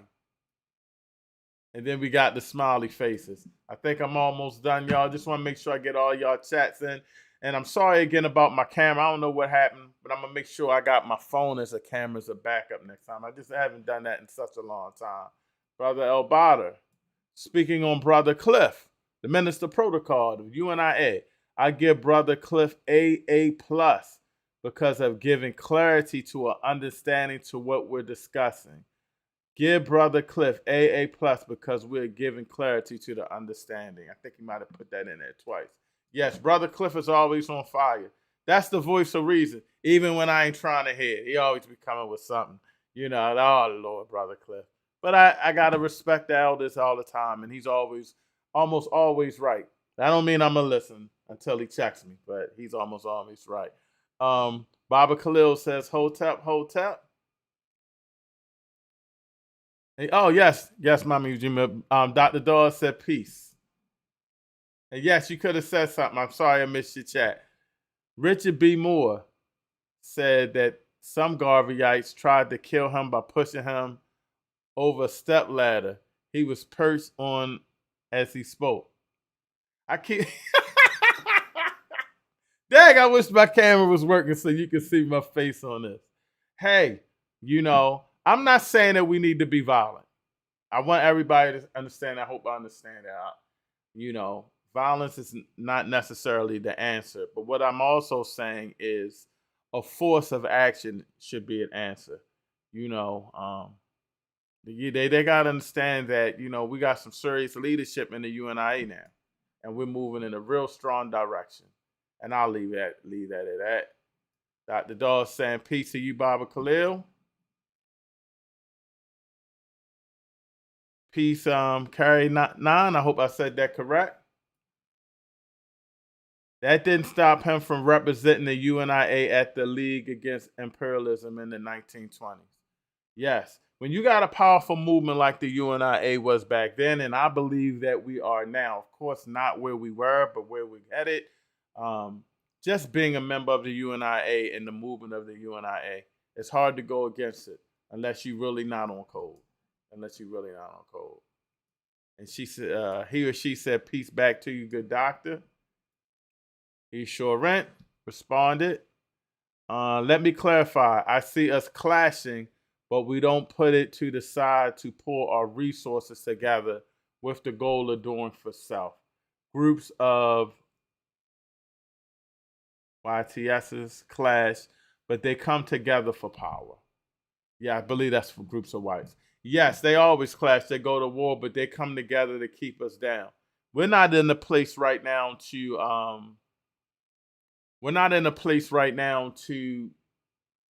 really be beefing with each other. Disagreements for the goal, that's cool. But once all of that is placed aside, we need to get on code with race first and organize. We don't have the time because everybody's against us, and yet we're still being divided. That man don't believe in no council of elders, LOL. He is absolute. It is part of the wig. I think you messing with you, Brother Cliff. Yes. Dr. Daw, you on one today. I thought I was on one. And yes, Dr. Daw, Brother Cliff, you part of Sister Earth is we. And he said LOL to that. He's short. Sorry about that. We need a meeting with the presidents from the UNIA, the D9, the Black Panther Party, etc., to see what resources everybody can put into the pot. And I would say the UNIA is always for working with other organizations and things of that nature. But we just got a lot of work to do.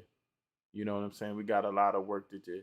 But yes, we need to look at making sure that we're not against each other and working together with resources, because that's race first, and that's Black power. And throw the ego aside. Dr. Dahl was responding to somebody's truth. I think that's Baba Cliff. He's messing with you today, Brother Cliff. Baba Cliff, washing room is larger than people bedrooms. Ivory Tower. Yeah. I don't know what that was. It looked like a closet, but that was still spacious, Brother Cliff. And he's commenting, Chat GPT is suspect all the way. Yeah, I use it for like posts and stuff, but besides that, man, you'll be battling with Chat GPT. He be all over the place. Then he forget what the conversation was. I'm like, oh, goodness. And my good brother Doc, thanks for joining us today. Good episode. I appreciate you, brother Doc. And please check out Dr. Dawes' platform. He has a lot of great interviews on there. I'm on there a lot. My good brother Tahaka Bay. Baba Khalil was actually on there this week. That's a powerful episode. UNIA member Baba Losi. So definitely check those out. The Cliff, rest in peace, Tony Brown. 93 years old. I'm trying to figure out, do I know brother Tony Brown, brother Cliff? Educate me on that. Baba Khalil saying Hotep. And Dr. Daw. Know the ones who came. I might be even lost now. And the last one looks like Dr. Daw. No, not Baba Cliff, the guy with the white wife. I was telling Cliff that he wasn't at here. Again, yo, that guy's funny. That guy's funny. And again, I'm sorry that I couldn't cam up, family, but I would also say that going to the end, I didn't never disrespect, going to the beginning, I never disrespect that lady. Not at all. I would never say anything that demoralized. And for her to go on a platform and say that, I would just suggest to anybody that's in that circle, be aware of people like that. And, I never understood why people would say that, but now I do. That was particularly a straight up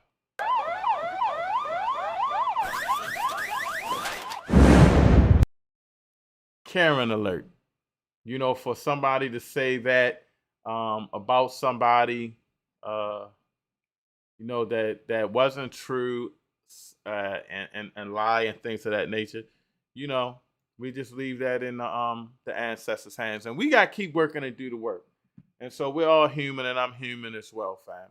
So again, thank you for tuning in. I didn't pay any bills a lot today, but I got some new commercials coming out next week. Our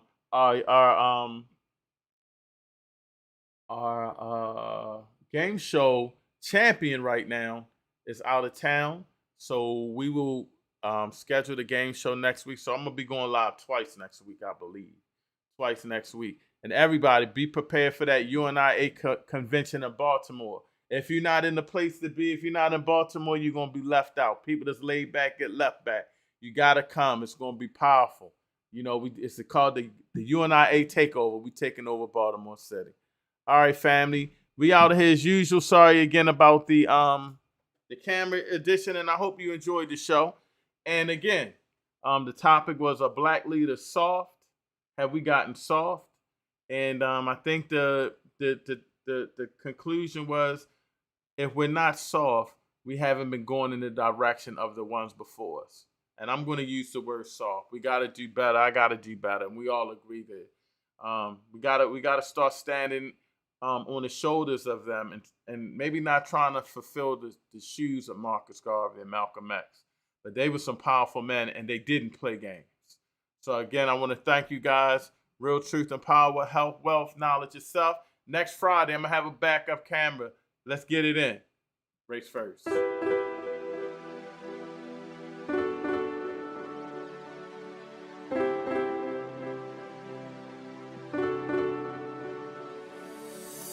Real truth and power, health, wealth, knowledge of self, uplifting the community. Let's talk about it.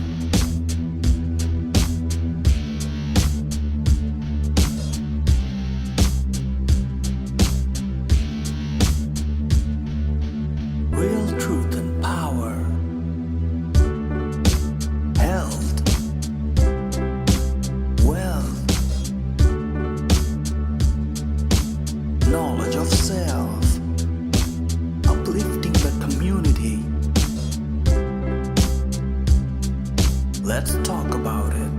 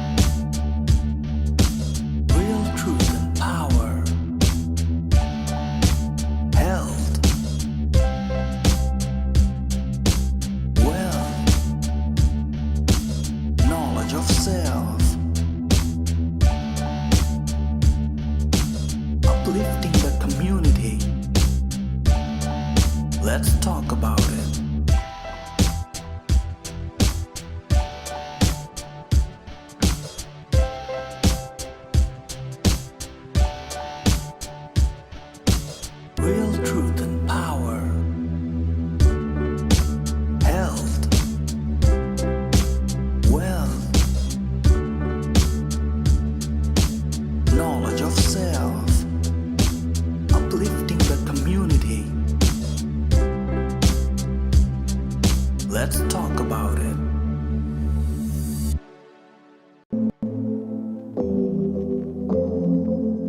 I used to think revolution meant fire and fists, but silence is louder.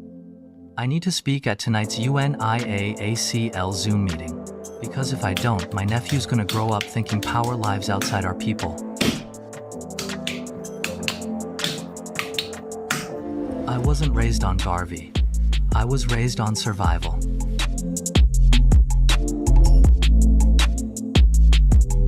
But last month, someone on that Zoom said, "Black unity isn't an idea, it's an action."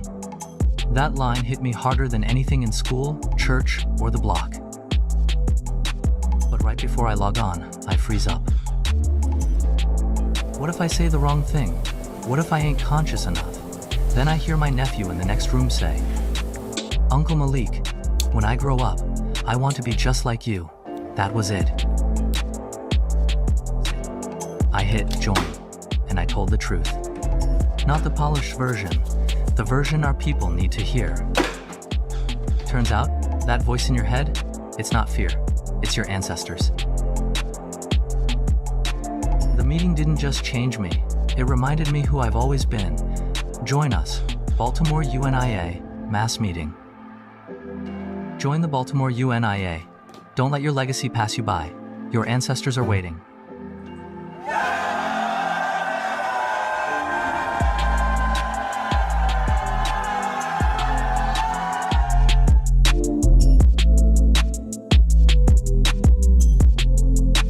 Baltimore don't sleep, we move. Hands in the dirt, feet on the block, food in the streets, knowledge to the youth. This ain't charity, this is power. The Universal Negro Improvement Association running the community like infrastructure. No permission, no waiting, Black self-reliance in real time. Legacy heavy, boots planted, all in the name of Marcus Garvey. UNIA Baltimore Division 106, Barker Clark. We working.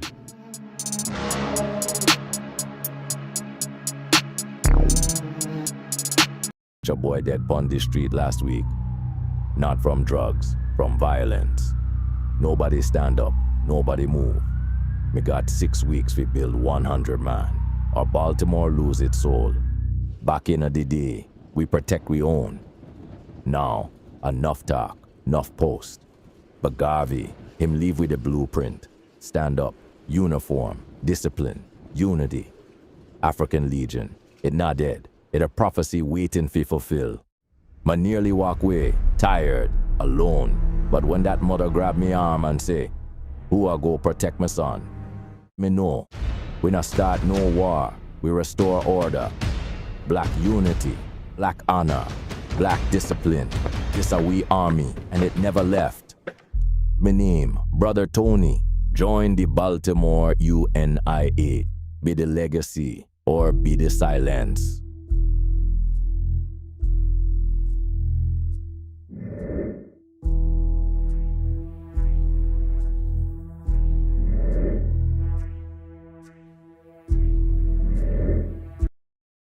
Used to think nature was a lie. Baltimore don't have forests, just corner stores and concrete. But then I heard UNIA hikes every Sunday. I thought, what if I just show up? I gotta reach that ridge before sundown, or miss the moment that's waking my whole spirit up. Bro, it's not just trees, it's legacy. Elders dropping Garvey wisdom while we climb, youth beating drums, sisters laughing under waterfalls. We see hawks, foxes, fire in the sky. City stress, gone.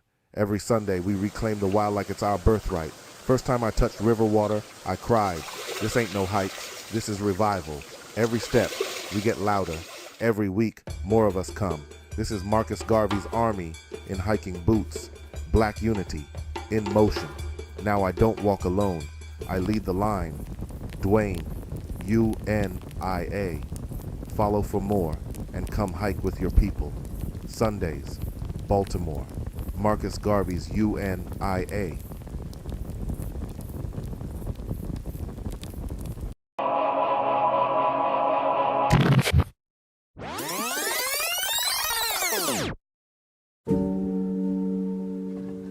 They told me I was dying, but I wasn't ready to go.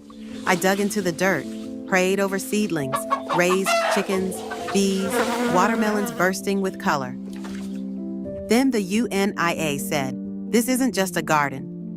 They called it liberty. Now the bees hum freedom. My backyard feeds bodies and spirits. But the fence can't hold the harvest. Our people are hungry. Our youth, they're starving for purpose. We need space. We need you. Join the UNIA. Learn to grow food inside and out. Hydroponics, farming, healing, dignity. This isn't agriculture. This is liberation.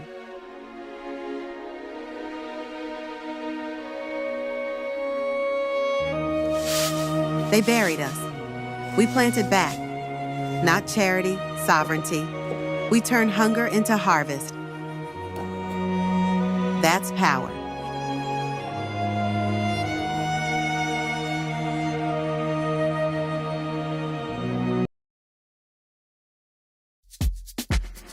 I used to think vacations meant white sand and pool drinks, until I realized I was skipping my story. I've got 10 days to reconnect with my roots, or spend another year feeling like a tourist in my own identity. So I booked with Black Star Travel. They don't do tours, they build homecomings. Real connection, real culture, no filters. I thought I'd be the outsider, but the moment I stepped off that plane, I felt seen. They weren't just places, they were pieces of me I never knew I lost. Travel with purpose, travel with pride, travel with Black Star.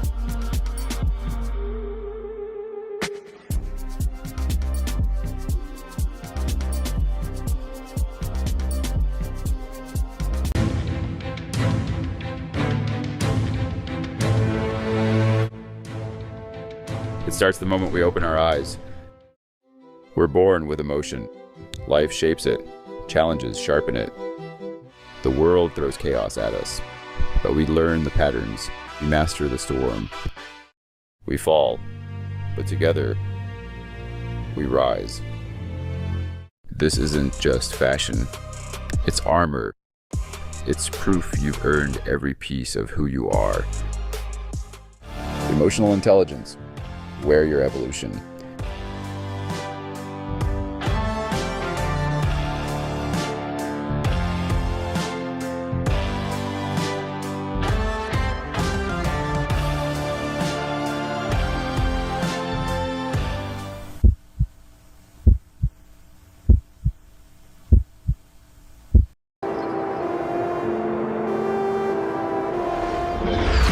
Seconds to erase this city or rebuild it from scratch.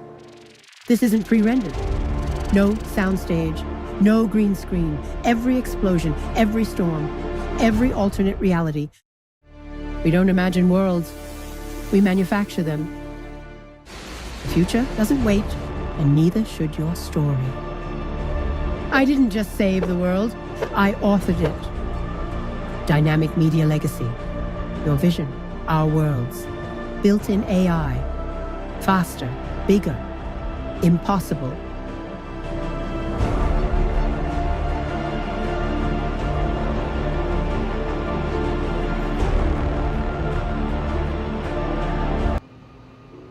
You think viral videos take days? Pixel's here to prove otherwise. No time. Everyone's watching. Your story has to pop. Every click counts. Every second spark a share. Boom! 100,000 views before lunch. But what if it still gets lost online? Not with Dynamic Media Legacy. Start your viral video now.